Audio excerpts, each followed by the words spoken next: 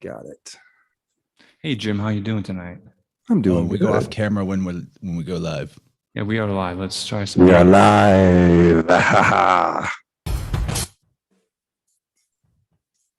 it. Hey Jim, how you doing tonight?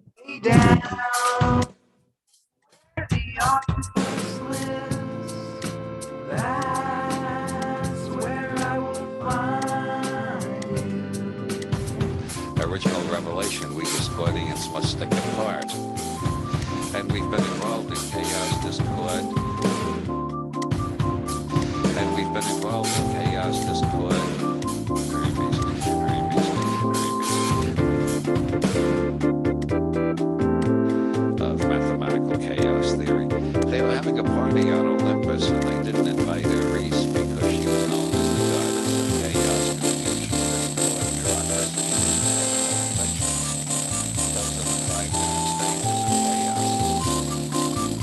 mathematical chaos theory. They were having a party on Olympus and they didn't invite Ares because she was known as the goddess of chaos, confusion, discord, In my life, I have no international authority for the relations. Those are the 5 different And I will stages not of bend my knee chaos. to no man, no government. Herpes claimed it, so you know about herpes. But anyway, Because I am well aware that there is a divine presence in the universe that men have called God. It has written its agenda in the heavens. And you're certainly right. You have a right to do that. But the Freemasonry that you're asking about is not that kind of organization. A presence in the universe that operates through us, so that if you sincerely are asking the Spirit to help you, it doesn't matter what color, race, creed, or color, or where you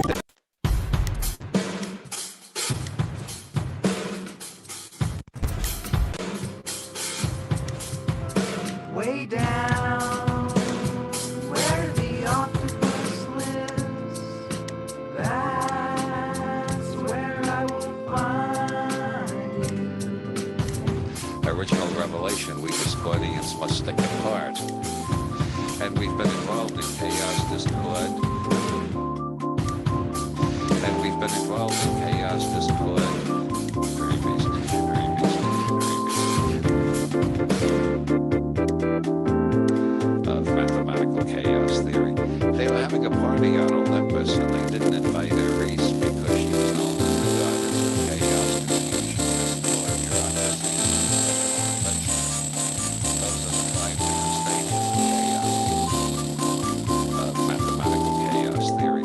They were having a party on Olympus and they didn't invite Ares because she was known as the goddess of chaos, confusion, discord, In my life, I have no international authority for the gods. relations. Those are the 5 different And I will not stages of bend my chaos. knee to no man, no government. Herpes claimed it, so you know about herpes. But anyway, Because I am well aware that there is a divine presence in the universe that men have called God. It has written its agenda in the heavens. And you're certainly right. You have a right to do that. But the Freemasonry that you're asking about is not that kind of organization. A presence in the universe that operates through us, that if you sincerely are asking the Spirit to help you, it doesn't matter what color, race, creed, or color, or where you're from, that divine presence in the universe that men have called God operates through all of us. Butterflies. Shake your chains to earth like June. Witches sleep have fallen on you. Ye are many, they are few. who was a roach, a cockroach that is. Break through the habits of perception.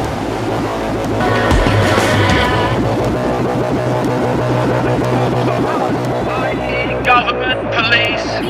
Should we circuit between the tiny few in the shadows and the entire global population?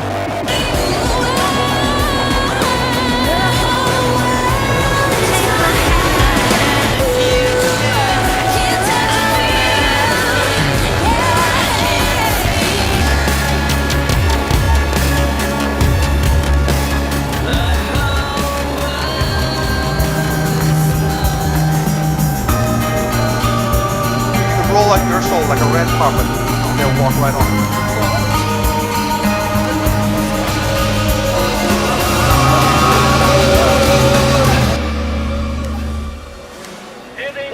Spiders. Why couldn't it follow the butterflies? Who was a roach, a cockroach. The entirety of human history is one of the few controlling the many. Becomes the many as we act to the few. No, it's not. Oh my god, I'm gonna see it. Look at my sweater. Is there a spider? No, there isn't. I saw it. A cocoon in a silent street through the dark night. You listened to me when I whispered in your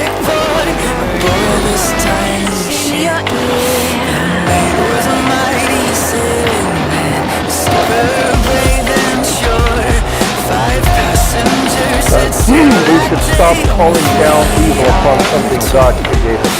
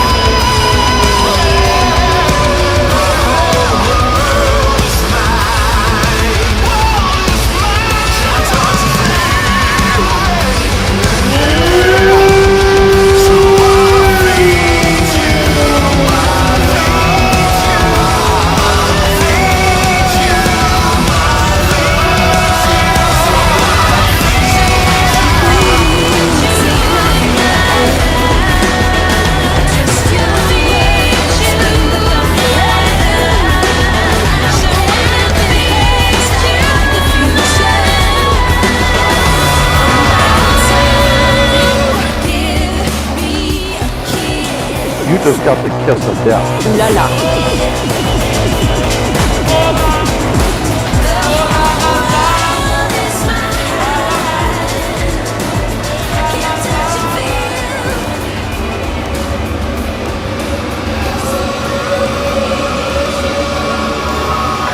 That will overthrow the people!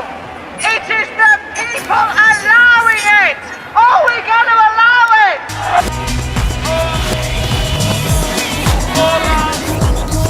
Scripture says, many will look with their eyes but not see, listen with their ears but not hear, and with the heart not get the sense of it.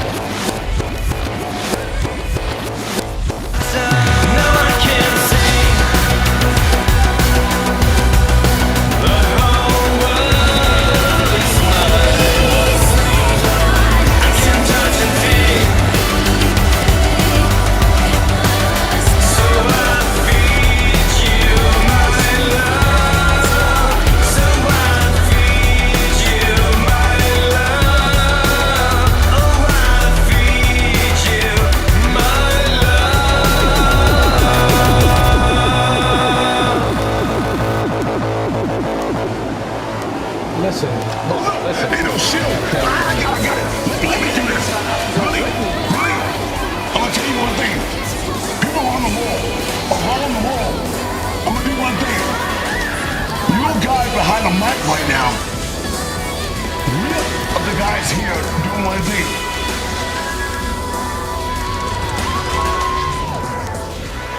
Where I was born.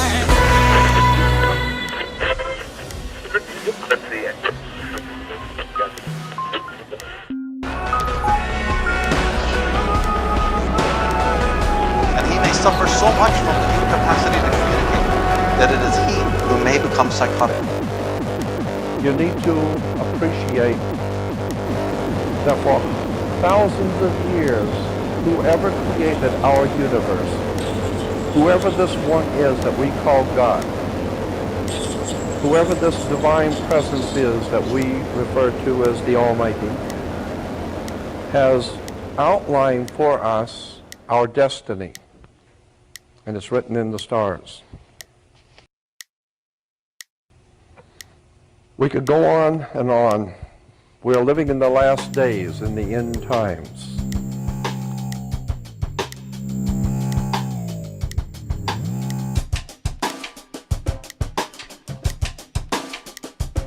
He is not here, and I am not here. None of these guys are here to talk any sense into any politician and to have any... And do your homework. And I want to thank you for listening to me. We're not in here for complications. Right. And again, we're not in here for complications. We're Best not feature. apologizing for doing what My we brain. do. Worst feature. My brain. To talk about Think about yourself, you've different changed. activities that take My place. brain. We have activities that take place. There's activities that take place all over the world. Finder built a web. Finder built a web. Built a web. Built a web.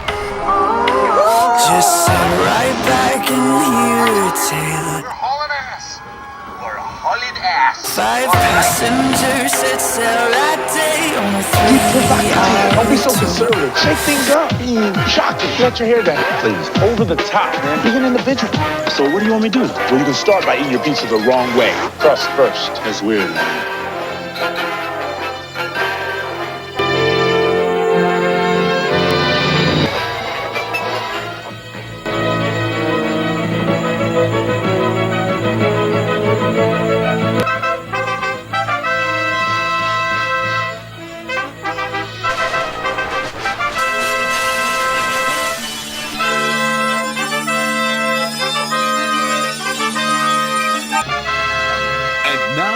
Feature presentation.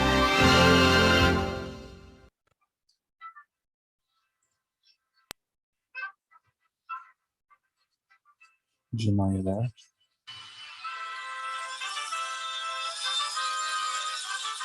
Oh, me? I'm talking to you, Jim.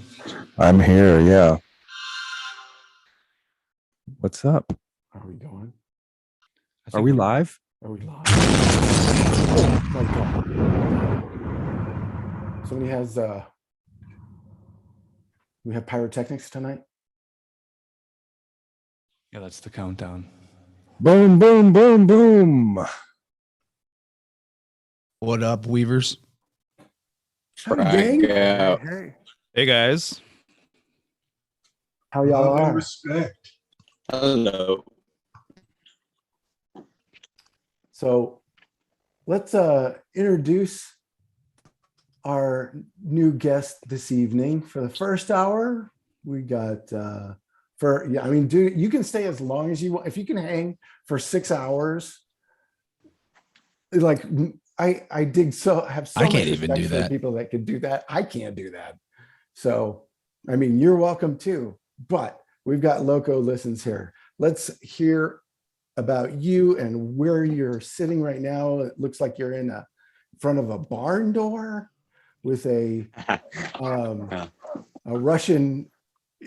Are you in Wisconsin? Let's start there.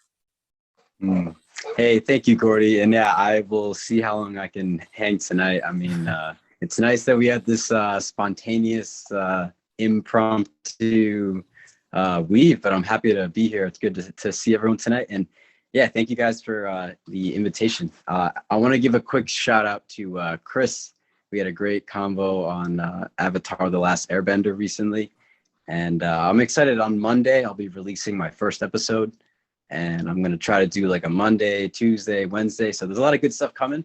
But I'm happy to just talk to you guys, get to know you guys better, and to experience this weave with you all tonight. So it's nice to be here. You guys can call me Jake. And good to be here with you guys. What's going on, everyone else? It's good to meet you, buddy. Yeah, I want to press like some appreciation. You busted into our community with a lot of generosity and kindness and great commentary. And you do a great job of clipping content from our Alt Media United family of podcasts and sharing that around. Really good stuff, and appreciate it. And looking forward to checking out what you get up to with your new show. And also, I love Avatar, so I'm going to have to listen to that. Oh, it's going to be fun. Yeah. And thank you, Chance. Yeah, it's been a lot of fun putting those little clips together. And I just felt so much inspiration doing it with no intention to make my own podcast. But once I started doing it, I felt like, well, it's now or never. And glad to be here with you guys. And what are you calling it now? What are you calling the show itself? I'm going to stick with Loco Listens. And hopefully, I just did my first couple shows, and I'm already adapting to that little Zoom lag that's always there. So that's a learning experience, but I'm hoping to become a better listener as a result. That's cool, man. So you hit me up earlier this week about Dante's Inferno. And yes, you had a little Dante's clip that you sent me, and I dig Dante's, and I had forgotten a lot of it, but I remember reading it in college and like going, there was some weird shit that nobody's paying attention to in this thing. And then I find out years later that some of those characters in the book were actual historical figures that were specifically popes and stuff like that. So I'm like, okay, do I have time to dig into this thing? Probably not, but I'm probably going to do it anyway because I footnotes are so helpful. So yeah, thanks, man. Thanks for sending me down that hole. Dude, thank you for checking it out. And I got to give a shout out to my new friend Shane from Inquiries of Our Reality. We just did another chat this morning, which I figured in the morning, that's when I'm at my best. So whoever is down to do a early morning podcast when I've just had coffee. But it was great. And we dove back into Dante's Inferno. And there's one thing I would say, just a little synchronicity that I kind of forgot about, but my middle name is B. It's the letter B. And the character in Dante's Inferno or the woman in Dante's Inferno that he's trying to reunite with is named Beatrice. And that's where the letter B comes from in my name. I had a great grandmother, Beatrice. I never met her, but apparently she was really cool. And so it's nice to kind of randomly stumble upon that. Oh, how That's cool. awesome. Interesting. That's also the main character of Kill Bill. Beatrice. Yeah, that was her name. They bleeped out her name all the way till the very end. And when you find out, you're like, aha, it's got a Dante component.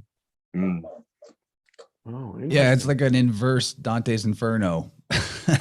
Yeah. She's traveling through hell to kill the guy instead of rescue him. Yeah. That's going to be good. Yeah, cool. You guys know that it was 700 years ago he died. They hit the 700-year anniversary mark. Was that you, Mario, that told me that? No, I don't think so. But that is interesting. Yeah, 700 years since Dante Alighieri passed away.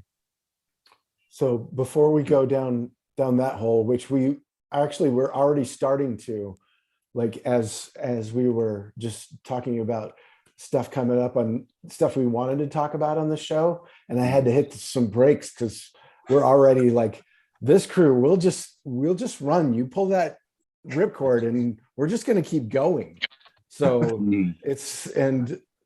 so we gotta like kind of, I'm really trying to manage this train of thought thing to try and focus on one stupid thing because my You said that all the syncs my friend. going all over the place. I'm like, ooh, okay, focus on one thing and read those stupid chapters that you're supposed to be reading. And with that, I want to welcome Baldy. Thank you, Benjamin Balderston, for blessing us. I feel like I know you, but I've never talked to you on a Zoom before. So it's good to meet you, buddy. What's up, brother? Like I feel like I've known you because we've talked for 5 years in Eyes Open and stuff like that. So I appreciate you special being around. You betcha. Yeah, I was just on Shane's show also. I'm gonna be on there too. Nice. He's Shane's got a good great taste. guy. It was really nice talking to him today. Nice to meet you, Ben. Nice to meet you also. This What is you got Jake. on there, chats? How's it going, Jake? This is a big ass Moldavite. Nice. Oh, hey, Good stuff. I keep finding these. If anybody is down for Moki marbles, I've got sets. They seem like they're male and female, the whole thing shebang. I don't get them. Elaborate on what they are, for the kids in the back. Okay. So I'm one of those kids. This spot that I normally walk in the desert. I just started finding these round, they look like iron balls, right? And they're magnetic. I've got magnets. They're like, magnets will stick to them. So they're ore, right? So I assumed that they were grinding material because there used to be this mine out here, mining company that would break down ore and stuff. But it's not. I found it too far out from where this was. And they're all these perfect, but they're all different sizes. They're perfectly round. So what I found, I showed them to my nephew, and he said, well, those are Moki marbles. They call them shaman stones. Yeah. And they're supposed to come in pairs. There's a male and female. And That's Boji stones. What's that? Boji stones do the male and female. That's not quite the same for Moki marble. Okay. The Boji stones do the male and female. Like this is a Boji stone. And they aren't perfectly round. The male side of it has more points and spikes, and the female side is really smooth. It's smoother, right? Okay, yeah. I've got that too.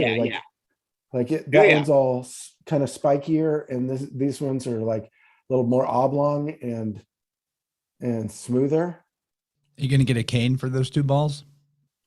I should have a giant phallus cane made with a you should a send hanger some on to Ukraine. on the handle. Anyway, the old Boldick cane. So I keep finding these in the desert. I'm finding tons of them now that I know what I'm looking for. And apparently they sell them for like $20 a pound on the gem show circuit to Japan, because they send them back as like shaman stones, and they sell them to the Chinese, I guess. And I don't know why they're supposed to be special or anything other than, it is kind of interesting, and it does have. Well, with the Boji stones, if you find an actual married set, and this is one of the most interesting things about them, is they won't all react to each other. They only react to their partners. So you can take two of the stones, a male and the female, and you start going like this. And sometimes you've got to move them around until you find the spot, and you'll start feeling an energy fluctuation between the two stones. And you can literally just feel this. It's almost physically like woo, woo, woo, woo. And if you concentrate on it, you can extend that out. And what they're supposed to be good for is balancing your energy, because then you're supposed to put one in either right hand, one in left hand, and it's supposed to transfer like that between the two is supposed to straighten you out, or you put one above your head and one below your groin. Same concept. And you do it from those spots that you can find as you're rotating the rock, and you can find where it's interacting with these other rocks. Dude, I can feel it. I can feel it as I'm doing this. That's a trip, man. It's trippy, isn't it? That Boji stones are actually these are what got me into crystals. Before these stones, dude, I didn't think much of crystals. I was like, yeah, they're pretty, but and they give off radiation, but so what? And then I started playing with these stones, and again, you can take it and put it up to another stone, and you won't get that reaction. It's very interesting. Wow, dude, that feels like a repelling magnet. Yeah. And sometimes you can flip it around and it'll go the other direction, and you can feel a pulse. And just super interesting. I've got a whole bunch of them at my house. We do like a lot of times the rainbow Boji stones. They seem to be a little bit more active, where it's got more pyrite chunks in it, and they've got more of a rainbow. Dude, these are, I don't know if you can see my hands right now. No, I can see the vibration. Yeah. This is a trip, man. It is alive. They're like, what do you guys think of the idea that is crystals crazy. or minerals are another order of life, like plants are different from animals? I love that idea. I love how Ross Ben calls it the crystal kingdom. Mm-hmm. It's definitely an intelligence.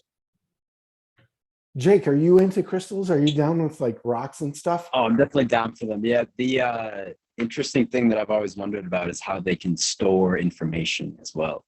And I guess you could think about information like energy in formation, but it's solidified here. It's not in its kinetic form, I guess. I don't know. It's interesting. What do you guys think about storage in crystals and how you can like cleanse them and charge them? It's a cool dynamic. I don't know about a lot of the things for the cleansing, but without a doubt, they store information, and that's how your body is storing information. Is in your salt crystals. It's the information is the sulfur and the energy that's getting fed in, and then it goes through the mercury and into the salt, and the salt is the stable part of you, the part that is structured. That's where that information is written. And salt, just crystals. It makes sense that, that's where memory would go, into the structured part. Mm-hmm. Ben, would you say that makes me think of like the fixed mutable cardinal thing. Yeah. Ben, would you say quartz is salt like?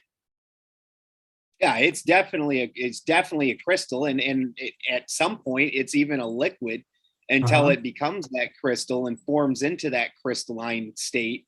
And then also a lot of your energy is also deriving out of that. When you look at it, like the crystal side, it's always part of the reason that the hangman has to hang upside down is because the crystal realm is the chained souls. That's the it's still alive, but it can't move. It's immobile. And so you're supposed to send the sulfur through the mercury into the crystal, and that's what enlivens and frees the crystal and unchains it. So there's a small component of sulfur inside that crystal, and then you look like quartz, especially, is extremely piezoelectric. You know, highly piezoelectric. Well, isn't that what's that's what's in sandstone? A lot of sandstone is quartz, broken down quartz. Yep. And the other component of these is iron. They're iron and sandstone.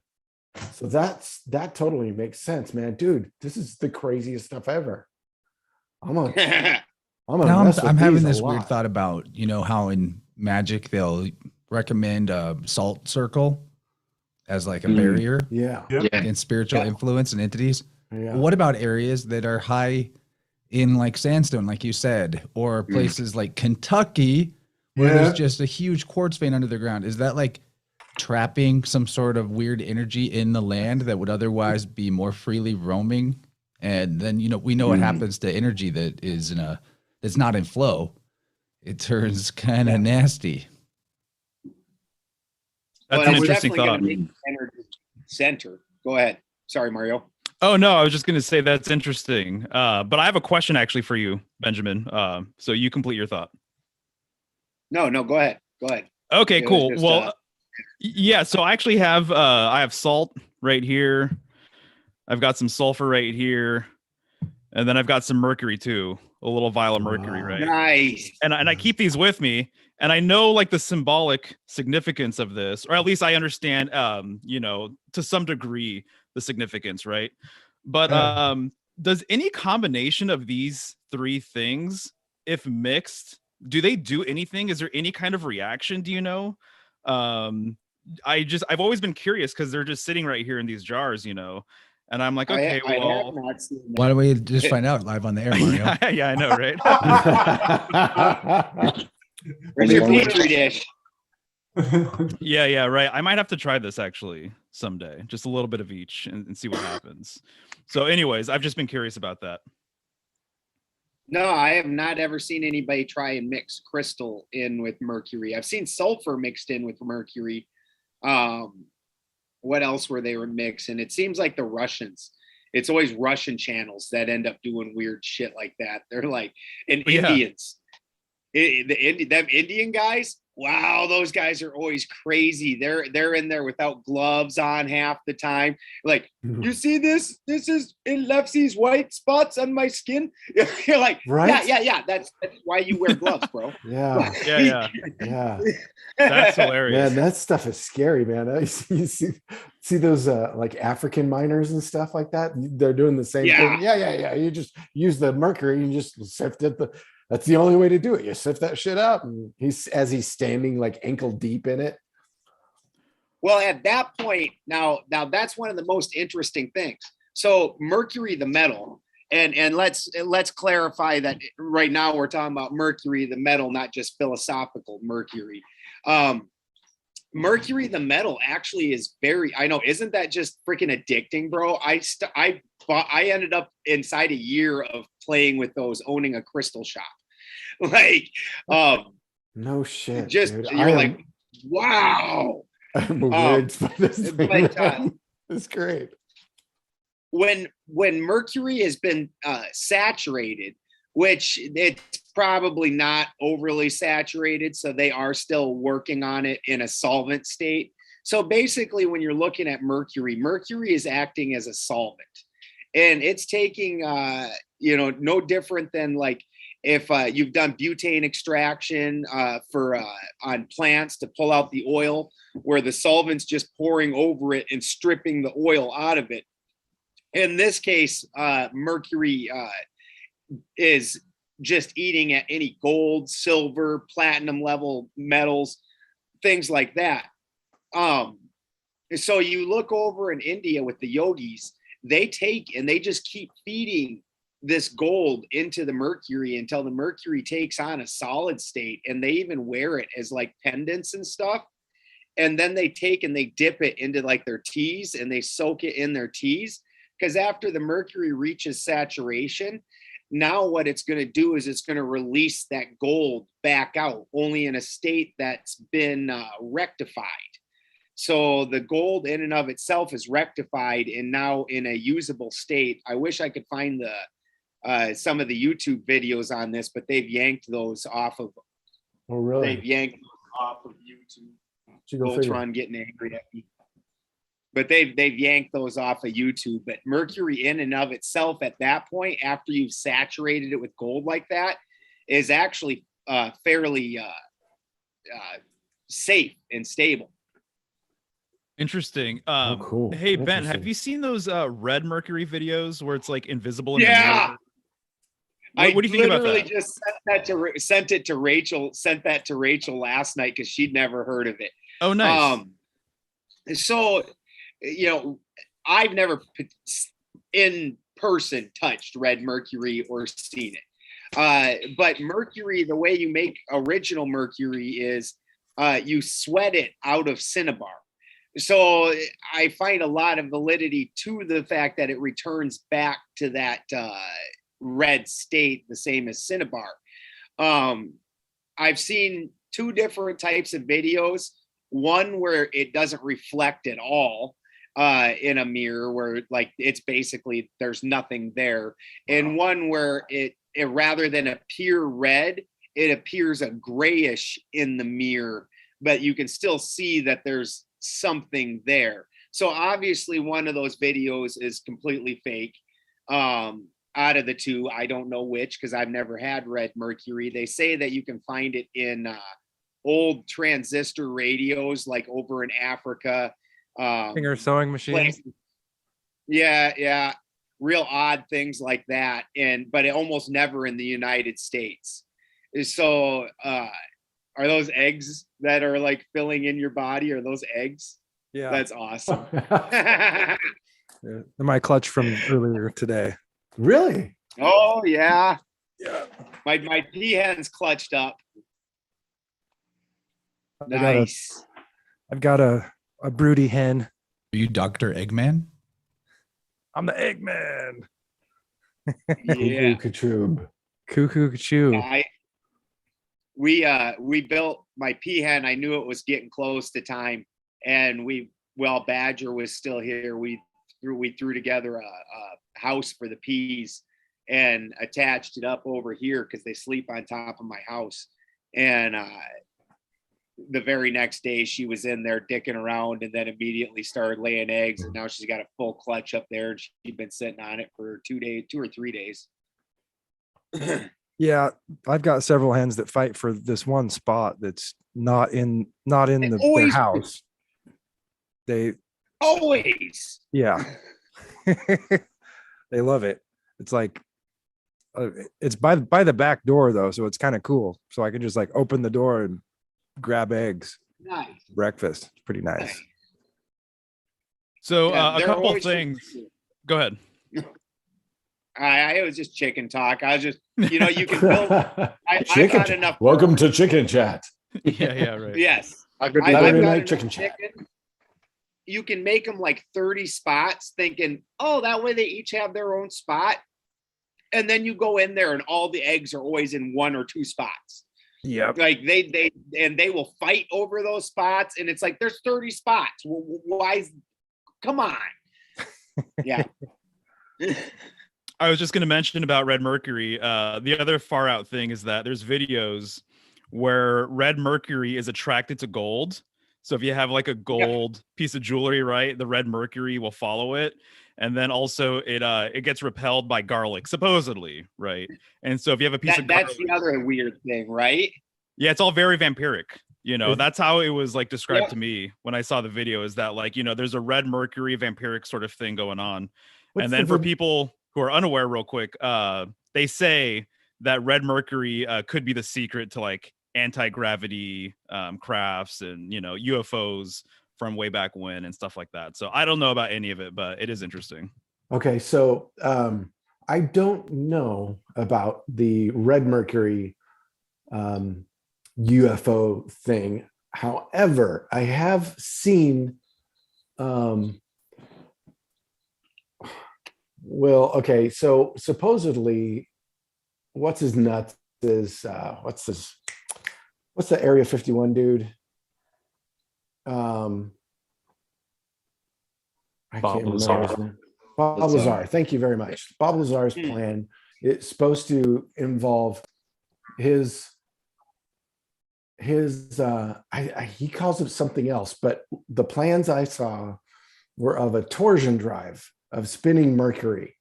So the spinning, somehow they get the mercury to spin at a specific speed or whatever speed, and oppositely do the magnets. So the magnets within an inside are running one way, and magnets on the outside are spinning another, like a the counter rotating vortexes. Thank you. Counter rotating vortexes. Exactly. Thank you. Which causes a torsion field in a torsion drive. Nazi Bell technology. Yeah. They also claim red mercury is used in the composition of nuclear weapons. So it may be they're making up both things. Yeah. Well, it's possible. That for sure. could be. They really want us to believe in their secret space program. Well, and that's the supposition on what the missing piece is in some of these like cathedral type situations where one presumes that these cathedrals are energy receivers. In the belfry area is where Mercury would sit and rectify the energy that's being caught on the antennas coming down. But further than from the way I understand it, or at least theoretically, it's supposed to then be red mercury, which obviously is going to have a substantial amount more potency to it than just standard mercury. The solvency ability of that, which is part of why it really reaches for gold. Regular mercury amalgamates with gold; it eats it no problem. Whereas opposed to that red mercury, that's like screaming at it, really trying to grab it. And you buy that this exists, the red mercury? Everybody is this a real thing? I really don't know. Official channels, when you like Google it, you'll get one article from the BBC saying it's a myth and going in depth on why. And then the next couple links will be people saying how to make it or that you can buy it from them. So, and the Wikipedia page about it basically doesn't make a statement about if it's real or not. So that's odd. You know, when you pull the words red mercury out of the name Freddie Mercury, the remaining letters are FY. So it's like, fuck you, Red Mercury.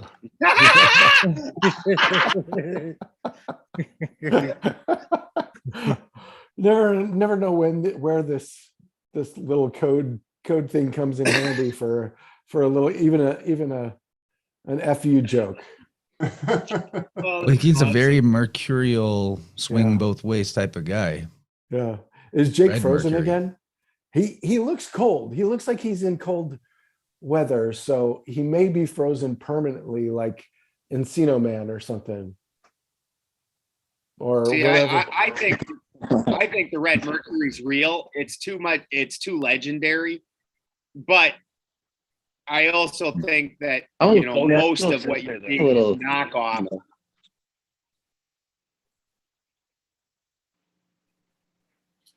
That's incredible.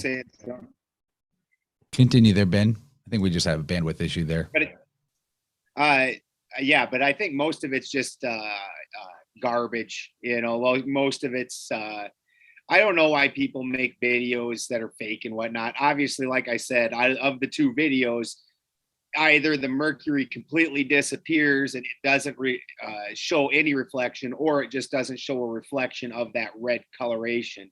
One of the two things isn't true, just off the top.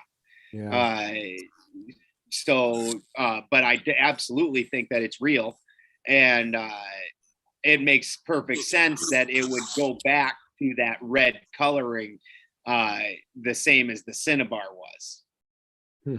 What about the idea that mercury makes you insane if you're exposed to it too much? I know that's what they say about dentists and what have you.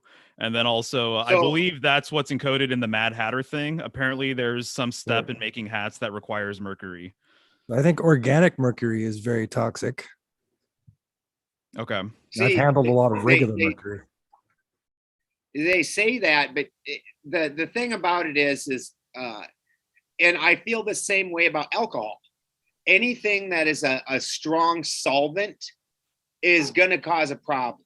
A solvent, what a solvent's going to do is it's going to grab, and it's because that's what solvents do.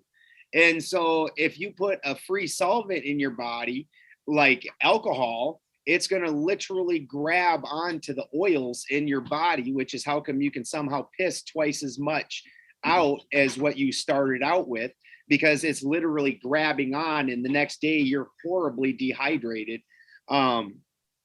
It's literally stripping you as it goes, and the same thing's going to apply to mercury. So again, this brings me back to this. I wish I could find these videos where these yogis use mercury in a healing fashion, because the mercury's rectifying these platinum level elements and making them bioavailable for you. But that's only upon saturation. Just like when I'm doing my plant extractions, I would never take my plants, the solvent that I'm using to strip the oil out, and just start chugging solvent. Like, that's absolutely insanity. And I understand what's going to happen if I do. Like, when I accidentally get a bit of it on my hands, like I crack open a hose because I'm having a problem, and some of the solvent sprays out and hits my hand, it immediately dries my hand up, just like you put rubbing alcohol on your hand or something. So mercury is also a solvent. And if that solvent hasn't reached saturation, it's going to continue grabbing things out. And so it's going to, instead of wanting to release where it's saturated, if you put it in its solvent state, it's going to actually grab on to them platinum level elements in your body that your body is using and grab them. So I found a 1995 New Scientist article about red mercury, where the take of the article is that it's thought to be mythical, but there are scientists interviewed that say that it's real and describe how it's used to make nukes with graphics and everything. But the reason I'm bringing it up is because the scientist who's being interviewed, his name is Sam Cohen, Cohen. Oh, really? Yeah. So there you go. Right. His class telling you. Sure. Wow. The documents detail chemical specifications for a substance called red mercury 2020. Yikes. And if you think about it, what you're looking at with nuclear reaction supposedly is a fusion of two different things. And this is something I talk about quite a bit. That, like in the battery, when I talk about the galvanic cell, where on the one side, the mercury's negative, and that's oxygen, where you're getting an oxygenation of the anode. Them particles are breaking apart, they're oxidizing, and that oxygen's carrying off part of the particle. On the flip side, you have the fusion. And on this level, the fusion's driven by hydrogen, but on the higher end, the fusion's going to actually be driven by mercury. And so if you want a fusion of these higher elements, red mercury would make sense to have in that situation, so you could fuse these higher elements. Cool. Yeah, man. Yeah, We used to very play with that interesting. stuff all the time. We used to, if you grew up in the 70s, you played with mercury. I mean, you would bust open. How does one play with mercury? It's You can hold In your it. hand, It actually like- stays pretty together. You can Yes. hold it. It's weird. It's Yeah. weird. It beads up. It's, Yeah. It's, it's just like Terminator, the second Terminator that melts into silver and then rolls around. It rolls around. Yeah, and then it comes back together and just like the Terminator. It is really creepy. Yeah, really cool stuff. And it doesn't really amalgamate iron. So you can take like giant chunks of iron and float it right on top of Mercury. Right. You can literally take an anvil and just put it on top of Mercury, and it'll sit there and float. It's a trip. Yeah, I just saw that actually, a video of that. It was insane. You know, you try and pull it under and then it just pops back up like it's a balloon or something. You bet. Yeah. It's freaky. Hey, let's welcome Chris and Snake Yones. What's up, guys? Fellas. I thought he might pop Good in to because have you. I think he has experience with Red Mercury. What's up, guys? Mr. Well, let's hear it. When The Red Mercury? Or didn't you say you made something with it? Yeah, that was pretty cool what Ben was talking about, because 2018 I found a mine that claimed that they had cinnabar in Arizona that was tested with red mercury. So I made because I was looking into that, I made a orgonite pendant out of it, which now Rachel has. I wonder if that's why she was asking you, Ben. Oh, she just posted it in the Telegram. Oh, no kidding. Cinnabar is the first state, and so then what you do with the cinnabar is you put the cinnabar in alembic or something where you can catch the sweat, and you literally cook it, and mercury will sweat out of the cinnabar, and you catch it, like a distillation of anything else. Red mercury then is another state past that, where it then goes back into that red form, like the cinnabar was. So what I read, and that was just like a symbolic type of thing, to have fun with orgonite. It had meaning for me, but I think it was reference to the dragon's blood, and Norse warriors would wear it on their shield or have it imbued in their sword handles or hilts or something like that. Okay, this is crazy. Interesting. So I got to bring this up because fascinating. you guys just mentioned the anvil. We're talking about the mercury and now dragon's blood. I gotta share this. Today I was researching the heck out of the freaking Ukrainian flag. Dragon's blood. Holy crap. What is that, Jim? Can you show it? Are you guys looking at Jim's screen right there? Let me see. Dragon's blood incense. What are they doing with that tau cross there? Huh. Just weird you have that. Okay, please go on with this crazy stuff. Yeah. Chop, chop. Get to it. Chop, chop. Well, so earlier in the day, I was seeing a lot of dragon symbolism in the Ukrainian flag. And so this is just one of my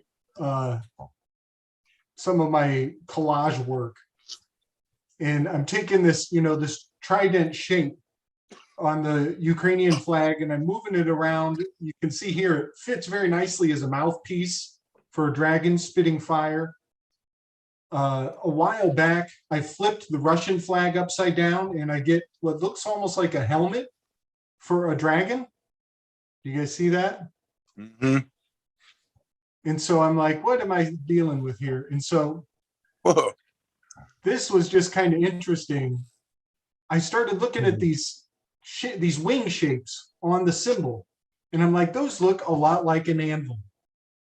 And so I just pulled up an anvil, and I'm thinking, okay, so this could be an anvil, and this could be the tonsors or the tongs that hold the metal,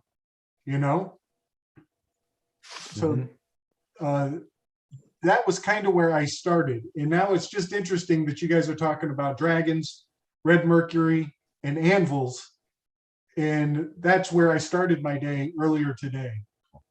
But I have made some progress on this decoding of the Ukrainian flag.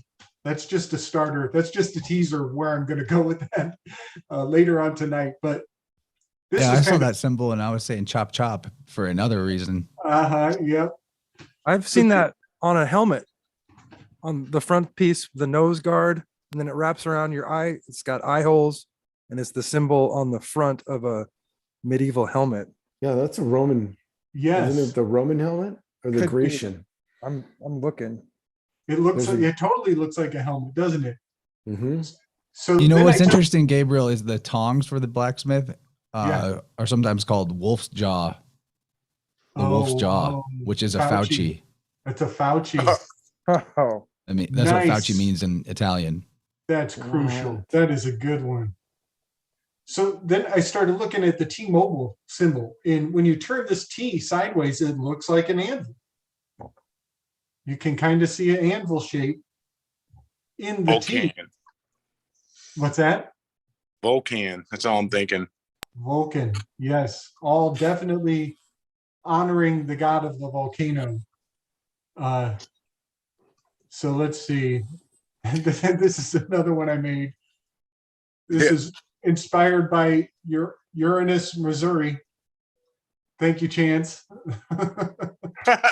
You get some fudge? Oh no, we just passed by. We're not going there. Yeah, you do. So yeah, that We're was not kind putt pirates. We're not there for miniature golf. Yeah, here we go. So here's where I ended up taking things. Yeah. Greek. Greek. Interesting. So this is where I ended up kind of taking it, where I actually took an anvil and superimposed it in here. I've got Thor's hammer just messing around. Kind of, the T made me think of Thor's hammer. But then I started thinking even more of the double-sided battle axe, kind of like what you're making, Jim, but two-sided. And then, so then I just put plata, which means silver. Oh, it's supposed to be plomo, which is lead. Plata o plomo, silver or lead. But I put plumo because we're talking about weather control. And this is just interesting to me also because certain small island countries have been threatening to get off of fiat currency and start up the Bitcoin thing. And as soon as they pass the bill to get off of fiat, they have earthquakes and volcanoes spark up. Yeah, well, I can't remember which country it was, but there was one that had reported like thousands of lightning strikes per second during the volcano eruption, completely beyond the pale for anything that you could consider natural at all. Really?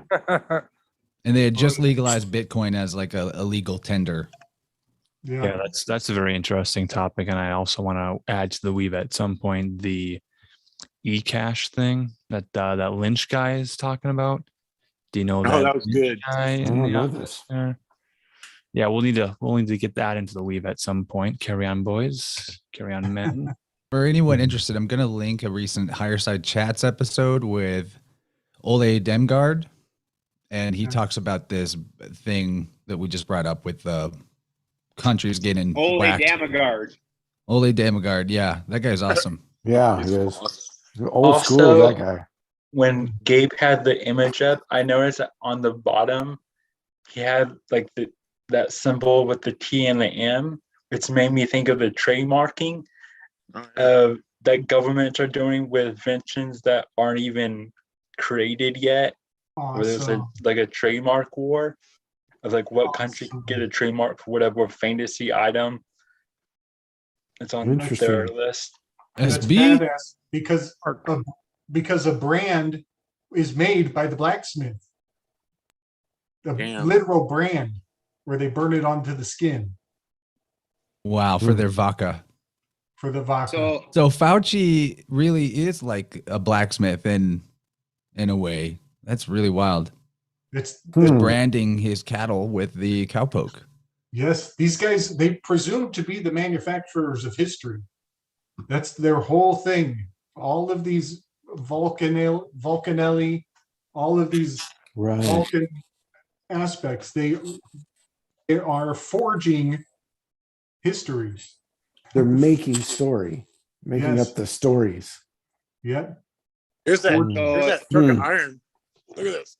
it looks like for what they're claiming for red mercury, and I'm gonna change the terms a little bit, but it says that you're dissolving the mercury antimony oxide into mercury, which would be when you sweated out that initial mercury, that would be basically like removing the essential oil out of a plant. And here, then you're breaking the remaining cinnabar down into its oxide, and then you're putting them back together in an amalgam, and then heating and irradiating it, which would be your typical alchemical marriage. And then you just remove the elemental mercury through evaporation, which is then just doing a distillation at the end of the marriage. So basically, it looks like they just did an alchemical marriage from the way it's being described here on Cinnabar. You just looked that up? Is that something you just read? Yeah. Oh man, you're not. I mean, I had to add in my own stuff to what I was reading, but I'd like to read that. Fascinating. I've got a weave for what Gabriel was talking about, the forgers of history, forgeries, right? Forgeries. Okay, so this is a quote from Godfrey Higgins. I'm going to read two quotes from two different authors. After giving the subject all the consideration in my power in a diligent examination of ancient documents for many years, I've become quite convinced that almost all the ancient histories were written for the sole purpose of recording mythos, which it was desired to transmit to posterity, but yet to conceal from all but the initiated. The traditions of the countries were made subservient to this purpose without any suspicion of fraud, and we only give them the appearance of fraud when we confound them with history.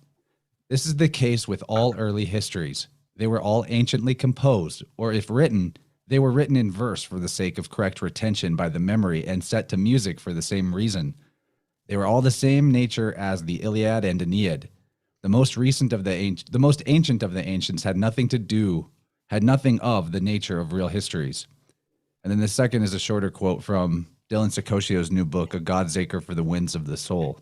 He says, ancient people used original zodiacal or astrological charts to create history and renowned figures, localities, kings, etc., and then also applied them to geography. The myths came first, and then they used it to forge a historical narrative. They turned allegory into history, but not just any allegory. The allegories were astrological. So I think that is actually still happening. I don't think that ever ended. Ellen, are you doing code for somebody, for us? Are you like Ricola? trying to get sponsorship of Weaving Spiders Welcome? Just doing a little. I doubt that's happening. Just doing a little hustling, and actually, it's true. I have been contacting all sorts of brands on Instagram with the most annoying ads, giving them the PO box and saying, "We'll do a review. Send your products to our PO box. Our company is standing by, waiting to receive your products." And you guys are encouraged to do that as well. If you have some brands that really annoy you, link them to our PO box, send them the PO box, and then tell them to send their letters and their comments and their concerns to our PO box. And maybe we'll get some dog food treats and interesting makeup samples. And who knows what will arrive in the PO box if you guys start spreading that address around. I get coffee and runes, and my roommate gets mushroom chocolate bars. Ooh, there it is. Dig It that. works. Dude, this is crazy. I am so digging this shit, man. I I'm gonna go understand. out with a rake Gordy's been playing with his balls all night. all night long. Those rocks are real rough, real hard in the hand. Heavy. Hold them. Heavy mothers Heavy. too. Oh. Tickle them around a bit. Play with his quacking balls. Mine are I need a sweet. cane. Yeah, we started with chicken chat, and now we got balls. Wait, I have my cane right here. Who has the Secret smooth agent man? That's it. I need to work. Are Guys, you I've only got really one ball playing with, on hand. You work this Uniballer up in into it. here. We'll hook that up, And it's man. blue. I should. I got one blue ball. How's that? How bucolic of you, nature boy. Here, I'll shine a light on my. Only one of mine's a ball. I don't have any Like balls. stones. They kind of. So this one is female, and it's Yeah. smooth. It's really more. Not really round. It's more saucer like. And then this is Right. the masculine one. And Gotcha. the masculine one, you can see it's got all little points on Yeah. it, little squares on it. Yeah, I've got some like that too. I've got a big Yeah. box of this stuff now because I keep finding it. So what I did after I started finding these, I'm like, okay, if you're special, I'm gonna go out and see if I can douse for it, right? So I go out there. I'm like, okay, Nice. I'm gonna do like the Dow kind of dowsing where you do this kind of thing, get into flow, and just walk out there and see what happens. Right to it, man. Sends me right to this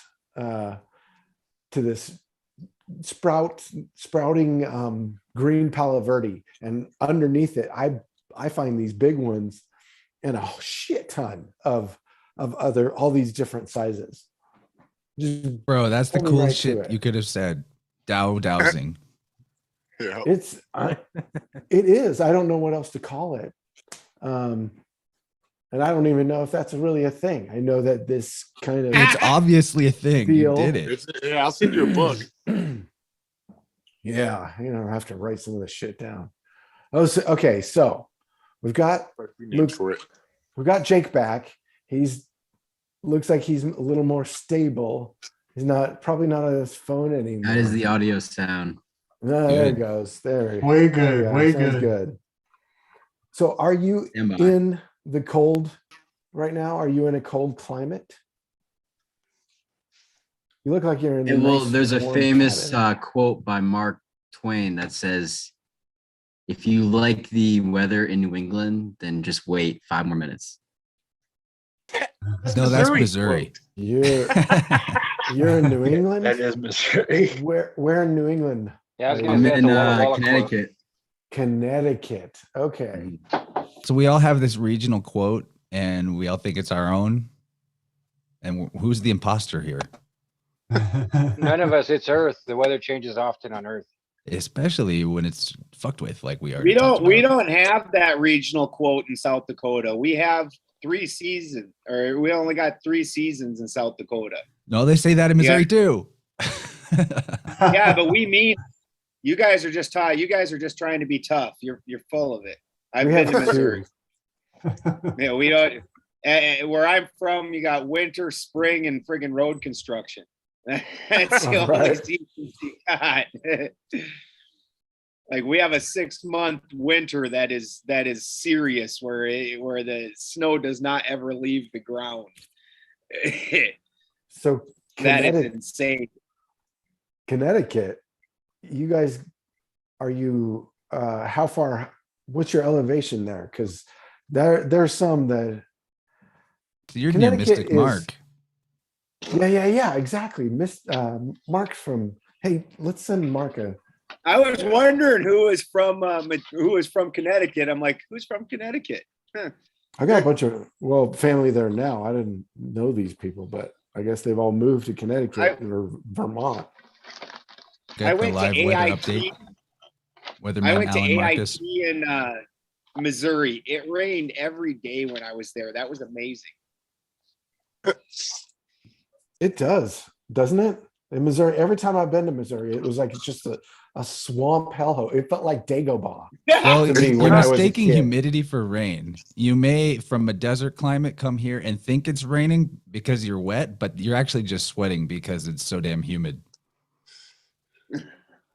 That's It- why it- Chance's it's skin so is humid. glowing. Yes. We have a saying here called swamp ass. Ah. Mm-hmm. It's a real thing. It's a real thing. On our territories map here, the swamp bass would be outside of Arkansas, right behind the chef, I think, right in this region. And Fort Smith, Fayetteville, Tulsa. It looks to be a little bit warmer in this Is region. that right Just around open the right a little bit, corner? and you'll be where I'm at. Right around the corner of the taint of Florida. Yeah, let's check that weather over here. We'll just I did AIT in Fort Leonard Wood, Missouri. That was miserable. Yeah, there seems to be this cool breeze going underneath the taint here between New Orleans, Panama City, and Orlando, Florida. They should name their team in Tallahassee the Taints. Tallahassee Taint. Dude, We I would inspired so wear weather that hat. update. Are they going to Dude, I have would buy some kind of mascot? Yeah. You'd have to buy their gear just to have it. You don't even. You're like, I'm not even Exactly. sure what sport this is, but Yeah, it's the exactly. Tallahassee Taint. Tallahassee Taints, man. They're my favorite team. Mascot could be Uranus of Missouri and Taint of Florida. This is a real mature conversation, guys. Where? I don't know about you Oh, guys. you knew he? I've been thinking a lot about Encino Man. the geomancy. Encino Man. Somebody would say they've been Encino, thinking California. about Encino Man a lot. Yeah, who's been thinking about Encino Man? I have. Pauly Shore. So Everyone needs to think about Pauly Shore once a day at least. No, It's please, okay. God, no. It's okay if you don't know what Encino Man is. We might consider doing a live table reading of the script of Encino Man. That could be a fun movie. Now, the important question is what role goes to which spider? Okay. I'll be Pauly Shore. I'll volunteer for the hard part. I'm so glad that Alan Marcus and I have Oh, it's gotten back Pauly to Shore this, the hard part. this Gordon. thing where he's trying to will rib play me. He's trying to Brendan like, Fraser.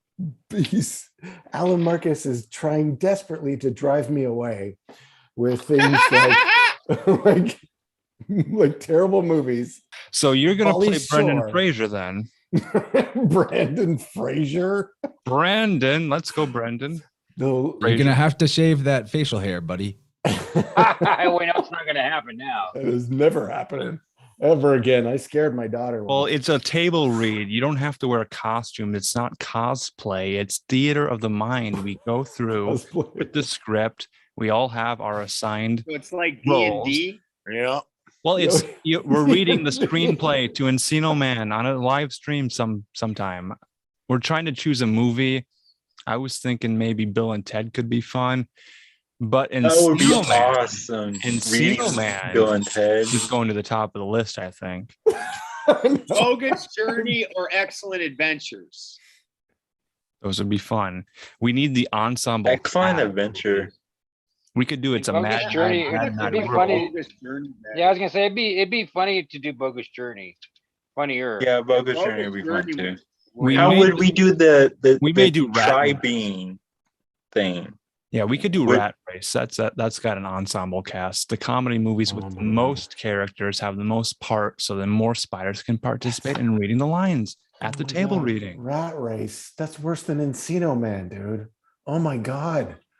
You ever See, seen this is what Garbage he's Pail doing. Kids? He's going to ask somebody. Garbage he's- Pail Kids. How many characters are in that? Alan, why don't we just get the script for Food Fight and read the script for Food Fight?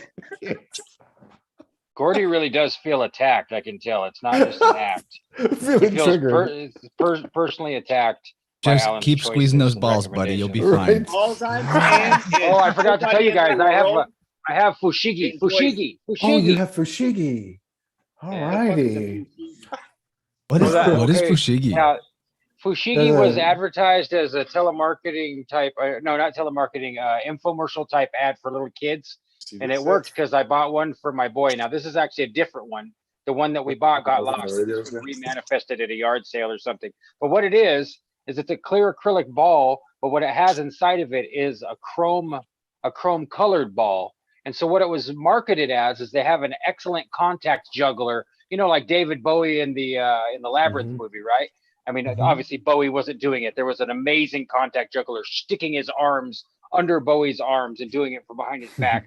You know, and obviously I can't do it. I'm just going to break shit if I try to contact juggle. But you know, you roll it around your arms and you flip it like this on your fingers and everything, and you make it look like it's stationary while your You body can do it moves a around little. Just Chance just wants come to see on. what'll break. There's a lot of stuff I'm Demo. I always wanted one as a So here you kid. go. I remember the commercials. There we go. That's about. Yeah. So yeah, that's what it is. And they were expensive. I don't remember. It was like $27 or something. But Wow. It's a good I gimmick. do. Oh, I yeah. do love. Yeah, it worked. And they on the ad they said Fushigi, Fushigi, Fushigi, and they had like some of the greatest contact jugglers in the world, making it look really easy and telling you that it came with an instructional DVD. And I remember my boy when I bought it for him, he got it, and we had just those carpet squares in the basement over cement. So when he dropped it, it was loud and it kind of dented and scratched it. It wasn't like dropping it on the straight cement, but it was really hard. And so it just freaked him out. He's kind of a self-conscious, eccentric kid. And so after about, 2 days of trying it, he just gave up and put it away. And then I remember I took it and kept it forever, and then it got lost. But I do love the fact that it has that chrome ball on the inside so that there's like a clear acrylic layer, and inside of it is that other chrome ball. Yeah, I mean, the whole thing, I think it's just solid acrylic. The ball inside, if it was steel, would be really cool, and this thing would be super heavy. But it's not. It's just like they probably just made an acrylic ball and chrome plated it, and then made a layer of acrylic outside of that. Would be my guess. As much as I want to hit this thing with a hammer and confirm, I'm not willing to sacrifice it. As the world falls down, who would play the Goblin King in our table reading of Jim Henson's excellent film from 1986? Song with the Babe. Labyrinth.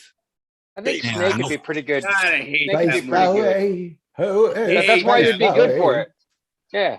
Who is Of course going you to hate it. play Space Ballet? It's telling the truth and Oh, making I fun of hate it. that Like, movie. give up your kid to the fucking goblin Crowleyite. And Benjamin Balderson just said he hated a movie. yeah, he Oh, hates the Tell labyrinth. us what you hate Hate most it. about Labyrinth. What is wrong with Labyrinth in your Well, mind? if Okay, I was I'll going to play- put a fine point on what I hated most, Right. it's that I have a daughter who is 1992, 29. And so I saw that movie on repeat for her, and then she got her sister to watch it. And anybody that's had children understands that they can watch the same movie 6 times a day for 3 years. Yeah, You're especially like- back in the day, that's the way it was. And what is your Yeah. favorite thing about Labyrinth since you've seen it probably more than any of us? What is When I your threw the favorite thing? movie away and pretended like like I didn't know what happened. That was your favorite part? It's just, and I, You really did that, didn't you, Ben? You really fucking threw it away and pretended like you didn't know what Fucking happened. right. you Nice. did a ritual. That's real parenting, Yeah. folks. And you This is did a real ritual parenting putting because your- otherwise you're going to do something bad. So you Let's have go to do for a that guy kind got of a stuff. signed movie Okay. poster of Brokeback Mountain on his wall. I saw it. It said to Ben Balderson from Heath Ledger with love. Okay. Okay. Here's where the fight begins. When we I'd like to hear the decide- story behind that, if Yeah. that's true. Same here. When we try Wow. to It's not assign true. roles to our Reservoir Dogs table reading, who's going to play Mr. Pink? Wait, you're calling Snake Jones a liar, Ben? Sometimes he gets too much sun on his taint and it gets him a little bit hot. All good, man. Hot and bothered. There is such thing as too much sun on the taint. We found out tonight on this episode of Weaving Spiders. You can oversun the taint until you apparently hallucinate signed Brokeback Mountain posters inside of your friends' homes. So be warned. You heard it here first. He was thinking about me and sunning his taint, and somehow it morphed into Brokeback Mountain. I don't know what that says about Snake Jones. You promised me we'd take it behind the woodshed. We never did. I'm a little bummed about that. Bummed. Oh my god. Bummed. And we're back My at Uranus, wife- Missouri. That's My right. wife, she Full cracks circle. up because my wife cracks up because I flip if I'm not listening to a podcast. I'll flip between these crazy high science videos that nobody else will watch, and I'm like avidly watching, like just some chemical reaction or something stupid. And then she'll come back and I'm watching like farting with eye contact. What's your favorite My Chemical Romance music video? Is it Helena? Homie Romy. No. Roman, hella what's no. your favorite My Chemical Romance music video? Scaring you? Those teenagers, are they scaring you tonight? Oh, yeah. Teenagers. That's a good video. Yes. It's an alchemical romance situational penetration. That Roman? Here we go back. What's up, dude? Penetration. Penetration at the disco. Hey, buddy. Don't panic. It's What's Roman happening? Merrill. Everybody. Penetration at the Don't disco. panic. You're getting to He work just said in the waiting on chat, he was like, I've totally been on with Ben Balderson on before. What was I thinking? Buddy, I You think you're tripping haven't? balls. Again, Tripping that's my balls. son on the tape. We're I've heard tripping the balls name, in Uranus. and I've been on your show, but you weren't on it. Yeah. you were gone. Yeah, too much sun on the taint. You got to watch out for that. Tell me what you think, Ben. I got a new website I'm starting. It's called Only Farms. And Farm Hub. Farm Hub. Genius. Only Farms and Farm Hub. Is this a website? great. We were where watching we connect- alpaca porn earlier. They got that slow grind. They know how to do it. We connect bored urbanites with goats and horses and donkeys. Or Hey, you know, yeah. we give them a hairbrush and we show them how to gently brush the hair of the animal and really get to know it and treat it nice.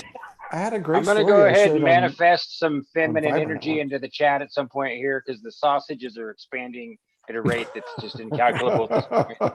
So I was just More thinking that. Sausage critical mass. Right. I was showing how the mass region. sausage was made. I on I came in Live. late and we're talking about Uranus and it's like some town where it's all butt and dick jokes or See? something. What's you know? funny is in the green room before we started, we had every intent to discuss castration symbolism, and we're talking about, I haven't even gotten there yet. Yeah. but Yeah, we we're just building up to it. tangential It's the to it, introduction. and unintentionally tangential. That's what happens So here, glad man. that I didn't It all know comes about back that. around. Tiptoeing through the tulips. Here we go. Oh, tiptoe. Oh my goodness. Parsonage boys. Is It's the that Parson uh, boys. Is that a was that on the bazinga? right? Okay. Bazinga moment? Mm-hmm. Say again. A bazinga moment? You gotta Bazinga. explain the depth of this or what you discovered about that Big Bang So- douchebag. Because it turns is in out- fact a big bang. It turns out this fella here is named John. This fella here is named Parsons. You put them together, Yeah. you get yourself some Jack Parsons action. Mm. Wow. Both of those guys are allegedly connected to some weird shit, especially that Johnny. Who are these guys? But Galecki, Johnny Galecki, and Big Bang Theory. Yeah, Sheldon and Leonard. right. He's Well, the one kid on the left, he used to be on Roseanne when he was young. So that Yep. guy's been in Hollywood for a long time. Johnny Galecki. Yeah, he's been around for a while. Gordy, are Man, you ever those been to Hollywood? chocolate magnets? I don't understand what are those like? Those look like peanut cluster magnets, brother. Okay. So I call them shaman stones or Moki marbles, but Balderson calls them. What did you call them, dude? Boji stones. Moji stones. Okay, so I found Boji. these. B-O-J-I. Boji. Okay. But essentially they're stones, and one's a male, one's a female, and there's an energy here, dude. Like it repels itself, and then like you hold them together. I don't know if you can see this, but there's a wave to this. Well, how do they say those are formed? What's the So the makeup That's what I'm is- looking up right now. The makeup is supposed to be sandstone and iron, Oh, that's powerful. and sandstone Yeah, has that'd be tons silica. of quartz silica in it. Yeah. OG Stone is a trademark name for Kansas pop rocks, which are Okay, stones that pop come rocks. from Okay, a I've naturally heard of formed that. pyramid. A naturally formed pyramid. Is there Formation a in the state more- of Kansas. Oh my fucking gosh. That's Bougie name for tight these as fuck. stones? Could we sell Naturally formed these pyramid. to people So- in Sedona, Arizona, and California? Yeah. They have those You can sell Plain anything to people in Cultural Sedona eggs, and California. those Ioni eggs, something more bougie. How do we sell this to the winos, the bougie winos? You could call So them. if liquefaction occurs in an earthquake, say the 1811, 1812 Missouri earthquake that went through Arkansas, everywhere for 14 months. Okay. Would all the heavy stuff come up and then all the light stuff sink? So like would iron rattle up like it was in water? And because they describe it that way. Here in the landscape here, we've got crystal all on top of the hills, iron, stuff like that. But sandstone and stuff like that, you don't find much. So I'm wondering during that time, if our landscape wasn't disturbed to such a degree from these events that, we would have lost our root, our power, our connection to earth. And that's that manifest destiny. You get what I'm saying? Because we're talking about these stones, these crystals. This is and the stuff like so-called that. naturally formed pyramid.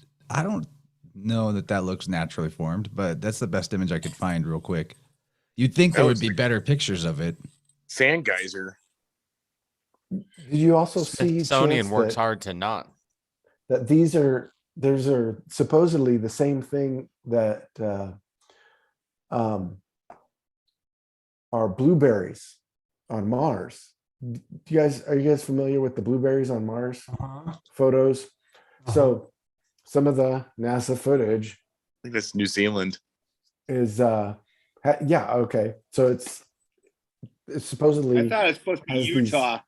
Yeah, or Utah or something. it looks like Utah to me. But anyway, some of this footage on Mars that has these stones, these regular round stones all over the place.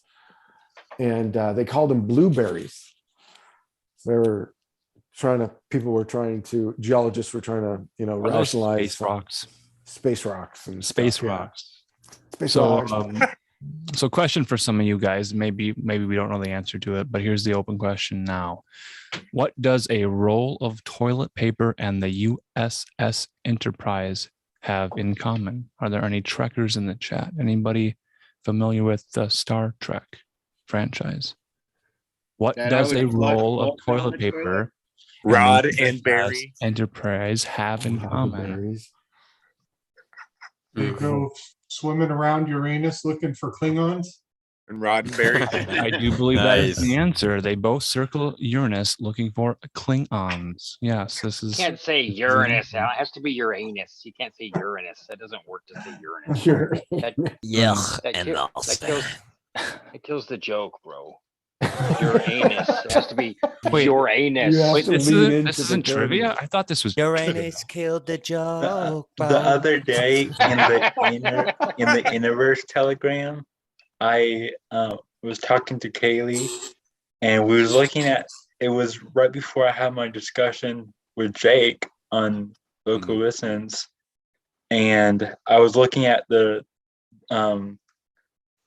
astrological chart for the release date of Avatar: The Last Airbender, and we was having a discussion over it, and Kaylee asked me what I thought about where Uranus was placed in the chart, and I had avoided that one because I was having a hard time getting my head wrapped around it. Even in my own birth chart, that's the one that kind of eludes me, and that's why I said Uranus eludes me. And Juliana and everyone started laughing because I said Uranus eludes me. That's funny. Nice. Well, and plus, usually your anus wraps around your head and not the opposite, right? You don't wrap your head around Uranus. Uranus wraps around your head. Well, But that's great. Your anus. Got to eludes pay me. extra for that though. Well, what's funny? I don't know what kind of girls Sean used to hang out with. Hey, we're both from Central or Northern California. You do know what kind of girls they used to hang out with. Well, what was funny when I started to think about it more deeply is with my own chart and everything, Kaylee mentioned that Uranus is like more independent. And that's something that I'm striving for right now, is to get as much independent as I can. So Aren't we all, buddy? yeah. So that makes perfect sense why I couldn't like fully understand it. Like I couldn't like it was eluding me because I'm still like trying to figure that out. So I was like, that makes perfect sense, and it's a funny joke. Win-win. Seriously though, you know, Jake, you said we all are, man. We all are trying to get. We're our wrestling with those independence. ideas. We're like Randy the Macho Man Savage, and we got our Oh, sling in yeah. our hand, and we are ready to go deep into the woods on an excursion, and we won't Well, return with a until lot we less find that water steroids. buffalo. Snap into some sugar night.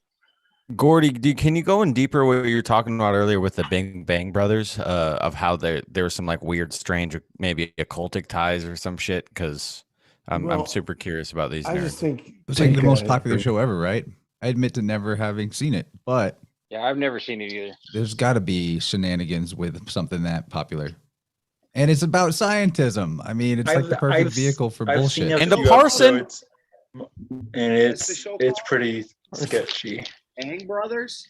Big Bang Theory has had Stan Lee and I think some of the Mhm. Star Wars actors do Yeah. cameos there. Yeah. Even Elon There's the Musk. There's Marvel- an Marvel episode where persons. Elon Musk is making a pie, and they're like, "Oh, isn't Elon Musk such a nice guy? He's just too kind for society because he's just so nice." And Wow. it's like, really? Are you that on the nose? Elon, can you give me Wi-Fi, please? I need some Wi-Fi. Thank you. Have you guys so- seen BoJack Horseman with Elon Tusk? Sorry, I didn't mean to interrupt you right there. No. Oh Yes, man, that he's was- like in the car manufacturing area, and there's like Elon Tusk is like a boar or something. He's got his like tusks growing out of his head. I like it. How is that's My pretty favorite is significant, elongated actually. muskrat being his actual name. You know, like Elon Musk is just short for elongated muskrat. When I first time I heard that, I think me and Jim were together and we just died laughing. Like, And his mother's name is May, so like it's like May or Mai, like Mai, which is actually the Maya is the name of mother of Hermes, but I don't think that's related. But so her name is My she Musk, kinda- like my smell. Yeah, exactly, like Maya Musk. Yeah,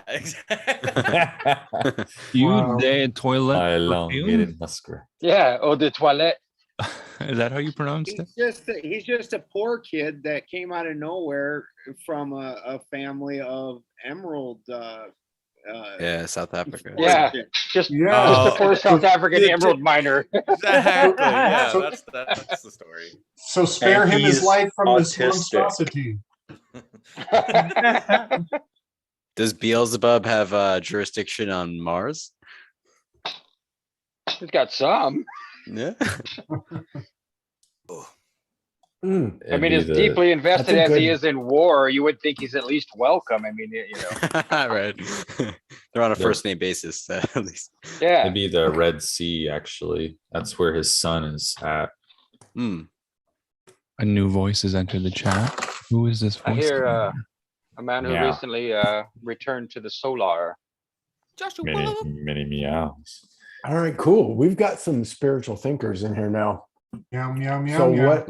Much meows. Now, wait, who was the guy that left and came back? And I don't think I've met him. Jake? Oh, hey, what's up, SB? How's it going, Yeah. man? Here, Please let me meet try you, man. to. I'm gonna turn not on sure. this video, and maybe I won't crash. We'll see what happens.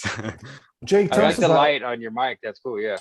about what Oh you're yeah, it's doing my for viewing. ET phoning home. Yeah. currently, you know. Elliot. Ouch. Oh, Steven Spielberg won't allow us to do a table read of any of his movies, including Close Encounters of the Third Time or E.T. So our options are Mac and Me or Nuki, which both feature children and aliens. So Mac and Me and Nuki are the two options we have for a. Mac and me'd be the one, man. Isn't Table that the read. one where the kid goes off the cliff in his wheelchair? Yes. On his way to McDonald's for a birthday party. Seriously, though, that's right. It's totally an advertisement for everything, right? It was just made to sell Burger King and Reese's Product Pieces. placement to the maximum. It was so product placement. There was such garbage. This is, I'm sorry, people now that have to live with this, but in the 80s, like this product placement thing hit hard in every single piece of it didn't used to be like media, this, man. guys. It didn't used to always be this way, but in It the wasn't 80s, quite man, so bad. it's Avalon seeds from hell. starting with Back to the Future, man. Everything went to shit. Remember Wayne's World? How they tried to make it super obvious and funny. Yeah, product they were making placement. jokes about it. Yeah, but it was still massive product placement, like total satanic marketing and advertising, just like Bill Hicks said. Like, oh, we're gonna pretend that product placement is a big overdone joke. That way, we can place even more products during the jokes. Bernays. So I have a question Right. for Thank Jake. you, Edward Bernays. We love and appreciate all of the work you did to get us to this point in history. You Fucker. benefit humanity. Oh, Well done, Gentlemen, Freud. next Well done, bedtime. Freud. Yeah. How's it going, Chris? Cousins. And homie Chris, Romy was just in that- here. Who all did you who all did you interview this week? What's your lineup looking for your this first morning few episodes? This morning around 9:30 in the AM when I'm the most sharp and after I had my my spike of caffeine and adrenaline, I got to sit in a Dunkin' Donuts with Shane from Inquiries of Our Reality, and we dove a little deeper into Dante's Inferno today. It was really fun. That's Cool. awesome. I really like That your was- work on Dante's Inferno. Thanks, and I man. noticed what was it? I saw your description for it on your Instagram post. You was talking about shadow. What was it? Well, there could be, sh- Shane and I talked this about. Shane and I talked about this today. Actually, it was he was saying that shadow work was not his favorite term because he didn't want to refer to the psyche in a split way where there's like the light side and the shadow side. He wanted to unify that. So it was an Yeah. interesting way to think about it differently. Yeah, I like that. Well, that's what happens after you integrate it. After you integrate shadow, it's not shadow anymore. It's Yeah. one thing. Were you guys talking about it in the context of Dante? Because the shadow Yeah, is, exactly. yeah, that's interesting. Yeah, because he has no shadow in hell, right? Yeah, and there's something interesting Yeah. too. Like they were dealing with mass as well. So like when Dante and Virgil step into boats to cross rivers, like the river Styx, Yep. Dante takes effort to explain the fact that he carries around mass and weight. So the boat actually sinks a little bit when he steps into it, and like he went out of his way to explain that while he was like doing his rhyme scheme, and it's kind of cool to like show. Virgil's weightless and he's traveling through this dimension easily, but Dante has to lug this meat suit around and get through hell. It's not like designed for human beings or for mortals. Right. I love that. Describing the metaphysics of how it works over there. Yeah. Yeah. Speaking of River Styx, Gabe, I watched Lone Wolf and Cub and the creator of the River Styx last night. That one. Oh, wow. That one's insane. I want to make a quick comment on the Say- shadow say that again? observation. What was That the you title know again, how Chris? he doesn't have a shadow when he's traversing through the inferno. I think that might be because all the shadow elements of the psyche are out in the open in that realm. Everything And the is other thing externalized. about, I actually kind of think, this is not to be contrarian, but I kind of think we need the shadow as a concept because our potential is infinite towards good or towards destructive purposes. And we want to be aware of the shadow. Integrating it would mean like constantly being aware of it. But I think to exercise it completely is the goal of transhumanism, and it leads to the one-dimensional man who's roboticized. Because part of what makes us good is that we have the potential to do harm, but we don't. And we need that potential to defend ourselves or to all kinds of things. Yeah, Chance, during I'm teaching Night by Elie Wiesel in my 10th grade class, and So I kind of bring that up a bit, like, you have to place yourself in the position of someone who is acting out their shadow. You have to be able to identify with that. If you avoid it, it's kind of like what Jordan Peterson would bring up. Like, you have to look at the evil and the monstrosity within yourself to prevent it from actually being manifest in the physical world. You just have to actually look at it, and then you can accept it and give it its home or its habitat where it can dwell without It's overflowing basically out like into accepting yeah. it, because if we Yeah. reject it and push it down and pretend it's not there, then we just act out unconsciously shadow behavior. Yeah. Yeah, By the what we way, you resist, guys know. persist. Sorry. Yeah. No, go ahead. What, It's just, I what mean, you that's just resist all in the persist. same Yeah. vein. Yeah. I just wanted to double check. You guys know Night by Elie Wiesel. Do you know the story I'm referring to? I do, yeah. Okay. Yeah. I just wanted to check. Yeah. Cool. Yeah. So, Jake, I was thinking about before we went on. I was telling the guys that I was thinking about the name Dante, because I don't. I mean, I'm so suspect of almost all actual like characters in history, or this person wrote this and this person wrote that. We don't know shit about these people. These were famous scientists or whatever said that this thing is this, and we don't, unless we actually know that person or work in those fields. Yeah. We don't know what the actual lineage of something is. I was thinking about that with the hackers, like what Cheney was talking about QAnon this week, and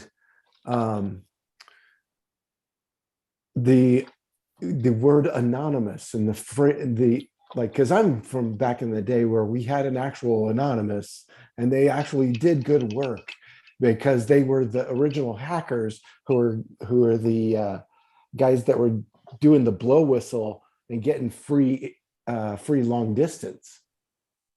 Those were the original dudes that were getting in. The freakers. Hey, you guys, does everybody know that story of what he's talking about? Using the payphone, he figured Yeah. out how to, because it used high pitched tones to So this- call out. So he figured out a whistle that he could walk up to a payphone and take it off the hook and blow the whistle, and it would recognize that as the correct tones to access the line. And so he would be able to bypass the long distance charge at a payphone and call anywhere at any time, because he truly hacked the system when it was analog and using tones. Because some of us aren't old enough Captain to remember when you. Crunch. Yep, Captain Crunch. I was going to say, Mario. Yeah, it was cool. he was called Captain Crunch because of the whistle was the one in the from the cereal box. Oh, I love remember- Right. so much. That's the coolest shit I've ever heard. So- but But you're saying we need a little bit of higher frequency to tap into the ethereal phone lines then, or? Oh, Yeah, I think the metaphor works, man. I'm not against It that kind of works. thinking that I mean, it worked in the analog reality of the 1980s. So why wouldn't the same technique potentially work in any application? Why not? There's no reason to not believe that that's possible, in my opinion.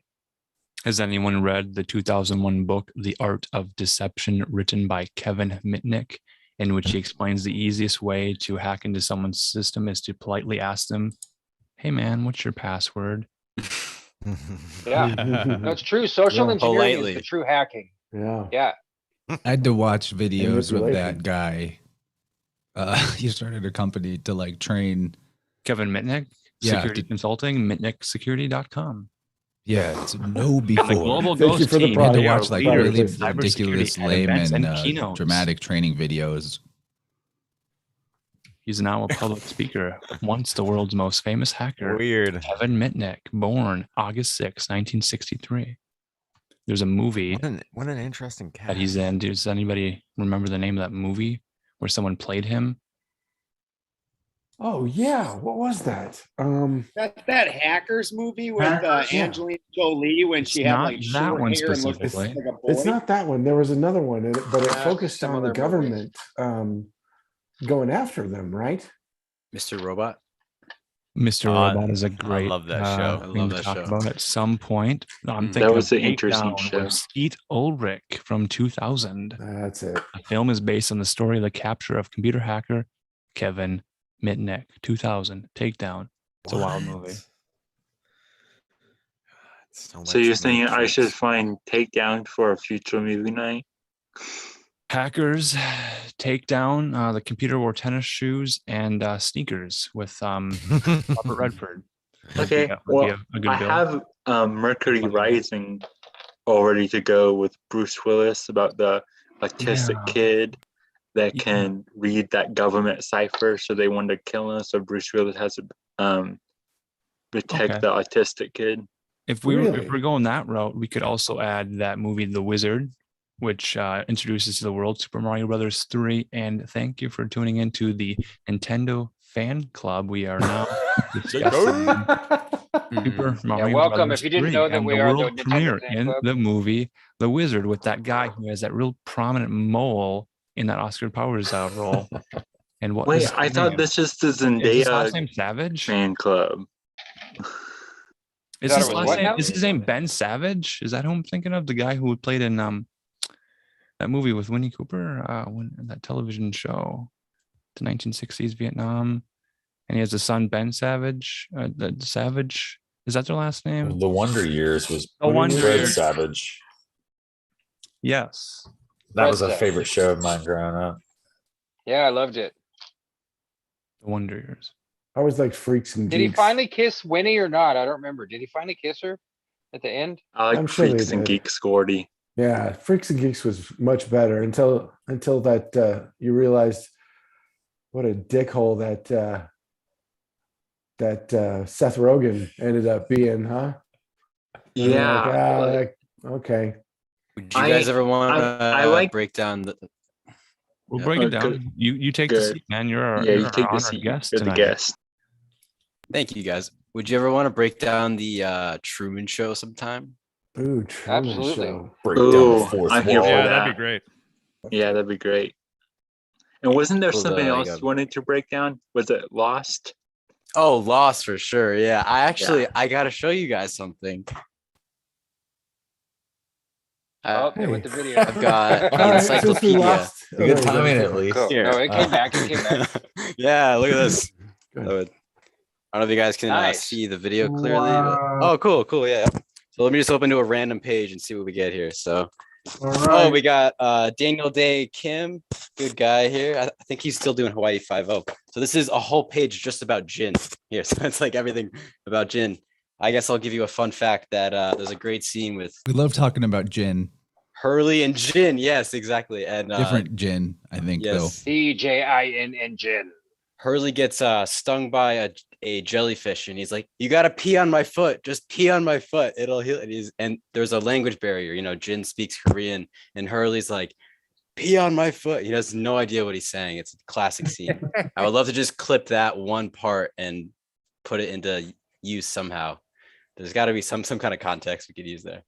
But, We have a lot of Yeah. wizarding art friends here, spiders, that we like to mash up video clips, so that could be done. Yeah, we can definitely get a meme going with pee on my foot. That's not going to be a problem. yeah. You know, I've never watched an episode of Lost. Me neither. J.J. Gordy. High Abrams, five, dude. bro. Me either. J.J. Abrams is a fascinating character for sure. Yeah, don't sleep on J.J. Abrams, man. He did Fringe, and then he's totally a tapped in. You know, I was digging Revelation French. method. Yeah, that's a good one. You guys ever seen Dark Matters, which had Yes. that same sign? I haven't watched it yet, but I heard it's pretty wait. sweet. J.J. cherry Abrams blossoms. is a 74 in Gematria, episode 74. Sweet. Welcome to the stores. Oh, What is doing Illuminati confirmed. on chance. Yeah. Wow. where's What Juan? the There you go. fuck? What the Hey, fuck? Romy, did you ever check your Telegram DMs and see those audios I sent you of extra Illuminati confirmed and what the fucks? I Oh, forwarded them. I forwarded them to Juan too. I noticed you're not always kicking it on Telegram, so I understand. But just so you know, one day I had like a really strong moment of inspiration because I love those sound bites so much, and so I sent you some private DMs of recordings I made on my phone, and it's just instead of what the fuck, it's like what the fuck, like all weird. the and, like, fuck? yeah, instead same thing. It's kind of like this lispy gay voice instead of like a really dominant, powerful voice. So you Is have that those your- available to you. Is that your Crowley voice? I don't really have a Crowley voice, you know. My only Crowley voice is to sing Mr. Crowley by Ozzy Osbourne. That's the only Crowley. That's right. Bum, bum, bum. That's right. What went on in your head? Yeah. Bum, bum, bum. So I'm One time glad I this did a came terrible up because rendition of that, improvising it with Tracy Twyman's name on a live episode of Picture Show, singing it Tracy Twyman instead of Mr. Crowley. We should go back to that and redo that, Jim. We got to finish that up, you know. Oh, Tracy Twyman. Bum, bum, bum. Did you talk to the dead? Bum, bum, bum. So what we could Yes, you do did. is we could take a Mac Sabbath cover of a Black Sabbath song. You know, Mac Sabbath being the American parody heavy metal tribute band formed in Los Angeles, California in 2014. Never heard of those guys. The self-appointed founders of Drive Yeah, I don't know how Metal, that's possible. the to band not is have heard of them. primarily a parody of English heavy metal group Black Sabbath, utilizing Dude, lyricism and imagery centered on fast food, specifically Ronald McDonald. Dude, and I love this McDonald band. Characters including No joke. Grimace and what's the other guy? That thief. I can't believe I've never heard of this. Hamburglar. Hamburglar. reminds me Yeah, of- That you've never reminds heard me of there Mac was Sabbath? No, I can't believe I've never Hamburglar heard of shirt this. on right now. It makes me think of No. There he is. The hamburger. Beatallica. You guys Yep. ever check out Beatallica? No. Or Beatallica is a mashup, a band that did a heavy metal mashup between Metallica and the Beatles. And so they just take, and it's not like a mashup like when you do a video mashup and like get the songs to match up like a DJ. It's like a band that took the Beatles and Metallica and found the That's sweet interesting. alchemical spot where they fit. So I can't believe Now- I've never heard of Mac Sabbath until If there's right a now. battle, Shall I just show it There's- to the there's a program? band called Yeah. Oakley. There you go. There's Oh, a now I band know what to called do with the Oakley extra credit I Dokley have. that's, Are these guys touring? a I'm metal gonna go band see of them Ned live somewhere. Flanders. Oh yeah, Ned Flanders, the Oakley Dokleys. Oakley Dokleys. They're from Phoenix up here. Yeah. Yeah, I know who those guys are too. Dred Zeppelin, those guys were fun.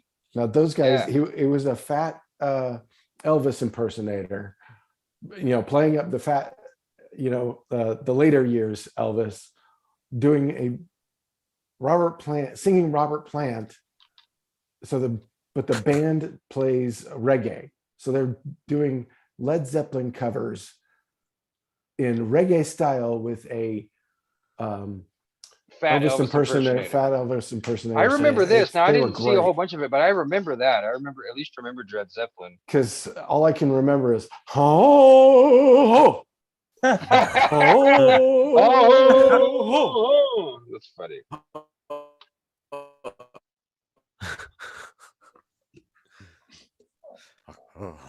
Trippy. So if we ever do a Spider Con, if we ever do a Spider Con, we should ask Mac Sabbath and Dred Zeppelin to do a reunion tour. Yeah, They get do it in a together in one heartbeat. place. We could invite Metallica too. Yeah, Metallica, all the frauds. Yeah. What would you call that genre? Not frauds. What are they? Parody Psyop mashup jams. is what I would call it. Psyop jam is that's a good title. Psyop jams. That's a good one. Is that Weird Al, Layers. like a psyop jam? Yeah. Like the Amish Cyclop Paradise? Jelly Jam. Okay. Interesting. That's weird that you brought up Weird Al, and he's popping up all over the place promoting his stuff. Is he? Did you see him in the revamp of Reno 911?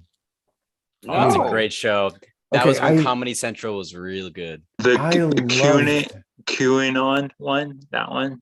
Yeah. Exactly. Thank you, Chris. It's so it was absolutely terrible. Reno 911 came back with a new season on Amazon, or one of the regular, Yeah, one of the DARPA funded streamer media things. complexes. Yeah. Oh, dude, this thing is a train wreck. Absolute Not good? political Not funny? train wreck. It is not funny. And they do this thing in Weird Al plays Ted Nugent, a very Ted Nugent character. and then Oh, and no. then Joe Rogan pops out with a gun, and they make him look like a gun crazy. It's somebody playing Joe Rogan, but they're making. Is he both of playing like them the look like- Pizzagate guy, like the guy who like went into the Comet Pizza place? Oh, maybe. You know that. That sounds that very right. Like well they're at could least be. hinting at it. They're shadowing it. You know. There, That's And his interesting. one bullet hit the hard drive. Come on. You know what? Yeah. You know what? I'm glad you mentioned that, because there is a sketch in that episode where they're wrestling around with guns, and the cops are they're arresting these domestic terrorists, guys that are supposedly like just idiots with guns, and like all gun people are dumb, and they get mixed up with each other, and they all are. It's just, and I don't even get it. Like, I don't understand where the humor is supposed to be. Like that, whatever that frame of mind is, I know I'm not too old for this. Like it being No, a it's just cultural that the thing. propaganda's It's just- falling apart. Propaganda is just garbage. It's Yeah, well, that's what happens everywhere. at the end. Always when they get to the end of the cycle, the propaganda no longer is functional because they're too desperate to get their message out. So they can't be patient anymore and present, you have to be That's why patient and Sesame not really Street care. vaccines. That's Right. right. Exactly. Because they're desperate. Like They can't be Big Bird subtle was about selling it. Vaccines. Yeah. Yeah, that's fucked up, man. A lot of talent too has moved on to doing other things. So, Yeah. a writer for a TV series 20, 30 years ago, maybe they're writing for video games now or something like that. Right. Very Right. good. I Yeah, think that's a big good part of point. it. This is why I do preserve movies on the original format, VHS. So I haven't seen part 1, 2, 3, or 4 or 5, but Leonard part 6 here with the inimitable Bill Cosby on a madcap mission to save his marriage, his daughter's reputation, and the world in the imaginative misadventure, Leonard part 6. Did I I see couldn't it? find my Nuki copy. Is that a butt plug? What is that on there? A butt plug. I'm looking at Unless it. It's a fraudulent Looks like a psyop. rubber, maybe? It's not a pudding pop. The marble. I don't know. Pudding We pop. just can't get away from balls. There's an ostrich in the background. It's So what other film series has 6 parts to it? not Lone even Wolf and Leonard Cub. part 6 has 6 parts. But Fast Yeah. and Furious has Yeah, like the what, Cremaster 10? Cycle. I think the Cremaster Cycle, or maybe that's seven. 5. Okay. Yeah, I think 5. Well, there's probably a secret sixth one then. right, I did bring out my new Salty's Party Praise 2. This is a series of the singing songbook. This man dresses up as a singing songbook and sings psalms to the children. This is part 2 of Salty's like all-new Cowley. Praise Party, starring Ernie Rettino, the original Salty. Salty's all-new Praise Party 2 is the much-anticipated sequel to the hit Salty's Funtastic Praise Party. It contains all the fun, energy, ministry, and opportunity for evangelism in which Salty is famous. In this live Weird. production taped with an audience in an old vaudeville theater built by Cecil B. DeMille, Salty leads a combo of fantastic puppets and kids from his workshop. His worship workshop, back through time to Noah's Ark, to an old-fashioned tent meeting for fast-paced renditions of famous gospel songs, and to the jungle on a safari where they meet the Bookabills and are surprised by Solomon, the supersonic salamander. Charity Holy shit. and the Church Mouse Choir even come by for a song.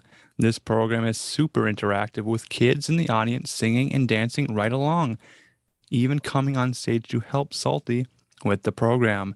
This video is destined to be a favorite with Salty's fans, old and new. Music only Did you versions watch this available a lot, on Alan? cassette and CD. We had very different childhoods. I Can we remember read? being Can we do a terrified. table reading of that? I remember being terrified by Super this, alchemical, though. I heard multiple alchemical situations going on in They're there. spelling this sure. PSALTY, like the psalm. Dude, Psalm, that yeah. that Psalter, mouse is psalm. giving Salty a blowjob. It's Plainly. so Disneyfied. Look at that. Yeah. Dear Look what she's got. And it looks like Cowley. It reminds me of Jesus Cowley. Christ. And now it is coming to salty Exactly. seed. The That's what you're knowledge, supposed to work the And your a church of jam. knowledge. homunculus. out of his butt. All right, Yeah, I'm gonna always- I'm gonna Okay. start busting out some anagrams out of this shit. So Thank you. Real weird. Praise Come be on, the Dave. salamander Bring it on. too, right? The salamander and the proverbial fire, the mercury waters. Solomon. Hallelujah, Salamander. hallelujah, brother. If anyone has other copies of Salty's Praise Party on VHS or the CDs or the cassette tapes, please send them to our PO box as we need to investigate this further. So, Thank you. So we've got I think we've got a P2 reference there. It's PPP and then part 2. Mhm. And that's the P2 Lodge is Yeah. the Scapegoat Masonry Lodge over there in Europe. Absolutely is. Yeah, we're totally some Masonic shit going on, screaming. That's crazy. I found like this random architect earlier when Juan took a photo of a building, and he was like wondering about this building. And so I just dug in a little bit to it to try to find it, and I was like, I can't find anything suspicious except for this guy's name is Phineas P. Paste. What? I was like, Phineas P. Paste. Triple P. So it's the P is shortened, but it is a triple P. So Yeah. I just Sounds found like that kind of like a Bukake. fun little synchro. Yeah, there's a start. Hey, I guess we Phineas do have a P. lead Paste. here. PPP. Hmm. How fucking weird is It's like I don't that? see anything weird, but I do see 3 P's. Joshua, are you with us? C3PO. Yeah, nice. Yes, I am. Joshua, if I The may, P's are like 9s. if I may, return us to Wednesday evening, in which you read from Colin Wilson's book. Oh, the Philosopher's Stone. Yeah, what is the name of that? Yeah, book? that was a great book. I have it right here. One Okay. moment. There was a lot of Synchronicities were over the top. hits when you're reading that book. And I bring it up because the word desultory was mentioned in your reading. So I wrote that down. There was a list of words that we were looking for. Several words I've never definitions heard of. of. One of them being bucolic Yeah. and desultory. There's some other words. And again, how did you feel when you read that? What was going on Wednesday in the flow state on this channel? I have to admit, I had never read the book fully. I just picked it up on a whim one day and, kind of just opened it up looking for things. And I ran across that part about the head wound that the man received in the cerebral spinal fluid. And, it got me thinking about Bob in the Church of the Subgenius that you guys sometimes talk about, which I don't really know much about, but I do know that there is a Bob card in the Illuminati card game. Oh, yeah. I And got it's thoughts actually about a number 13013, which spells Bob.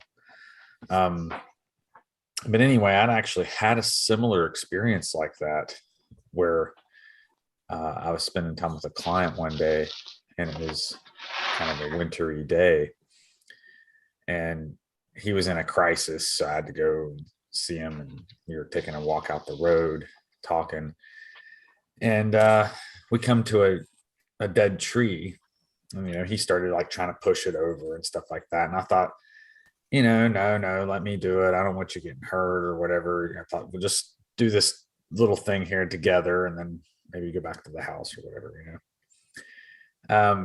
So I did it instead, and I ended up kicking it, but not kicking it, but pushing it with my foot. And what happened is the tree broke in half at the top, and the crown of the tree hit me in the crown of the head.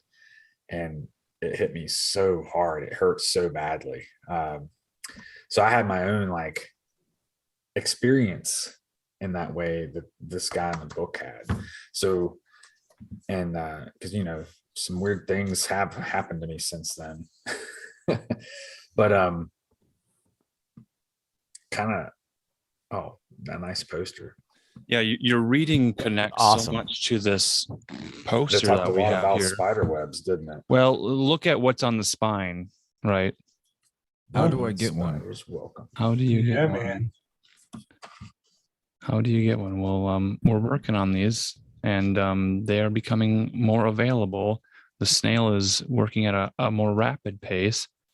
And if we can highlight here this idea of, what is it, the cerebral spinal fluid, weaving spiders welcome, written on the spine. And now we have this brain that kind of looks like an IV drip, dripping maybe fluid into the nose. Now the nose drips when there's a cold or a flu, and it also goes down the throat. So this poster we have basically describes everything that Colin Whitson writes about in that book that you read to us on Flow State on Wednesday.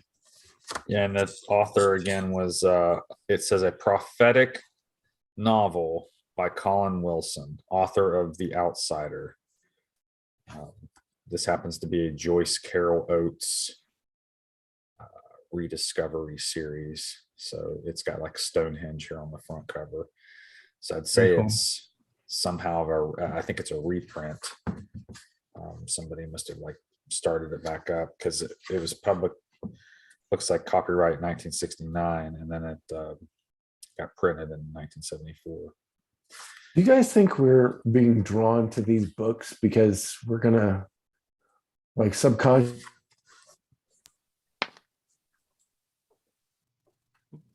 Where did you cut out? See you later, Gordy. Might have lost Gordy. I think we Spider-Down. might accidentally push the button. Spider-Down. Yeah, well, I mean, that confirms for sure that we are being led to the books. We can't really get any stronger confirmation Yeah, than seriously. Gordy getting booted at the moment that he wants to point You it got out. too close to the So, truth. The answer is yes, we are being drawn to the books, obviously.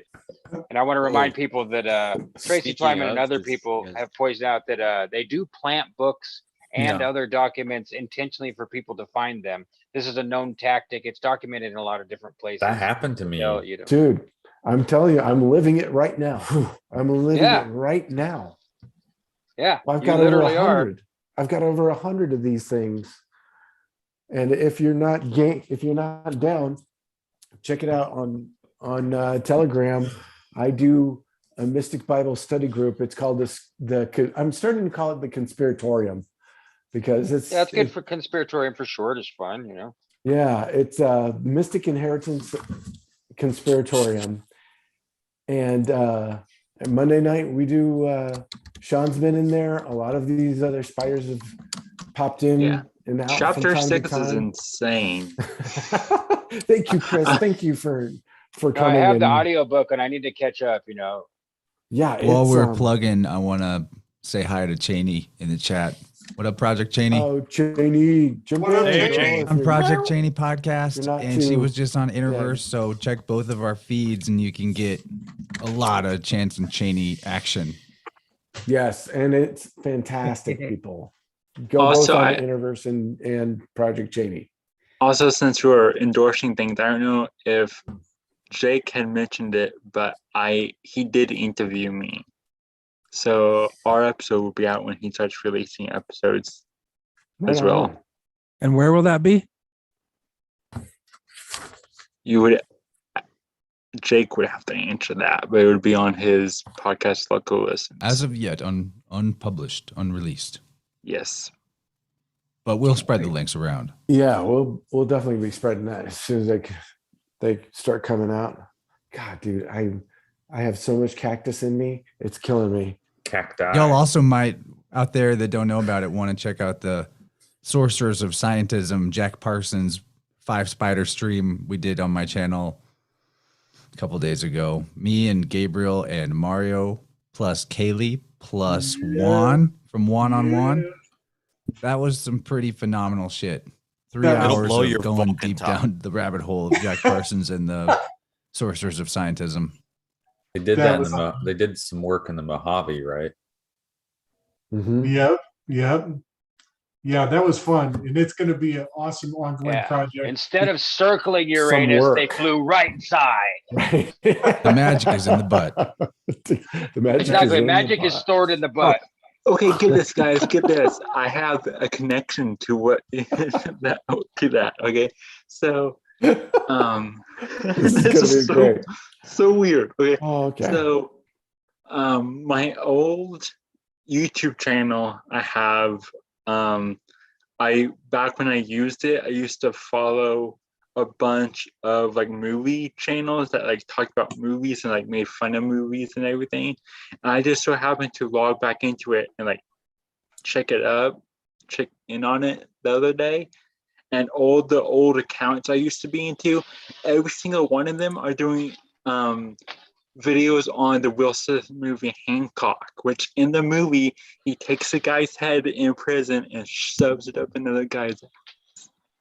Yeah, Oh, yeah. Wayne McCroy Yes. mentioned that we should look at Hancock when we were talking about Parsons. I remember that.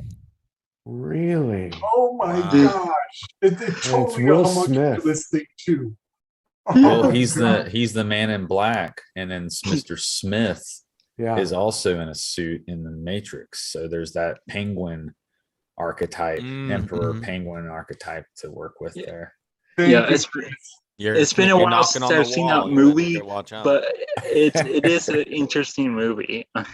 That makes me wonder about like North Pole symbolism and Northern symbolism. And they were harvesting the pineal glands out of the penguins, and that was Out of found the in the penguins. WikiLeaks cables.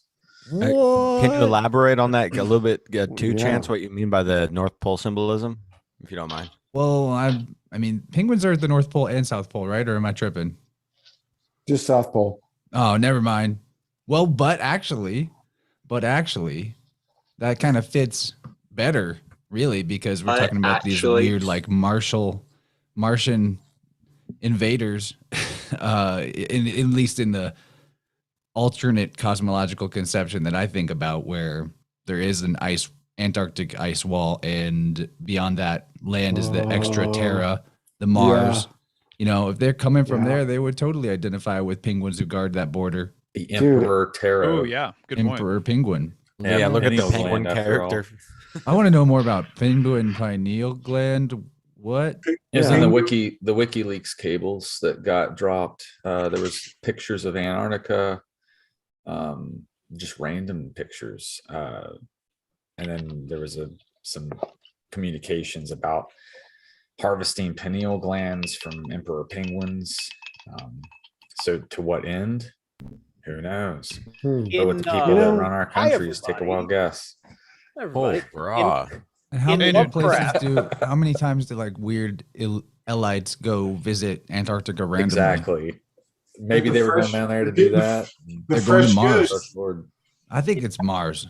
I think that's actually what Mars is the lands beyond Antarctica. And Might it's be extra called fatty. such because it's got Venus and Mars as a sun and moon beyond the ice wall. Yeah, that makes sense to me too. Cosmic egg. And like there's something with like Arctic animals having more fat. And so, fat, your brain is fat. And so I'm wondering if there's like a special amount of like lipidness to this penguin pineal gland or something. I'm thinking I about don't polar bears too, like Ursa Major, Ursa Minor. Well, you also have stories of people. That's why penguins are only on the South Pole, because polar bears are only on the North Pole and they're smart. The penguins in Lovecraft mythos, the emperor penguins of Antarctica are kind of like these weird. They're almost like these, like a patron spirit of sorts of the lost city of R'lyeh, which is where all of the Cthulhian cultists' city was up, or at least the elder things that were associated with Cthulhu, all this stuff, right? So, Lovecraft had a thing about the penguins and made these really weird ones for his mythos. It's interesting. I don't know if you said this, Chance, because I was paying attention to the chat for a second, but Emperor relates to Aries and Mars, right? The ramp. Yes. And so, which is, we're obviously in Aries, which, speaking of, AR, Arctic, I learned that Arthur is a reference to the bear. And so I really think that that's kind of the major decode with the word Aries and Aryan, is that we're talking about Nice. Northern symbolism here. AR and UR, I'm finding has a lot of Northern connotations. Oh, like yeah, Ursa yeah, yeah. Major and stuff like Okay, that. I am so glad you went there. Dude, Desarian when you says that that's a caste, not a race, and that Mar- it was the High Arya that were the northern sages that helped construct civilization before whatever opposing force, maybe the Martian force, if you will, came in, which I think could be where we get like, you know, the creepier aspects of the ancient Hebrew cult, the solar cult. Yeah. And then just real quick, you know, Aries is the first sign of the astrological new year, right? And it really represents the center of things. It's like the center, the concept of the center or central point being a sacrificial sort of thing, that the center almost needs to be sacrificed in order for the whole system to go or to expand or whatever. And when you look at the Aries symbol, there's like a central point in the middle, and then it shoots off and splits, kind of like a sprout or a shoot or what have you. And so, Or like you know, this that is the castration tool. sacrifice. Yep. Yeah, exactly. For sure. Mario, when you brought up the you said it in one of your videos, and I meant to tag it, and I can't remember where it was or which one, but you mentioned it somewhere, which sent me back down the kingdom of Urartu. Urartu, do you guys know this kingdom? I don't. Mm-mm. So it's called Urartu, the Forgotten Kingdom. I'm gonna share my screen real quick. It's just on Wikipedia. I've never heard of it until about maybe 2 years ago. And they're totally full of that pantherine symbolism, the panthers with the wings, you know. But at any rate, it's a real, according to Wikipedia, whatever that is. Here we Love are. Wiki. Oh, interesting. So it's this Urartu. forgotten kingdom, this ancient kingdom, Urartu, Uratu, and it supposedly Right next to Taurus. It was right in. I mean, nobody knows about this thing, apparently, but here it is. And there's a documentary I found on YouTube, and these geology, or I don't know if they were like museum, they could have been museum guides for all I know, but they're talking about the history of Urartu, or these college professors talking about how, oh yeah, we've always known this lost kingdom was always there. Is that northern Turkey? That's what it looks like. Okay, I actually should say right here, right? Yeah. You got the UR, the AR, the IR. See, here's an interesting thing too, is van is etymologically basically like a word referring to a caravan. People traveling with all their possessions that they have with them, you know, gypsy style. It's totally, I'm thinking about, you know, certain religious orders that have been kicked out of over 100 countries in known history. You seeing this, Yeah, Gabe? Yeah. Gabe, are you seeing this? Double-headed eagle. Yeah, buddy. Lion with the crown. Is that a quattro? What do we call that? The four-sided corners of like the wheel card and also the world card have the bull, the lion. An arm is Ram and Mar. And they were supposedly the Hittites, dude. The Assyrian Urartu, I have no idea how to say these things. Seems to correspond with the Azi contemporaneous Hittite texts. Urartu is cognate with biblical Ararat. So if you know what lots of Ararat ers is, and Rs there. and Akkadian, Urartu, Armenian Ararat. So apparently this is Armenia. Try narrating an audiobook of words like this. Are you kidding? I leave that to you, dude. It's brutal. It'd be terrible. Yeah. But Yeah, when anyway. I've looked into you know, there's a lot of words that start with even right now, if you just type in right, it's a Sumerian city-state of and my understanding is that kind of goes back to like the origin of things. And so even I think we've talked about it, Chance, you know, earth, you know, we spell is the fire. EARTH, right? Exactly. Or is just the same cult? It's the ones with the fire. Earth. Primordial Pyrotes. fire. The second. You want to know something wild I found out from Dylan's new book today? I mean, I had to like research this claim, but he said that I need to find exactly what place it was, but he was saying that pirates of a certain region in history, and I'm going to find it, but that they called themselves the children of the moon. Yeah. Ooh, that they makes called I've themselves heard this purveyors. before. Okay, here's the quote. Pirates called themselves purveyors in Aristotle's time. Buccaneers called themselves brethren of the coast. They also took the name minions of the moon and St. Nicholas's clerks. I find that interesting. You know, Yeah, even a chasing boat, the it kind moon. of looks like sometimes they look like a crescent, you know, and obviously the association with the moon and water and everything else. I could totally see that. Absolutely.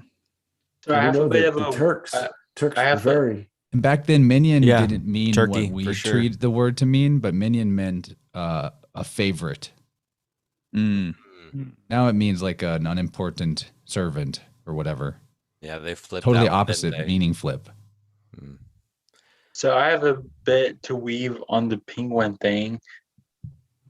And to start off, what made me think of this is in our chat here in the Zoom room, Jake did some etymology for penguin. And he said it links to the Latin word pingus, which means fat or oil. And then we later in the chat started talking about the pineal gland, and that made me start thinking about the language of the Christos. birds and how since penguins are flightless birds and they're in that frozen landscape, they're unable, and even when they walk, they waddle. They don't have like far-reaching mobility. And a lot of times when you're restricted in certain ways, you will thrive other ways. Like if one sense is cut off, your other senses are enhanced. So maybe they do have some penal action going on with penguins. The penguins are really smart. And so maybe there is some like psychic, penal, astral language of the birds. Well, think about this. Type I don't know where we're talking about this, but we're getting into names that were like Whitehead, Whitesides. It's Jack Parsons. Yeah. Yeah. Penguin means whitehead if you go with the Welsh word for white, which is Gwyn, and pen means head. Whoa. Yeah.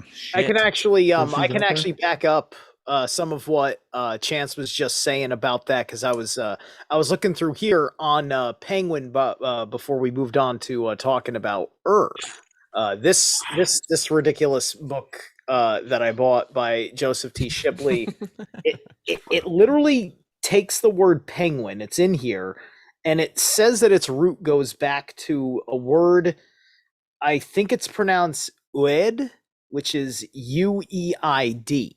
So it brings you to this word called ued, which I have over here, and it's too much to read on this, and it's very analytical, the book when it goes through it. But just to give you a few ideas, which also brings us to our pineal gland and whatnot. Look at, it says look at, to see, object of vision, seeing is believing, hence to know. Among some peoples, as the Celts, easily seen or white. And so yeah, there is that correlation with white and Whitehead, because I did see that over here via Celt, penguin, literally whitehead. Vendus, whitefish, also Gwynedd Guinevere, white-cheeked, Gwendoline, also shortened to Gwen, druid. Caesar mentions the druids, the druvid or the oak knowing, with their holy oak tree and their use of its mistletoe. Winter, the white season. So, and there's a few others that go on in different meanings. But I'm just thinking about Penguin, the publisher. because they Yeah. are Yeah. like they put out the classics, the Canon, the CNN, The pen is the mightier than QAnon.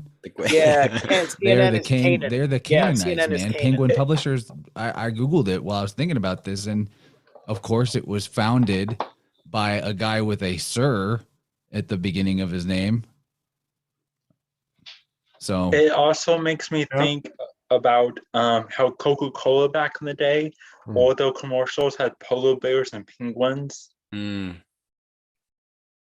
Right. They had them both at the same time. And I remember thinking how stupid that was. Yeah. Or like the Because- token animals for climate change and global The warming. Never-Ending Story. The Never-Ending by Story. Puffin. Beautiful. It's by Never. Puffin. Oh shit! Is that a parent company? Is that like a separate entity? How does a puffin relate to a penguin? Puffin books here. Oh, Puffin yeah. and Puffin, Huh. the sweet penguin Yeah, I McMuffin. remember that. That's great. Hey, you know what else is named Gwen? Puff and I'll puff and I'll blow your bookshelf down. Oh, what a sweet little baby. Secure your bookshelves. Make sure that they're really well secured. Find That those is also- studs. You got to find the studs in the wall. Find the studs to secure your bookshelves. What is that, Gordy? Is That. that an owl? Yep. That is. Oh yeah. Well, here. You know what? Let me show you. Screen Could share you it. just put that phone What's on their a name? Xerox copy machine, make a copy of it, and then back to our P.O. box? I love you. That's great. I should do that. It was Do it. send it, fax Do it it to for real. myself. No, but dude, that my owl is named Gwen. Oh no way. Okay. Yeah. Yep. And she just had babies. I'm just now sitting with 3 babies. And last Seeing night those on you should everybody get in my Telegram group because you'll see owl videos you won't see anywhere else. Oh, Gordy, the current CEO of Penguin Publishers is named Peter. here. No kidding. Whoa. So That's yeah, the far out. other, He is. oh, that's not it. And I'm not Gordy, sure they're how letting you right- get so close to their babies, dude. That's so deep and amazing. Yeah, Like it you is, walking brother. up to that enclosure and There it just is. being able to stick your phone in there, and the babies don't mind, and the parents don't mind, is just so beautiful. She's Thank sitting you right for sharing it behind with me. us. It's so amazing. Yeah, It's yeah. No, they amazing. know you're part of their family. It's insanely cool. It's over the top. Like people can't wrap their heads around it if they don't understand that owls are not exactly just welcoming everyone into their clan, man. Owls are raptors to themselves. They're not, they're owls. I mean, I guess everybody does have the intuition for what an owl is. Like, Well, but and they've taken you big time as part of your one of us. Like it's awesome. yeah, no, the one here, I just had when I was walking the other night, my wife and I were walking down this other neighborhood, and there they were, like right Yeah, in you front got of 'em- us. Like I You've got got a them video of them. at work and at home. And at home. It's a I've got trip, 2, yeah. and there's actually a good chance because if one of the previous generations fledged, there were 4, 5, 6, 7. There were 7 other outlets that I saw that kind of let me get close to them.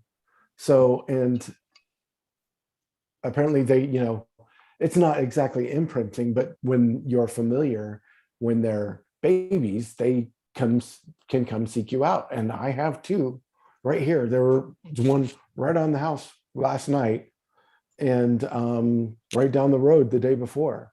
And Awesome. she was just sitting up there hooting. She's huge too. But at any rate, yeah, we've got 3 babies. They're doing great so far. Did you name them? So I don't know if I need help. If I ask for help, I don't know. Don't help me. Just give me intention. People give me intention. We got And you, Gordy. and Yeah, help I'm- Gordy name the owls without saying anything or thinking Yes. of anything. It's just like not naming the Stay Puft Marshmallow Man. Don't Right. come up So with Gordy, it. we had Mind it clear and let the intention go to Gordy in Arizona. So I got you, right, man. exactly. Thank you. Yeah, what's up, Romy? Oh, We I had was gonna say get some four, sound clips. Yeah, we'll chickens make a at my beat. old place. We had Sorry. So go ahead, Romy, first. Then we'll get Jacob. Oh, sorry. My apologies. I was saying, man, you should get some some subtle little chirps, and we could put them in the backing track and make some cool like meditative beats or something. Dude, oh Whoa. yeah. You know, I do Yes, have please. some of those videos have some good, cool little noises. Because Alchemy the beats. clacking. Alchemy beats. Oh, that's awesome. Yeah, the clacking. Alchemy. Like OWLKHEMY. Alchemy. Alchemy. Yeah, you know, somebody said that in the chat, and I'd been sitting on it for a while, not knowing if it was a stupid idea for a name. But Oh, it's great. there's a couple other users, and they don't know what they're doing. They're not doing anything with it. So Hey, I Jim. think I'm gonna use it. Isn't Kemet a word for Egypt or something? Yeah. Oh yeah. Alchemy, like that's where Yeah. chemical and chemistry all comes from. Kemet. Right, exactly. Allegedly. And you're poking right around Hermeticism there with Egypt. So yeah. If Jim's still around, I have a request. If Gordy's recording owl sounds, could we get some goat bleats to mix with the owl beats? Oh, Absolutely. some I can't great believe you're using sounds. this. That reminds me, guys. Today, one of our bunnies, that's younger, let me come up right to it, which is really cool. Awesome. In my Yeah, backyard. rad, dude. Yeah, the you video get some footage really you close- uploaded is great, man. The bunny jumping and playing is really Yeah. cute and awesome. Okay, so that one, the one that was teasing the other one, I think that's the baby that was born late last season. Because late last season there was like one, because we okay, so last season, last spring and summer, I made it a mission to eat every meal I possibly could outside. And so I would just get like a big bowl, pile all my food into it, and just go outside and eat. And then the bunny started to come around me. And I had last year there was a couple times towards the end of the summer where I literally had the rabbit come right up next to me and start munching on like tall grass and like dandelions and things, and which basically like eating dinner with me. We have bunnies that like kind of live in our backyard and everything, which is really between our front and backyard. And they got really friendly with me. And one of them, I asked what his name was, and I had the word Thraffle pop into my head. So that one was named Thraffle. I think that's the one that had some of the babies. And there was one baby that was like kind of like the black sheep, the black bunny of the group, who was like super tiny for the longest time. And when he would run around our backyard, and he looked like a soot sprite from like Miyazaki, My Neighbor Totoro, because they were just like this giant black blur. It was like around the yard. And so, but he had a lot more spunk to him. So I think the one that was teasing the other one that was bigger now, I asked him, I go, you're the runt of the litter, that one from last season, aren't you? And he just kind of look at me like, yeah, I am. So I think he's the one that's been pestering on the other ones.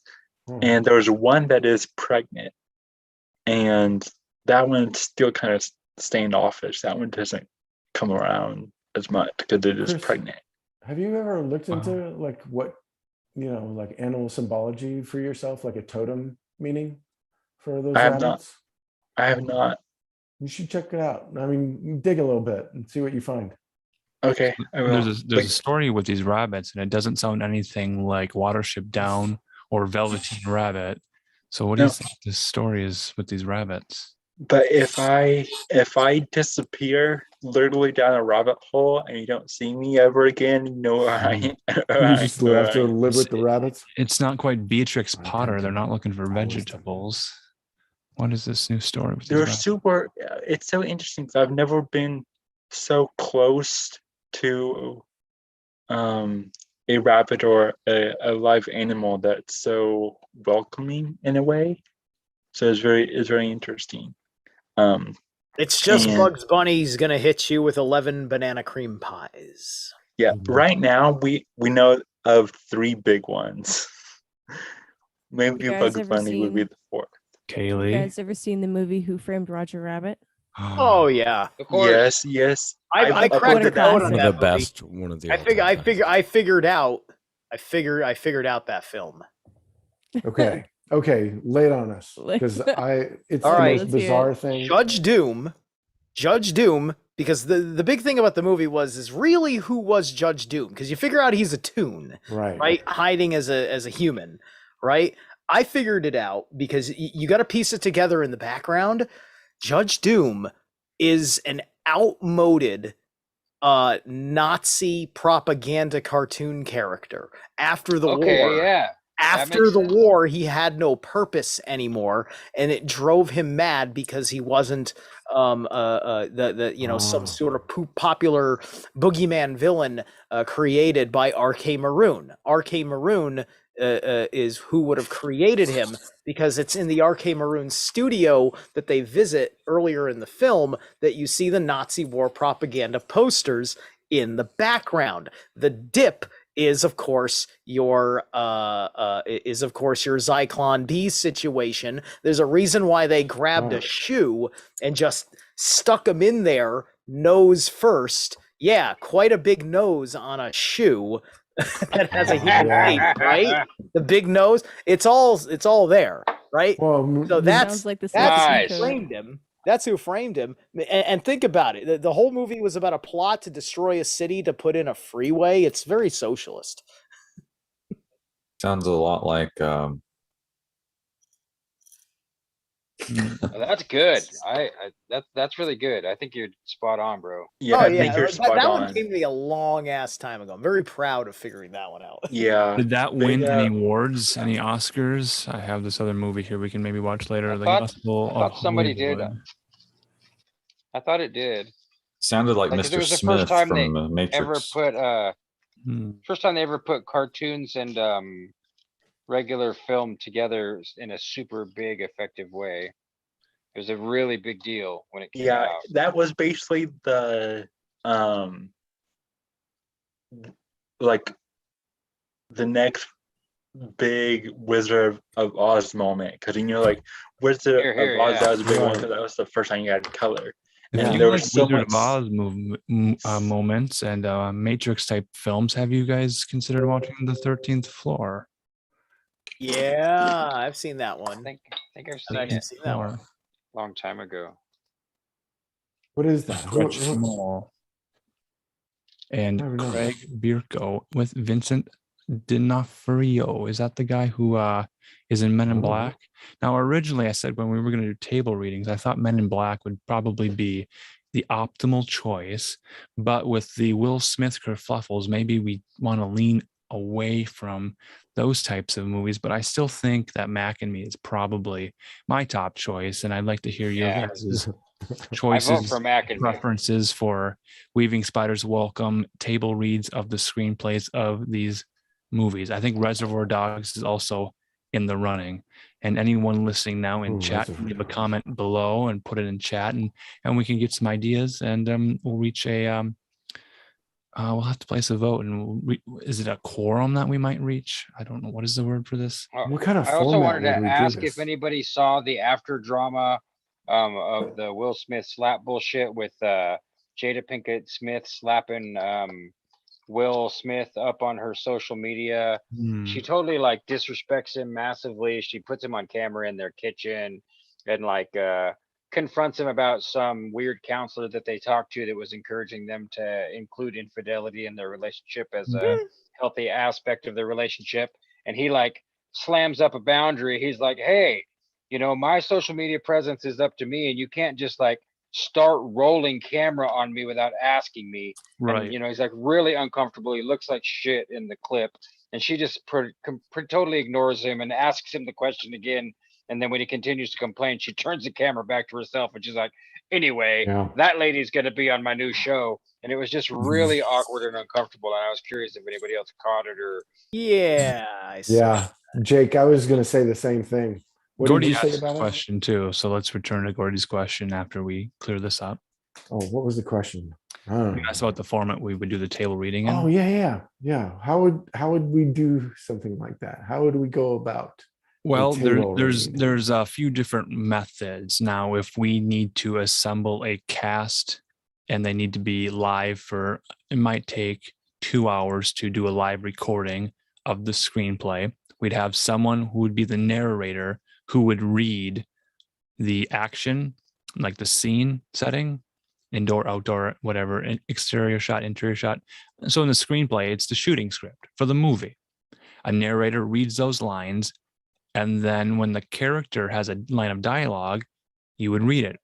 We could record this live, or we could do it in a Zoom room, record it, polish it up with some editing, and then release it. Or if people's schedules don't quite allow that, or we can't get everyone in the same Zoom room at the same time, we do have audio engineers who could record a scene at a time with the actors who need to be in the scene. When you shoot movies, you have the schedules and the call sheets. So then you know what you're shooting that day. Someone has the call sheets, and we would say, okay, so on whenever Wednesday night, Saturday night, whenever the schedule available for the people in the scene works, they record their scene, and we get the audio, and then we put all the audio together. So it becomes like an audio drama for theater of the mind in an audio only format, so people could listen to it. What about Revenge of the Nerds? That's a good Great option. I'm gonna for Boondock Saints, and I am going to submit my my application for the part of Rocco. Right. Nice. So to get our snail's pace moving at a more rapid clip, we might consider starting with scenes from movies, so we could record scenes from movies, and then depending on the audience feedback, and we could expand. Yeah, we could do that and eventually have work it up choose to it a out that full way. movie. That's a good idea. I think that's a We good could idea. try some Scenes Big go in it. Lebowski scenes. Big Lebowski Yeah. scenes. There's that scene in Reservoir Dogs where they're talking about tipping. That would be a fun one to do. Yeah. What's the tip? I don't tip. Do you tip? What's Yeah. the tip? You need to do a table reading of that one scene from Venture Brothers when he's trying to dock the ship in space, and it's like the Russian lady that's like, "Oh yeah, coming slowly," and he's like, "Oh yeah." You need to do that scene.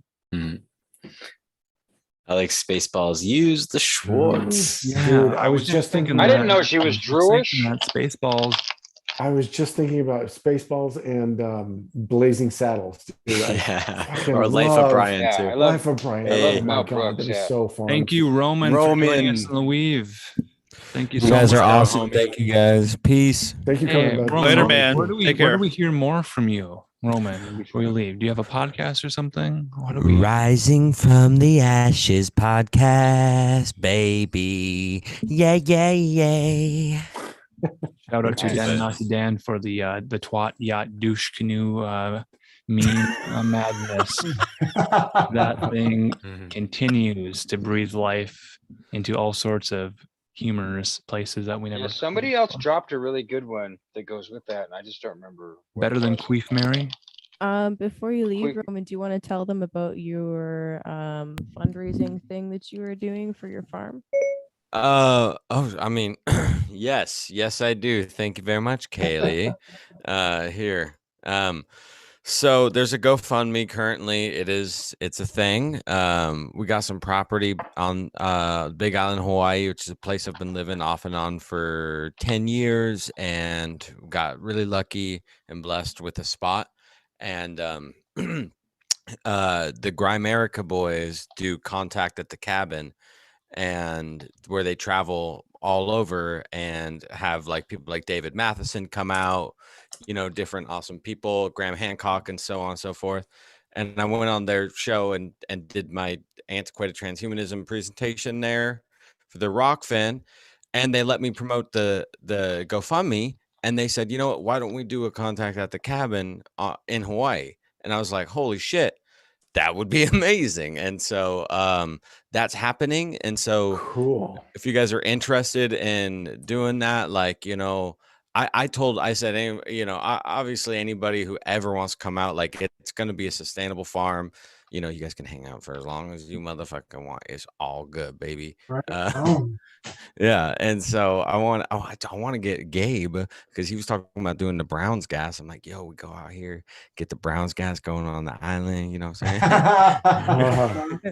saying? But yeah, so that's a thing. You know, I don't expect people to, you know, empty their pockets and do all the things. But if you guys want to support a sustainable farm and passionate dreams of making true fruition juices coming in the dream bubble into reality, egregorically speaking, or however. I gotta interrupt you, man. Wow. If people want to empty their pockets, then we should give them permission to. If you're listening But to also, this, yeah, you have a Shut lot up of and take my and you money. want to- that's right. Send it to Romy if you're feeling it. You know, if you're not and you can't empty your pockets, of course we understand. But if you can, please, because this sounds So Sean, tremendous. Yes. Sean that is sounds so accepting cool. belly button lint, pocket lint, and dryer lint. Please send it to the PO box, and we're going to take all That's that not a lint lie. and make If you paper. do, I'll We're gonna make it paper. into something. Yes, That's we're right. gonna How make about dust paper. bunnies? Do you accept dust bunnies? I accept whatever people want to send within reason, obviously. Jim will have to open these packages, be thoughtful and courteous to Jim at all times. But other than that, yes, we will accept it. You know? Roman, if you say have this, a by the link, way? post it in the chat. Yeah, exactly. Drop a link. Please. Drop the link. Oh, sweet. Okay, thank you. Yes, I Hey, will. Roman. Thank you guys. You guys are amazing. Blessed Yeah, to we be love you here too. upon the web. And shit, until next time, you beautiful existers. Take care, Yeah, man. brother. Thanks Bye, for coming, bro, buddy. man. Same, bro. Same. Sleep good. Hey, so goats have come up a couple times in the chat, and I actually have a goat question for the guys who actually have goats. Goats So wanna I go. posted a video earlier this week about the nature of the ram, and a lot of people confuse rams for goats. And I watched like hours of like ram footage of them butting heads and things like that, you know. And one of the really interesting things that I noticed is that these rams will actually like kick each other to kind of like aggravate each other to start butting heads. And actually, it's really funny. I noticed this happened a lot, that the rams will actually kick each other in the balls, you know. And I thought that was really interesting. And I'm like, wow, I'm like, are there other animals that do this? And because there are similarities between rams and goats, sheeps and goats, I was just curious if you guys have ever seen that with goats. Do they do that as well? Balderson. This I've is never seen them kick each other in the nuts, but I tell you what, goats are always happy to smash their heads together.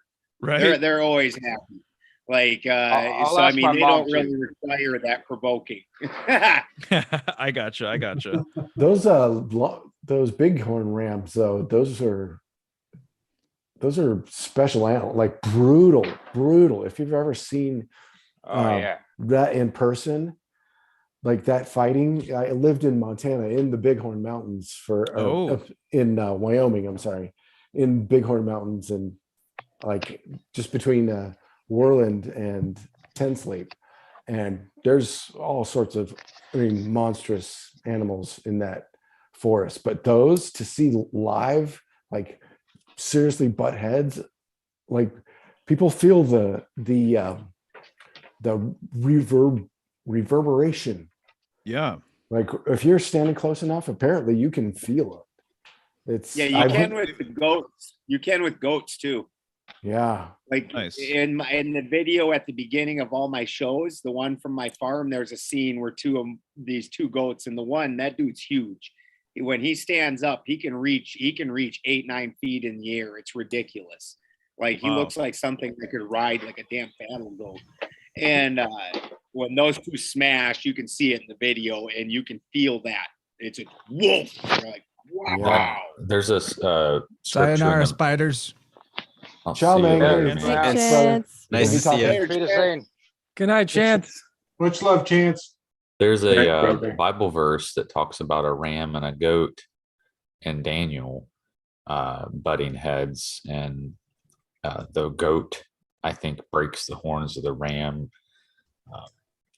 Anyway, they're supposed to represent nations. So I just thought I'd mention that real quick. That's a good connecting thread to get me to this thing that I'm looking at right now.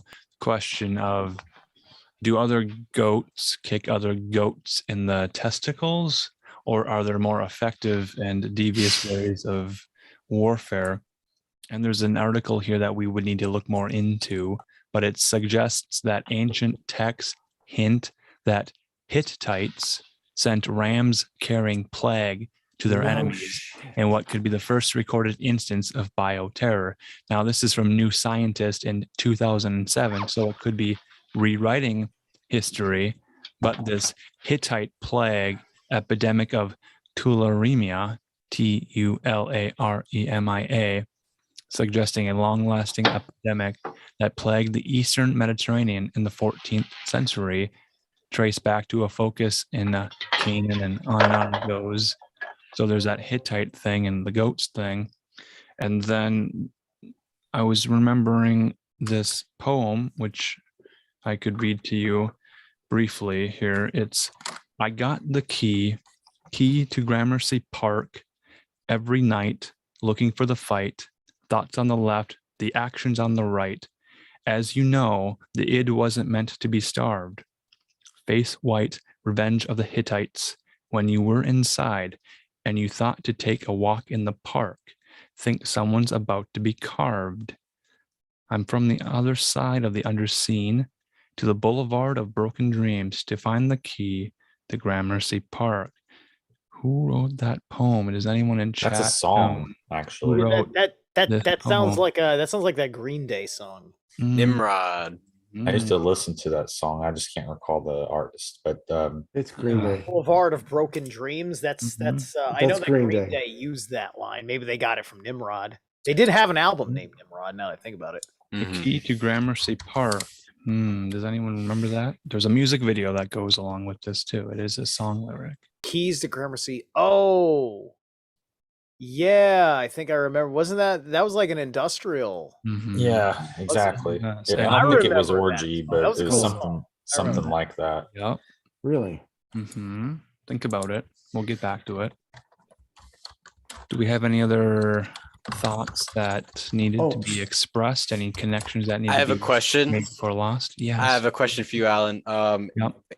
If you could do any narration for any film where you specifically would do the stage direction, which one do you think would be the most fun? Like if you could do stage direction and like pull up a soundboard that you could use throughout the production.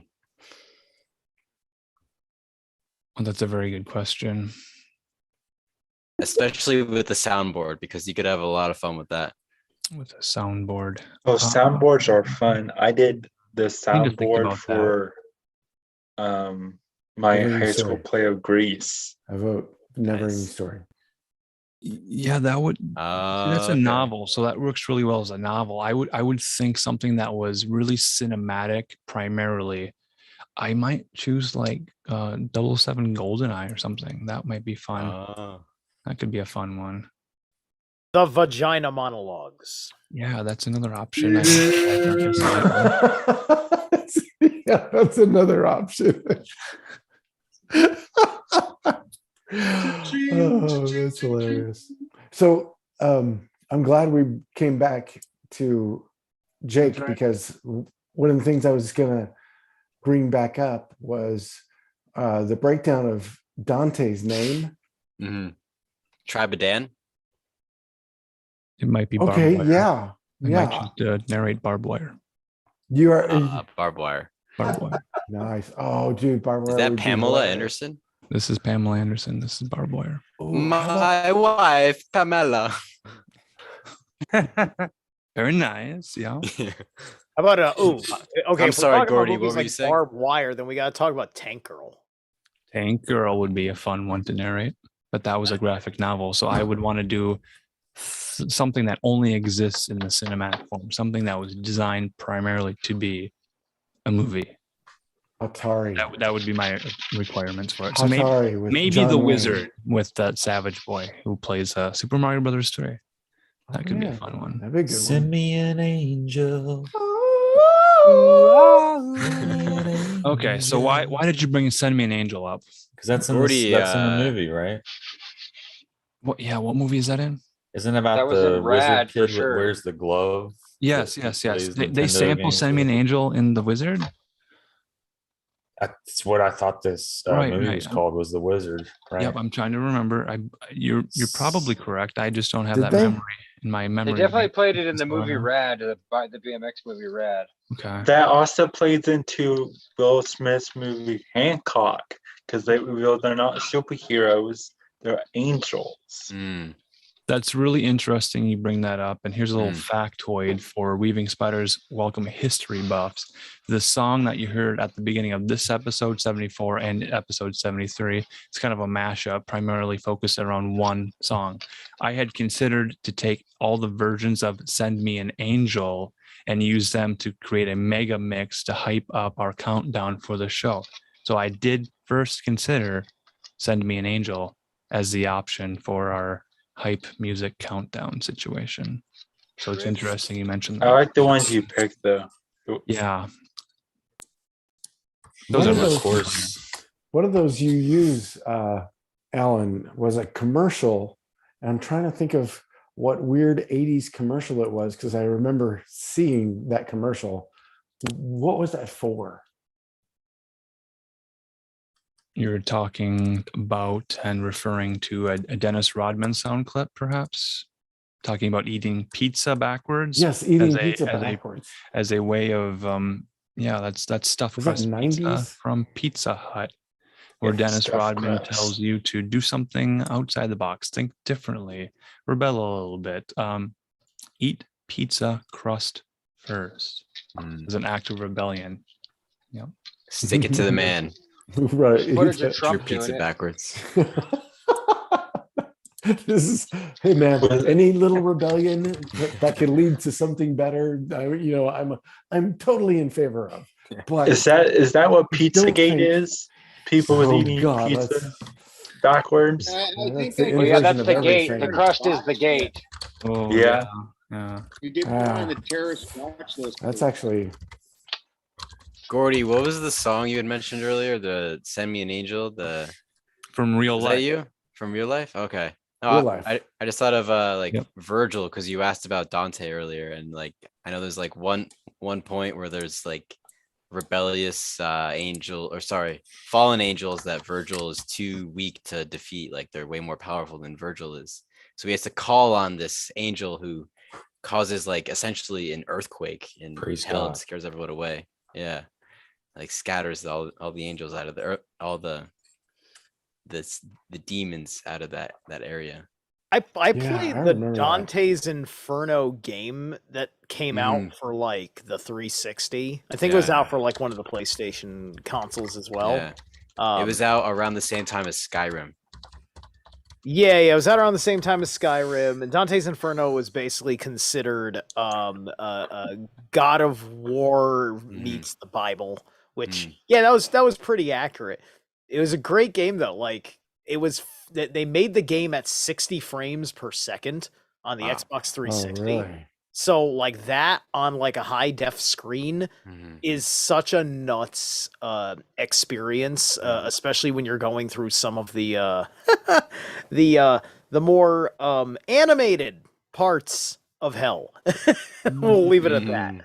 The carnal areas. The carnal area, Yeah. the lust The tower. carnal That's a areas, great one. right. Yeah. Cleopatra, you have to fight Cleopatra. Is that Cleopatra's type the of video boss. game you that want to level. ensure you're wearing headphones when you're playing? Are there some suggestive sounds in the video game? How many The of your hellscape video games soundscape? like that we've Mm. I was never a super gamer, but I've gotten sucked into some games, man. Like I remember what was that first person shooter World War II game, like the first one. I don't know if it was Medal of Honor or the other Medal one. of Honor, Battlefield, or Call of Duty. Yeah, Call of Duty. It was that one. And it was the the Iwo Jima raid 1, and I got suckered in, man. Like into that game. Like I remember thinking, like, what are these little flashing things like getting me to believe as I'm going through a town, Right. because there's some enemy over here and this enemy over here, and like thinking, holy shit, this is training me. Like I remember like there was a point where I'm like, this thing is training me for something. Oh, they've Right. recruited people for drone operations through video games. You know, based I on got a job this way. that kind of stuff. Oh yeah. You gotta watch Toys with Robin Williams back in the 90s. Oh That was a yeah. I haven't great thought about that in forever. Oh yeah, Yeah, what is that one?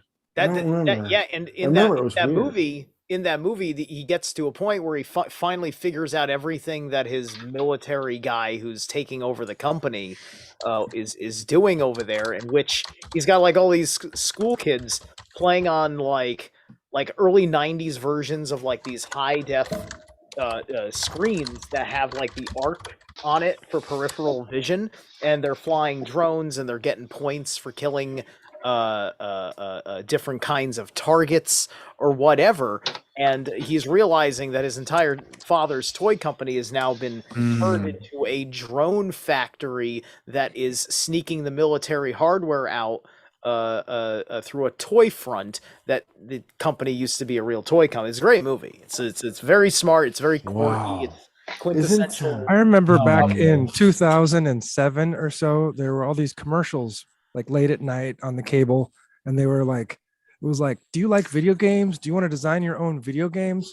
And there were these ads of all these like video games. And I was like, yeah, you know what? I think I'll check this out. And so I, called them, and they were like, okay, leave me your phone number and we'll send you some information. It was like they would send you a free game or something like that. And so nothing happened. And then about a week and a half later, I got this phone call, and it was from them, but it wasn't a video game designing company at all. It was a recruiter for drones to be a drone pilot. Oh wow. Yeah. Okay. They're like, you can Gotcha. make $100,000 a year right off the bat. Yeah. All you have to do is move to like someplace in the Midwest. So just straight switcheroo. Yeah. Okay. Well, there you go, man. And they've even used literally like the Xbox controllers for drone operation. Do you know what? That is wild. And let's go back a few years to the year 1984. The plot reads: Alex Rogan is a teenager living in a trailer park with his mother and younger brother Lois. After being rejected for a scholarship, Alex becomes angry at his go-nowhere existence. The only entertainment in the trailer park comes from an arcade game called Starfighter, in which the player defends the frontier against Zur and the Kodan Armada in a space battle. After Alex becomes the game's highest scoring player, he is approached by the game's inventor, Centauri, who invites him to take a ride in his fancy car as a prize for winning the game. Centauri is actually an alien and his car a spacecraft. Alex is essentially abducted, and a doppelganger android named Beta is used to cover Alex's absence.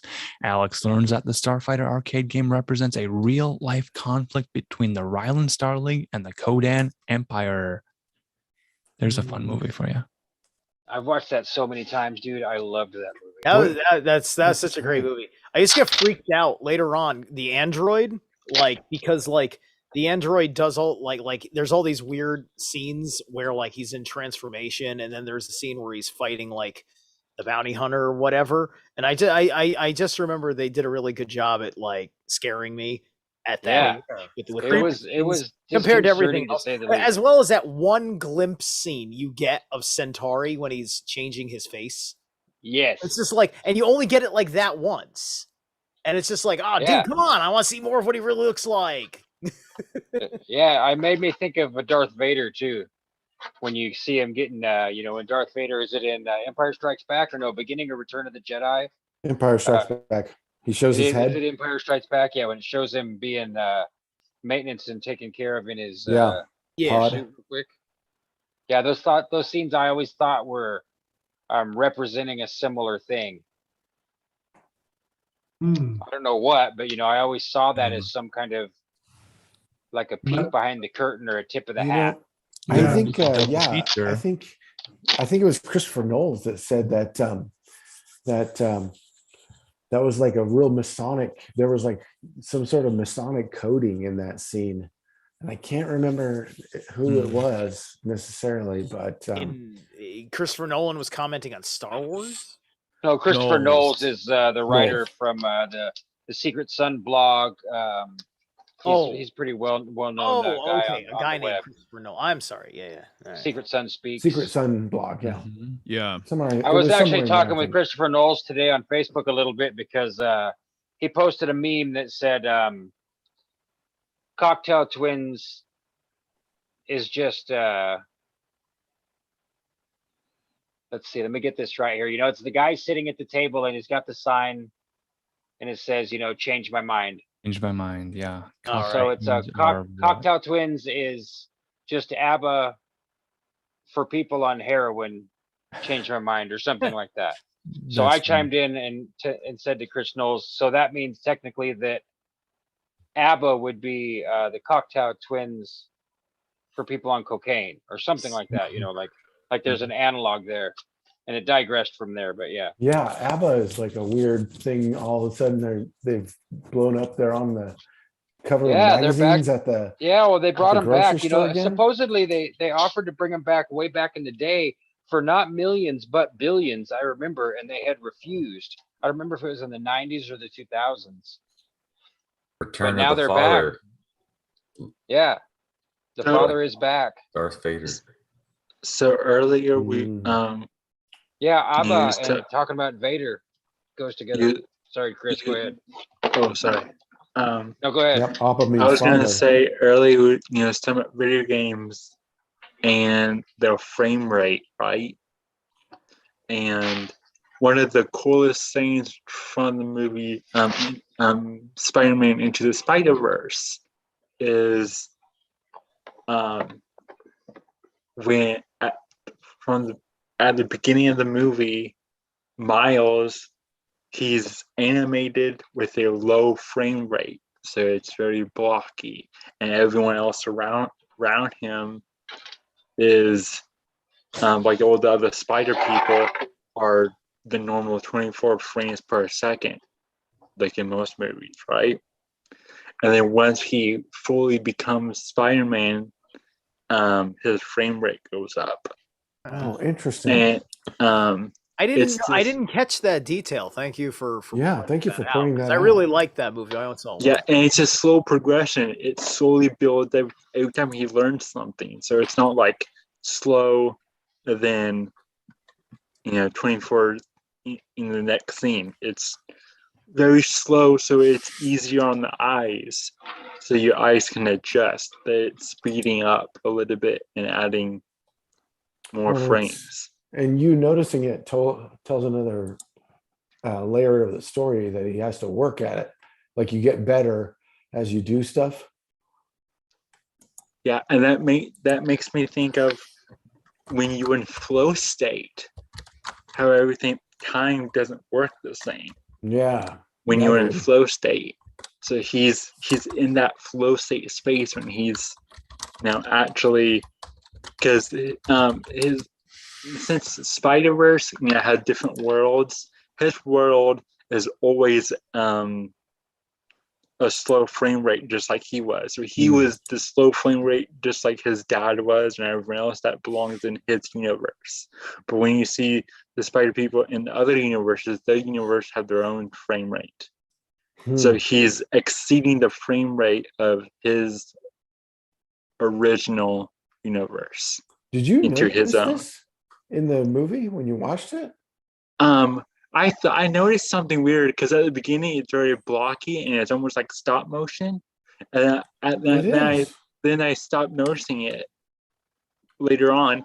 So I started talking to some people that I know that work in Hollywood, and they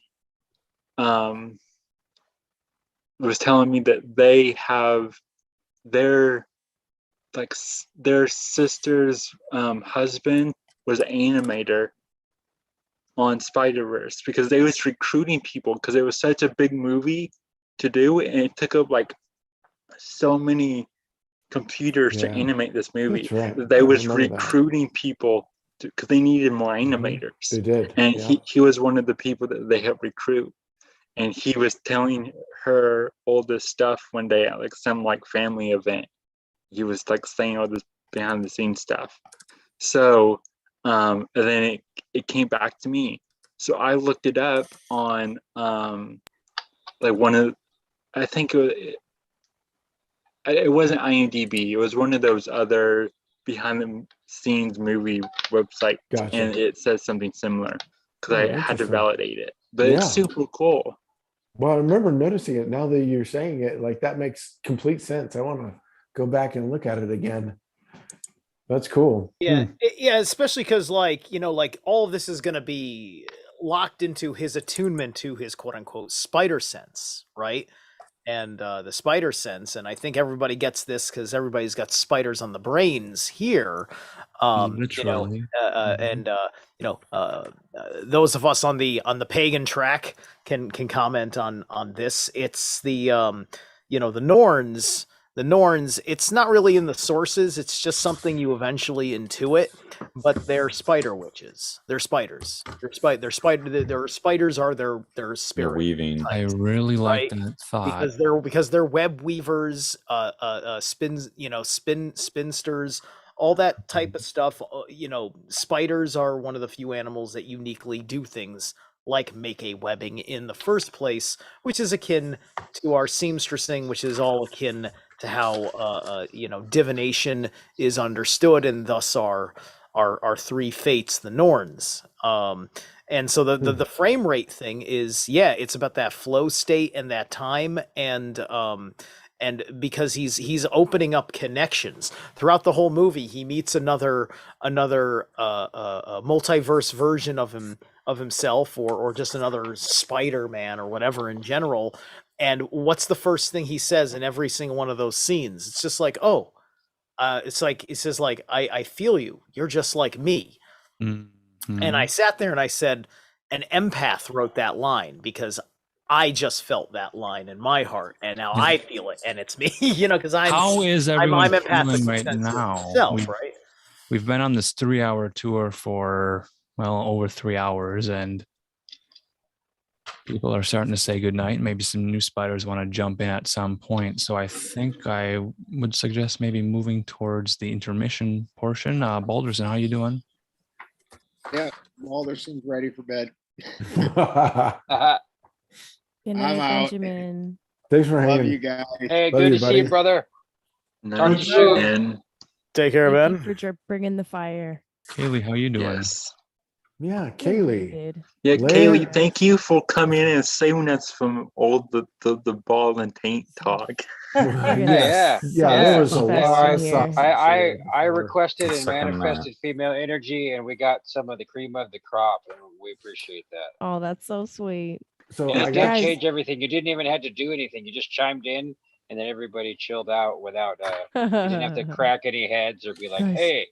There's a lady. You may have to set up a ladies. ladies stream night. Oh, it's in the works. Don't you worry about that. Mhm, I I'm got not a, concerned at all. Could I make a comment real quick in regards to the boys, all will be boys kind of thing? Yeah. When Yeah. the goats antagonizing the other goats. Well, maybe some of you will have noticed if you were in sports in the locker room, a lot of the more immature boys would hit each other in the crotch. I don't know if that was just some Yep, localized absolutely. thing. Okay. So so Did you some This is type of- worldwide. Did you know So the Rams or the goats made me think of that. Go ahead, Caleb. male goats pee on themselves? Uh-huh. Yeah. It's disgusting. The their jellyfish head. Balderson, thing. I remember Balderson talking all about it on his stream one time about Oh, how man.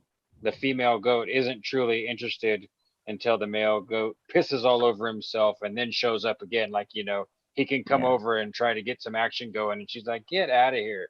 He's like, Dude. "Oh yeah, hold on," and goes and pees all over himself. And on his it's back. not a Yeah. urine Hey, smell. It's it- a it- musk. It's a like musk. you- pher- it it's makes like you some won- hardcore it makes you pheromones, wonder- man. Yeah.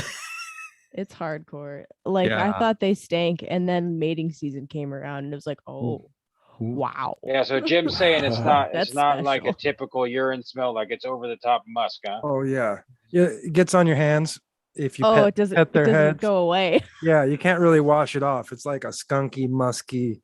Like I use it Yeah. on my.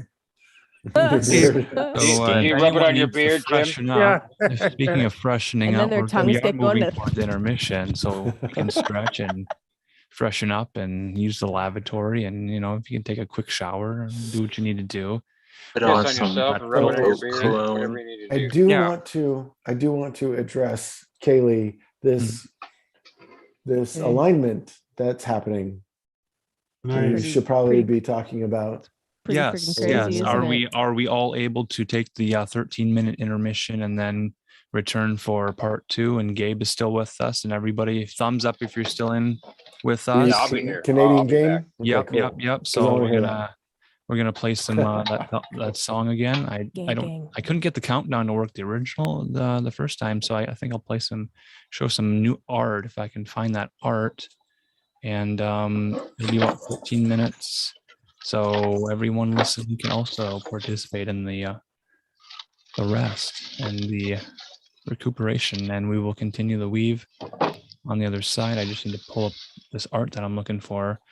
We are looking for like video graphics for intermission and things. I've got. Can we say side B instead of other side? Oh, I so love that that. Travis Scott stuff kind of. Okay, yeah, correct. I like It's that like a side B. vinyl record. We need to take the laser disc out and flip it over to watch the other half of the I movie. just want to use different language. I appreciate that. Yeah. That is. I want to remind people that I coined a term one time to, instead of saying next week, you could say next bolster, because we Okay. were talking about weak, Yeah, to be implying weakness. Mhm. And I still do think that way. I don't Oh, say it I out loud a remember lot, but yeah, bolster. So I see like next that. bolster. I'll see I you forgot next about that, Sean. fortnight, That's my great. lord. Yeah, fortnight. Yeah, I'm just arranging my USB drives and getting the technology aligned. Sweet. Nice, There it Jim. is. Yeah, this is my divination device. I've This is your invented it. Baphomet. You talk to spirits with it. See, there's some Spirit magic box. crystals there, and some make copper this? windings. Of course. You Jim guys made a were Baphomet. talking about crystals a little bit earlier. On the last weave I was hanging out, I was doing some maintenance work on my scepter. It's like it's a wand, but it's for people with big cocks. And so this is my Hollywood wand, if you will. And so like the main thing I had to do was I replaced what was a clay fixture to hold in my my quartz crystal. And then I just used hemp rope that I had instead. And then those gems are roughly correlating to 6 of the 7 chakras with this being there. And then there's a seagull feather that I found on the ground, gifted to me by the gods. And so that's Beautiful. that's the whole thing. It's a kyanite butt end on that, and a onyx arrow. There are 2 sides to this, and we're going to flip it over and reverse it and invert it and see what we can do on the other side. I'm going to just take over and share the art and the music, and we will be back in about 12 plus minutes. All right. Flip Whip, it back whack. and reverse it. And we're putting it on wax. Wax. Philosophic. It's the new style. See if I get some music playing here for Jim. Hear the music? Hear those Oh drums? yeah.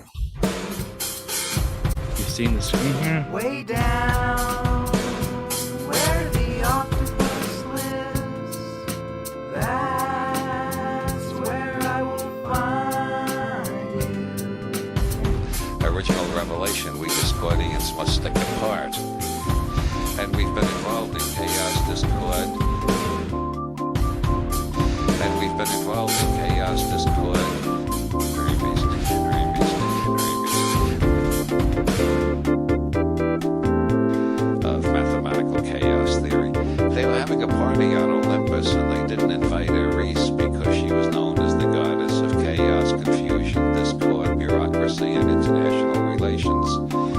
Those are the 5 different stages of chaos, of mathematical chaos theory.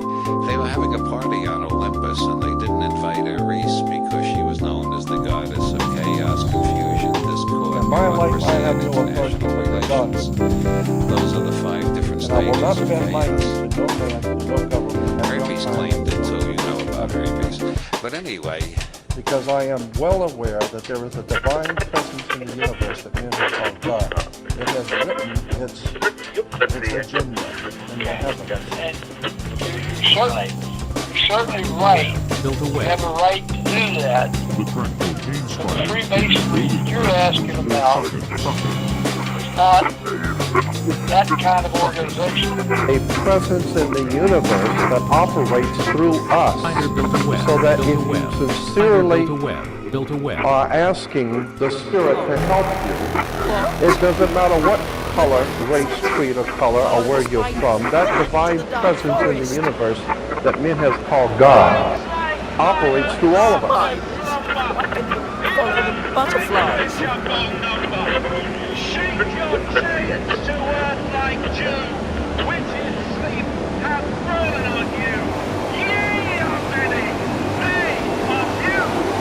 who was a roach, a cockroach, that is. Break through the habits of perception.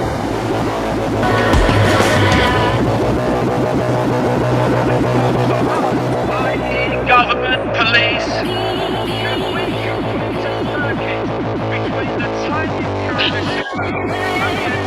Global population.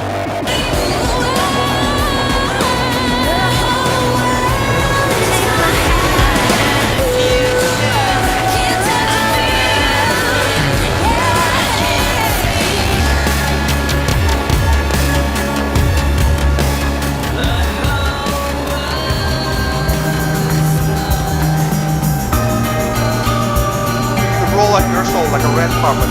They'll walk right on.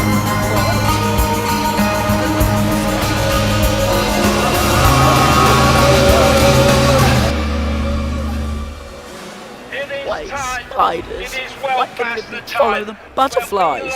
Who was a roach, a cockroach. The entirety of human history is one of the few controlling the many. Become the many as we act to the few. No, it's not. Oh my god, I'm gonna see it. Look at my glitter. Is there a spider in there? No, there isn't. I saw it. A cocoon in a silent street through the dark night. You listen to me when I whisper in your ear. Was a mighty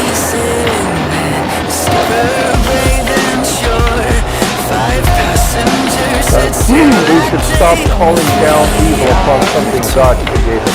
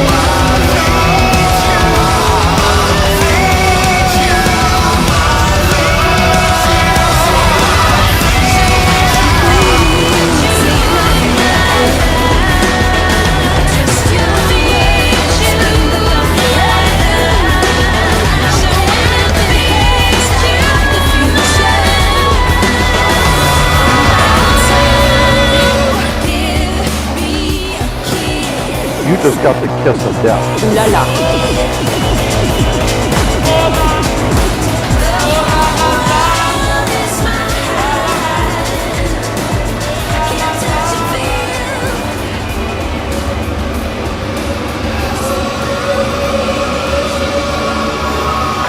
That will overthrow the people.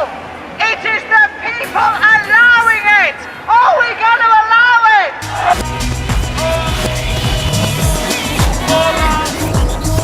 Scripture says many will look with their eyes but not see, listen with their ears but not hear, and with the heart not get the sense of it.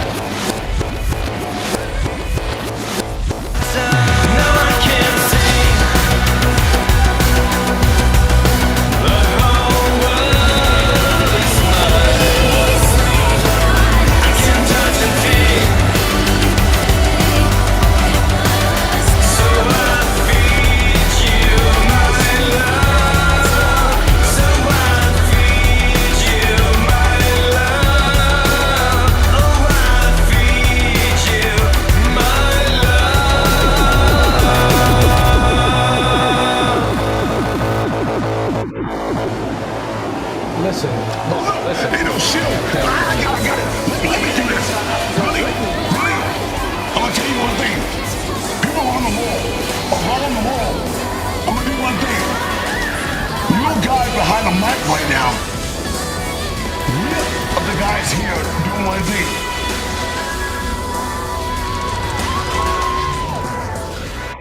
Where I was born.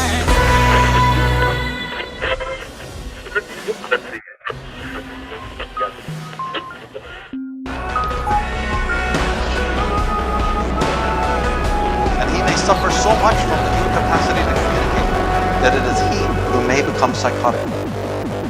You need to appreciate that for thousands of years, whoever created our universe, whoever this one is that we call God, whoever this divine presence is that we refer to as the Almighty, has outlined for us our destiny, and it's written in the stars. And it is written We in could the go on stars. and on. We are living in the last days, in the end times. Praise God.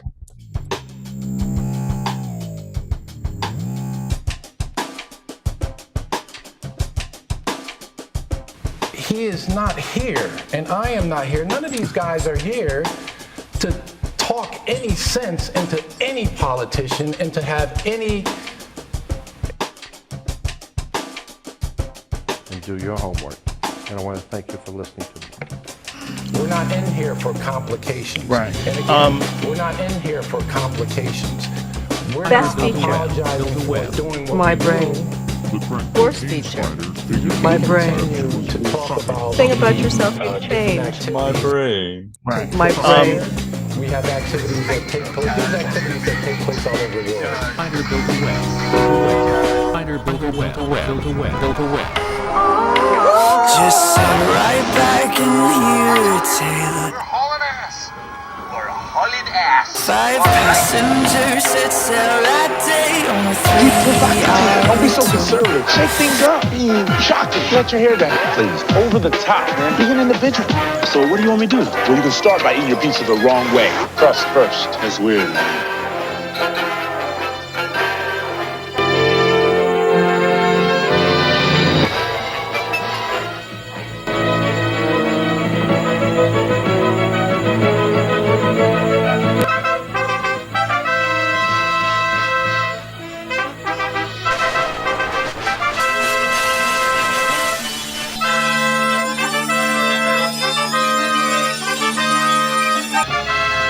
And now our feature presentation. Savage Unique Spring Rains Lop Manly Frames Until Death Do Us Part 2 74 continues now. Jim, are you there? Where are you, Jim? I believe a small correction is due. It's number 74, Savage Unique Spring Rains, Lop Manly Frames Until Death Do Us, Part Rights Part 2. You're splitting hairs now. Spring rains fall mostly in the plains and in the Midwest, and the weather reports will continue. Your voice is so rich and wholesome. There's something really enjoy it right now. Thank you very much, you guys. Jim, I've got something that I've been promising you for a long time. This is kind of private between Jim and I. I can't wait. I've been wearing it all night, Jim. I've been wearing it all night for you. Is it a Grimace costume? I'm about to change real fast here, Jim. Oh, I should have removed the Dickie. Oh, nice Dickie. I got the. It's not an ascot. It's not a tie. It's not a bolo. It's my modesty Dickie. Kind of looks like an apron, but it's to cover my décolletage. Is it a Mason apron? Oh, am I late? I thought it was Look a bib because like you were like a messy eater or something. I am going to He does eat, so I'll be frequently back. eat food on camera. Yeah, it's true. He's got a beard for that. He doesn't need a bib. Yogurt, cereal, and Look at Cheney. some Look at other all, like she was out on the town or something. Did you Yeah. paint it red, young lady? No, I just watched fights at my house like a little goody goody. Thank you, Cheney, for helping me break up the sausage fest. I appreciate you. Yes, please. Thank you. Oh, that is my one thank you, energy Cheney. is like bringing 5 clams to the clam bake. I love it. I know that clam bake greater than sausage fest. Yeah. We should do Elvis movies about it. Clam bakes sound great. Elvis movies. Oh my God. Have you, how many of those terrible things have you sat through? Hold on, let me reset. 0. I'm young.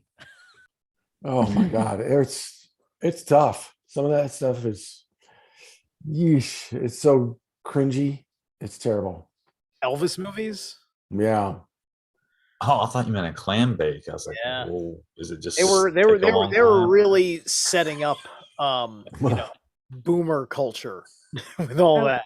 I went to a lot of like church cookouts. Does that count? It's a little different. Yeah. Ice cream socials. Those were fun. Apple Oh. When butter. mom dragged you to. Yep. Yeah, my grandpa, who's in that boomer group, he has like Elvis everything. Like he has like every collectible you can ever imagine. There's King of Elvis on it. Memphis. Isn't That's that the weird? Egyptian Memphis stuff again. The king. And so Oh yeah. I've never understood it. Like He's the pharaoh. I can never wrap my head around the Elvis icon. Yeah, he was set up for that stuff. 2 full show, 3 get ready now, go cats go, but don't you step in my blue suede shoe. Hey, did I you have this theory. Elvis that- was, Elvis was a big pioneer of the first genre of rock music, known as rockabilly, right? So he was right in the target of, being young, handsome, charismatic, pretty dynamic singer and dancer who could also play guitar, and so like Ish. back then with the limited amount of like major like entertainment, right? They were kind of like crafting new kinds of like major entertainment. Things were moving out of the big band era, the big band and jazz type of era, and so like blues and like country music were becoming the big performance acts, and so as well as gospel, right? And so It was the pelvic movements. Let's be real here. Well, Elvis is in pelvis. I was going to say that. well, yeah, there's So- that too. There's that too. Hey, look, Elvis was for the ladies, just like the Beatles was for the ladies. The only reason why guys were into it is the ladies were into it. That became apparently clear. What I think I it's want to interesting get into about Cheney's theory. She said she had a theory, and then she went silent, and I got Oh, I have a theory. If you want any girl to do their Cher impression, you just ask them to sing an Elvis song. That's perfect. A Cher impression? Yeah. Oh yeah, especially in the old days. If any Like, woman's like early. sings just any Elvis song, it just automatically, if she's doing an Elvis impression at all, it just sounds like you see Cher. it. It does. brain. It's true. You can What's just tell 'em cool to do about any that? song Elvis impression. Okay. It's We're interesting. waiting. Yeah, do it, Will Jane. you demo Oh, I it don't for have us? it right now.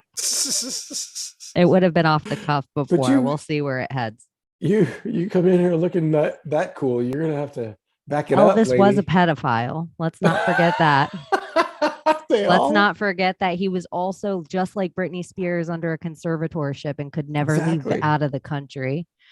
He was the first manufactured pop star for America to be on TV so they could take a whole genre of black music and wrap it up in a white package.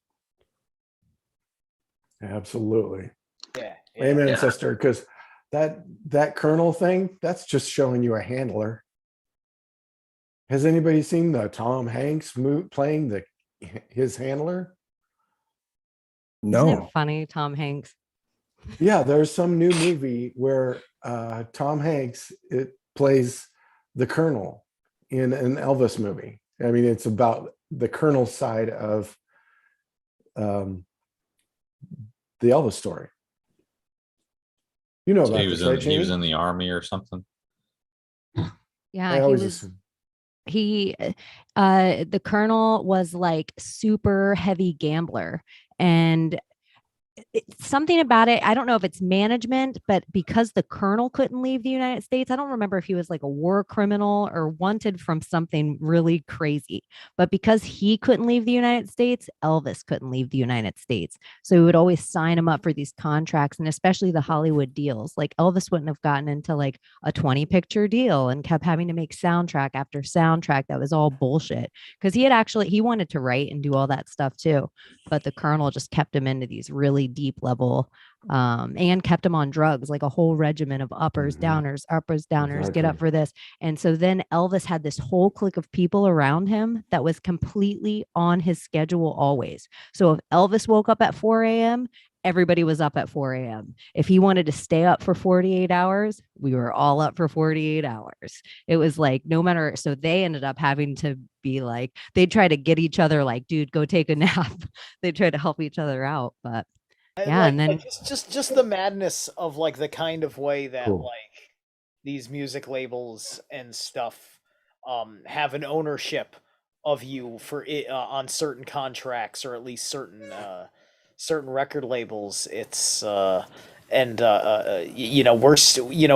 always seeing that, like, that's everything behind everything today. You know, whether it's Will Smith slapping Chris Rock, or whatever factors led to like Kurt Cobain blowing his own brains out, things like that. There's all this stuff going on with the label for people that are, that they want to live a life where they don't have to do anything for themselves at all, but just do their music, and then unfortunately you're not allowed to have certain dignified freedoms over having that relationship. Well, what's interesting about Elvis to me is they tried to put him into my generation as well with the Disney movie Lilo and Stitch, because he was all over that movie. Lilo was obsessed with him. They played his song so much. She tries to teach Stitch in the movie how to be human by teach him how to be like Elvis. that's how they teach Forrest Gump how to walk, right? Doesn't he Yeah. dance like Elvis and dances Yeah, braces that's right. off? No, Elvis stayed at his house in the movie, and so he was imitating Elvis doing the shimmy with his legs, and that's what was helping him get past his braces. That's how they ran that in the plot. Well, in Lilo and Stitch, when she's trying to teach him how Stitch had to be human, she plays him his music, teaches him how to play guitar, even goes to the local spot in their part of Hawaii they live in. They have this bench that's supposed to be like where Elvis in the movie would visit. So she takes him to the bench and they pray and they try to channel Elvis energy. So it's like they're trying to get that energy into Stitch the alien, who's experiment 626. Really? And what I think is interesting about the Lilo and Stitch thing, which I was all about that movie. Like I even have like a Lilo and Stitch stuffed animal when I went to Disney World.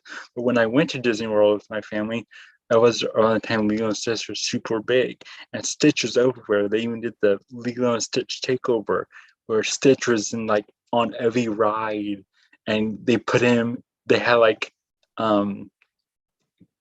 deleted scenes from old Disney movies where they would insert Stitch in the background, and they even put him on like a statue of him on top of a space mountain for a little bit of time.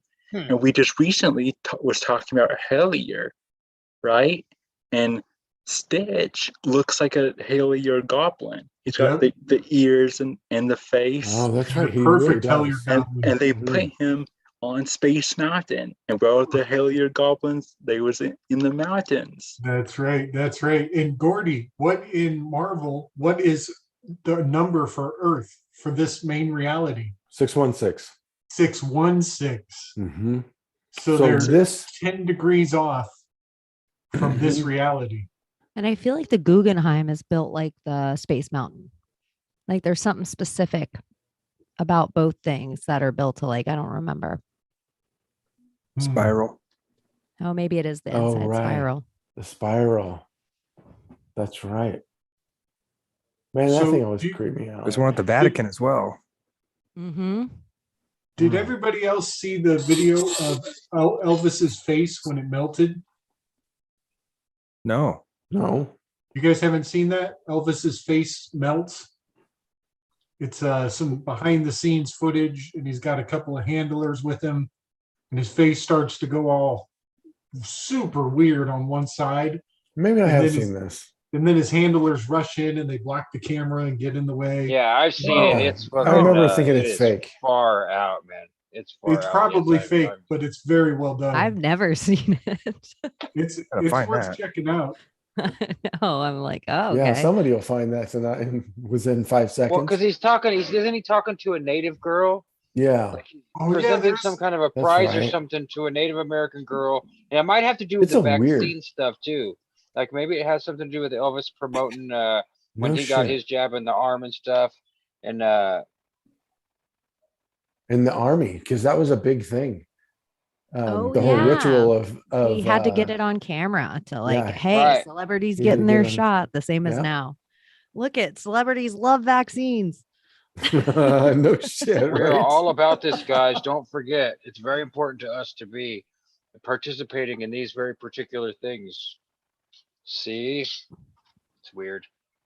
I had a question for Cheney, since we was talking about bunnies earlier, since I have a bunch of bunnies living in my yard and I've been connecting with them.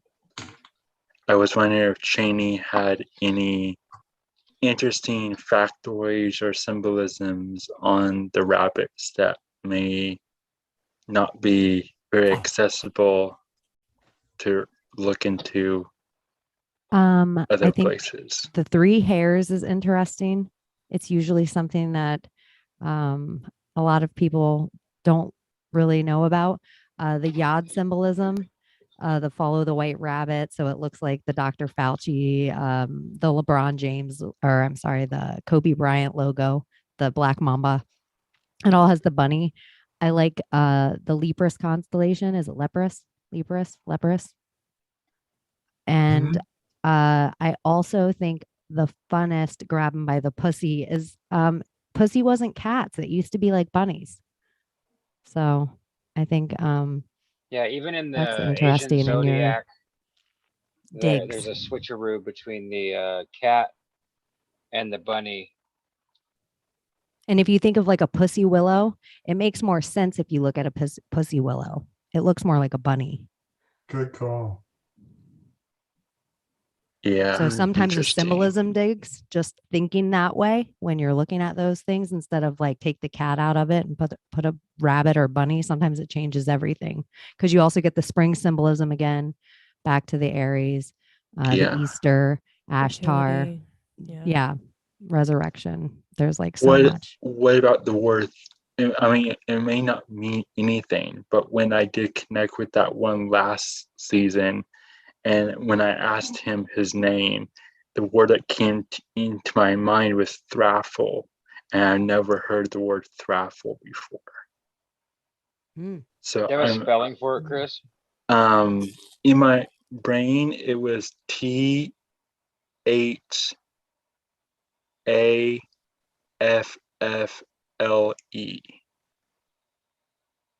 You forgot the R. Oh yeah, sorry, R. THRA. So two Yeah. F's.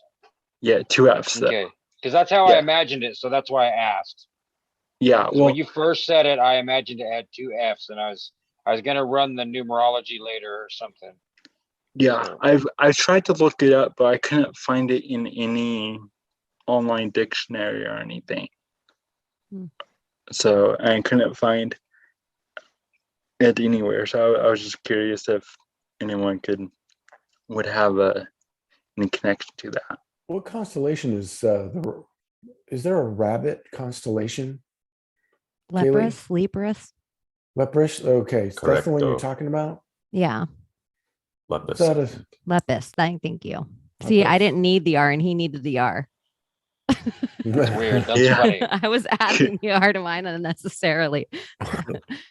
It's funny because that's a common thing in language, right? Like my grandma said "warsh," and I'm like, "What? Fuck, grandma." oh yeah. Yeah, so Warsh and Turlet. Washington State. Turlet. I never heard that one. You gotta go No. to the turlet. Yeah. My the grandma turlet. adds a L my at the grandmother. end of Lowe's, like the Lowe's. store, so it's Lowell's. Yeah. I think I That found sounds this like Elvis Lowell, video. like L-U-L. Okay. My grandmother saying the word Fuddruckers is the funniest thing I've ever seen in my life. Dude, you gotta get it on video or audio. Yeah. Yeah. Oh, Fuddruckers. Capturing the elders. Yeah. I'm gonna play this real quick and let me know if this is the one that you were talking about. It's gotta be. Yeah, that's it. Yeah, that's it. Freak you guys out. Here. Thank you very much for being with us. Thank you. And Monique?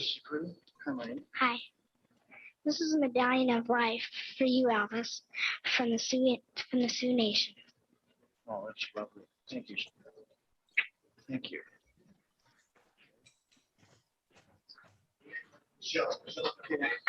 There it is. You see his face start going weird? Yeah. And they do all look a little freaked out. Yeah. And he's still kind of going weird here. Even They all look kind of normal. Why does he keep looking? And the kid is tripping. Kid is like, should I be Yeah, seeing she this? keeps yeah.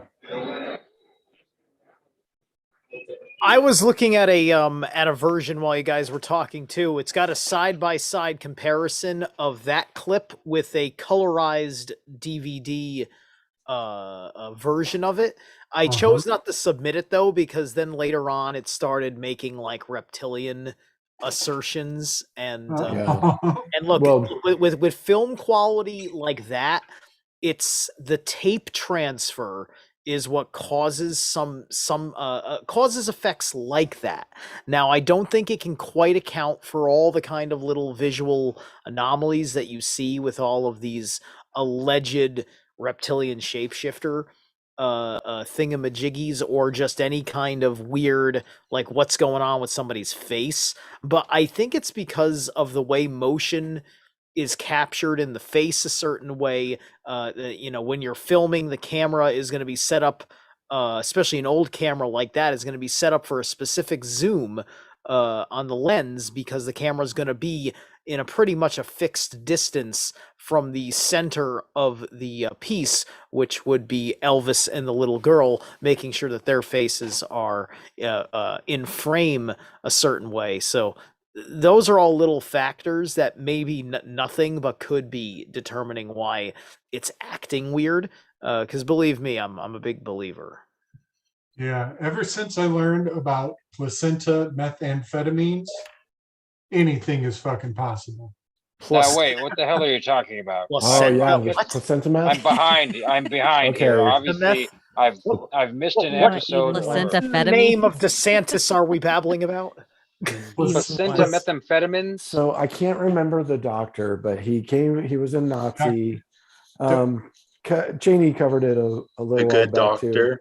It He was a on German. Mysterious Universe. German Jew. The good doctor. His name is Dr. Jacobson Maxwell. Yeah. Yeah. Also known. You're Reich cliche scientist here. Yes. Yeah, As and in he Dr. ended up- Feelgood. He ended up coming to California and doping up all the Hollywood. Was he a Hollywood paperclip stars. transfer? Yeah. No, he was a Jew, and he was afraid that he was going to get captured and sent to a camp, and the Nazis let him go because he gave them his recipe Oh, for right. meth. Was it the other doctor, the other Nazi that promoted it up into the pilots and stuff? And then there was like two different versions, like the Nazi doctor and the Jew doctor. This guy was like the doctor to JFK, who was Yeah, he shooting was him up also with on the paint set of the Passion. Was it the Passion of Christ? 10 Commandments. Ten He Commandments. He was doping up what's his name? Austin Cheney? Fiction. What's his name? The guy from Planet of the Apes. What's his name? Charlton Heston. Charlton Heston. Yes, thank you. Right He before was- God, what a nightmare, Charlton Heston on meth. Could you imagine? You have to, for sure, you have to go on camera with him the next day, and you're like, oh, not again, and they're fixing him up. Oh no, he's pissing himself. Yeah, be all wired. He's all jacked. Everybody had like telling everybody you was how sick. the firearms are Okay, on now it. We're running for you know how these hold liberals on. are Now ruining imagine that. California politics. Now imagine that, and then imagine doing rocketry experiments with Parsons the day after a peyote trip. Right. Let's do it. What the? No. No. Yeah, peyote's not out of your system that quick. You can go to sleep and wake up. Yeah. No, wait, who was doing the rocketry? Heston was doing that too? Not Charlton Heston. No. Okay, I'm confused. I'm sorry. What, like Crowley and the Parsons? Parsons. And, I almost said, L. Ron Ron? L. Hubbard, L. L. Ron Ron Hubbard. Hubbard, and one more. You know, it's- Disney, it's, Walt Disney. Like even I was a little confused about it. Like Crowley was never like Parsons and Crowley, as I understand it, they didn't meet. Like they were like pen pals. Yeah, he was like just telling pen pals. his life or whatever. There was writing. It was Hubbard that Parsons was operating with. Crowley didn't Correct. like Hubbard, as I understand it. Apparently. And I don't think Parsons had that much to do with Hubbard later on. I think they didn't like each other. No, Hubbard stole his girlfriend in 25. Yeah, there was a grand whole from other, it. there was a And whole his other yacht. triangle. There was a whole Yeah, other and his yacht. yeah. His boat, too. So His yeah, yacht. It's a lot of Whoa. it's a lot of interesting His twat yacht stuff, and his yacht. you know. That's right. Yeah, I got your twat. I So got wanna- your yacht. I want to put out some feelers. Yeah. If anybody can find the coordinates of the storm that intercepted L. Ron Hubbard's boat And the date. and the date, we want to know the location and the date of the storm. I know the month. and the Oh year. yeah, isn't it theorized that Parsons put a curse on Hubbard to make that happen?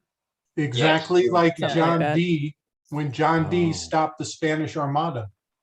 These are storm summoners. Hmm. So the Typhonian order and weather control is their bread and butter. Have you The guys forecasters. Yeah. Have you guys seen the show Arrested Development? Yeah. I've seen a Yes. couple of For whatever reason, I guess it's because it's a yacht and we're talking about yachts. I've got the final countdown stuck in my head now, and just the image of Job blowing up a yacht in the background. It's just like, that's his magic trick. Anyway, sorry. That reminds Tammy, me. A twat yacht. We're talking about Final countdown. yachts, Crowley, Disney was brought up, and there's been a lot of resurfacing information of people on the Disney cruise ships and theme parks molesting kids, and Disney paying people off and trying to bury it for decades now, and it's still going on. There was just some footage that was released that happened like a month ago or something, Dude, on one of the cruise ships. There's been rumors of that, and for decades at the theme park, that they're like basically a child trafficking ring. I mean, there were underground rings all over the place, supposedly, in all the Disney parks. Pretty much, I'm sure that every single theme park in America, Six Flags, hell, Old Tucson probably had one for all I know. Probably not. But there was a Six Flags, there was Great America close to San Jose. I want to do some digging into. We have Chance and I, where we live in Missouri, is close to Branson. Oh yeah. And that has Silver City. And Silver City, it's a theme park, but it started out as like when like the boom towns had, like, you would have people that would go into caves and do mining stuff, and you would have like fairs pop up around the caves, and stands and everything for their families, and like all day picnics and everything. Well, and that's what Surreal City started out as, and then it turned into a theme park, and now it's still going on today. And there's all those caves in those areas. And right, you guys have tons of cave systems in Missouri and Arkansas, right? Yeah. So I'm wondering, since there's all those caves and there's that theme park there, if there isn't any thing like that happening. I would like to do some digging. I've never thought about looking at this area because I haven't heard anything about it. Doesn't mean it's not happening, but interesting. Because that's only a few hours away from where I am. Where's Hellier? Where is Hellier? Kentucky. Kentucky. It just makes me thinking about, because we were talking about Elvis and Memphis and how weird Memphis is, but I love that town. I spent, I don't know, a couple of weeks, like the company I work for sent me out for training there or something. I spent a couple of weeks in Memphis, and like, dude, going down and doing karaoke drunk on every night on Allen Street was, I mean, that was my jam, but that was a lot of fun. Like, but you could tell it's like a suck of, like, there's a heaviness, when you go to New Orleans or something, or some weird town. Bisbee is like that here. That haunted town Bisbee has a heavy presence. When you walk into a place and haunted. Yeah, they're haunted. You can feel it. Completely haunted. You feel it. Anyway, all those places have those kind of heavy. I almost think of, I hate to use the term because it's so terribly used, but portal. Like, this is where the veil gets thin for certain dimensions, and I'm wondering if your little 2 degree 616 626 10-degree difference might Uh-huh. make a difference in seeing some weird ass things. So I have seen something. I went to Kansas City a couple of years ago with a friend, strictly to like go to like haunted places and do some exploring, like urban exploring. And we stayed at this Airbnb, and we didn't get the Airbnb because it was haunted. We just got it because it was pretty cheap and it was a nice place, right? And but it was like we was destined to be there because of our intentions. Because So you didn't know it was haunted at all. You just found out after you got there. yeah, when we got there, it was the second story. This couple was renting out the second story, and they had like chickens and cats in the backyard and super nice pets and a super nice couple. But they're upstairs. They had redone it to do the Airbnb, and they had this book on the table when you first walk in, and it's like this old, like a book, like almost like an Evil Dead type of book. Like it was like super, Like a it's like super, Necronomicon? yeah. There's like super old and like almost like gnarled, and you would open it up, and it had all these old letters and photography of naked girls, and it had a letter explaining what it was. When they was doing the remodeling, they found that book in the wall. There was some guy that used to own the house and was doing some creepy stuff with girls and taking them back and taking naked pictures of them. This was like old black and white, like late This place is 1800s. in Kansas, right? You said? Yeah. Is it in Lawrence? No. Was it the Alice in Wonderland guy? No. It was like, I forget his name. It was a guy Kearney? I've never heard of. Kearney? I lived in Errol. yeah, this sounds familiar to me. So we're staying there, right? And we see this, and well, this is creepy, right? And we're sitting there talking, and my friend, she was on the couch sitting, and I was standing like facing her, and we were just talking. And over to our right was like where the bed of the Airbnb was, and there was like just a very small gap between the edge of the bed, like the side of the bed, and the wall. And as we're talking about how creepy this all was, I look over just quickly, and I see like this very tall, elongated man being, like laying with his like legs getting super skinny to fit in the gap, but they're really tall. So he's like this, and then he's like laying back, but he's like the length of the bed, and his head is just turned, just staring at us. And then as soon as I blink, he's gone. And I just get this really odd feeling, and I look over to my friend, and my face is like super white. I was like, "Did you just see that?" And she goes, "No, I was just looking at you as we was talking." What? And I explained to her what I saw, and she was like, "What?" And we was pretty freaked out the rest of the time we was staying there.